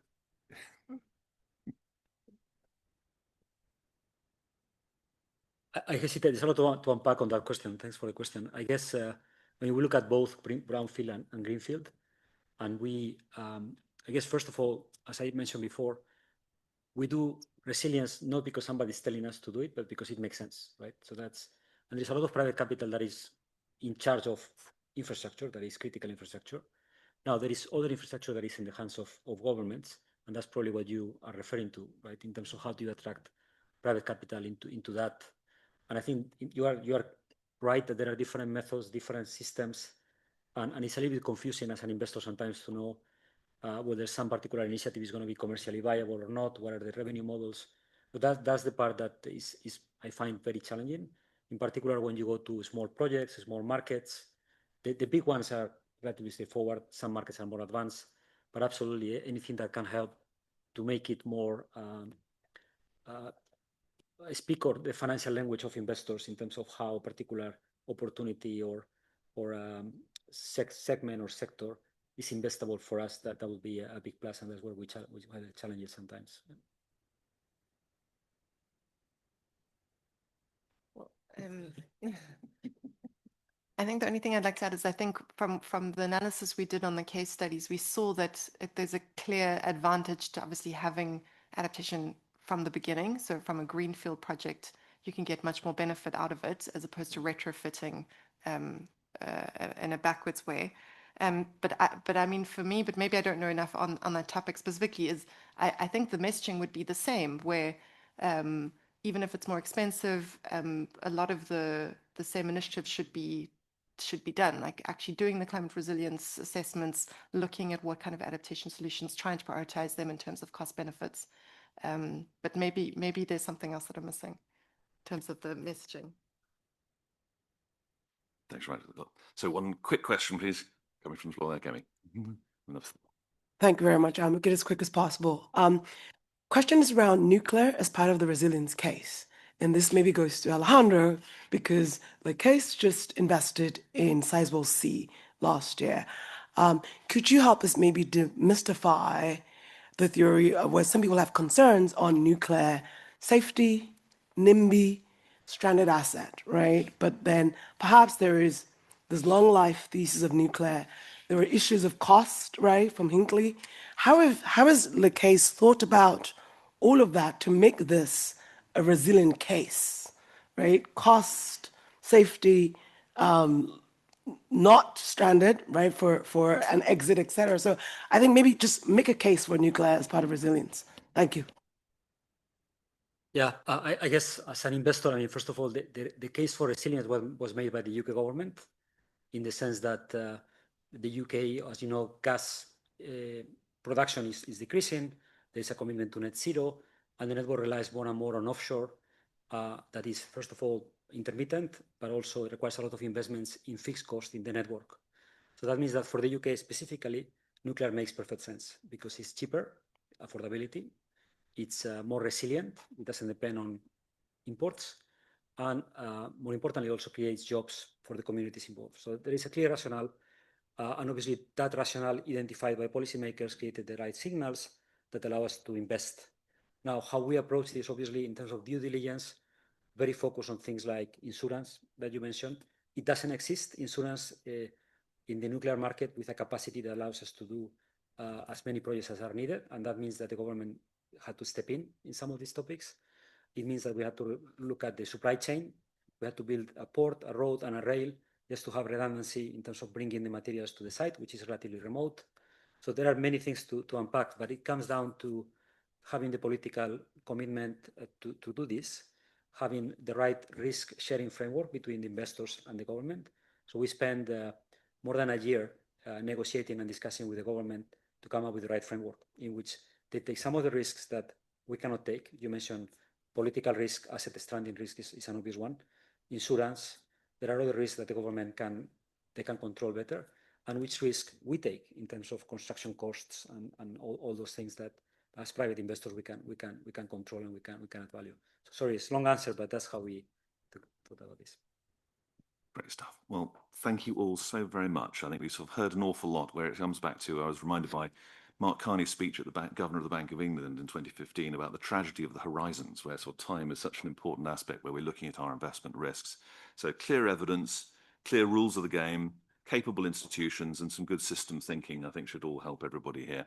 So with that, I want to say thank you so much to all the speakers here for their time and for the team in Australia for staying online, and to the OECD team. Thank you very much again, and over to lunch. Thank you. Thank you very much, Christopher, and thank you to the panelists. So we're a little bit behind time, but what we'll ask is if you could please, we'll provide an hour and 15 minutes for lunch. So if we could begin with the next session at 2:45. And this afternoon, we've got a very exciting program focused on the role of technology and AI and infrastructure resilience. And then after that, there will be two sessions. One still in this room on the resilience goals with respect to national security and civilian benefits. And we will also break to have a session on quality infrastructure procurement for the ECG working group members. So look forward to seeing you after lunch at 2:45.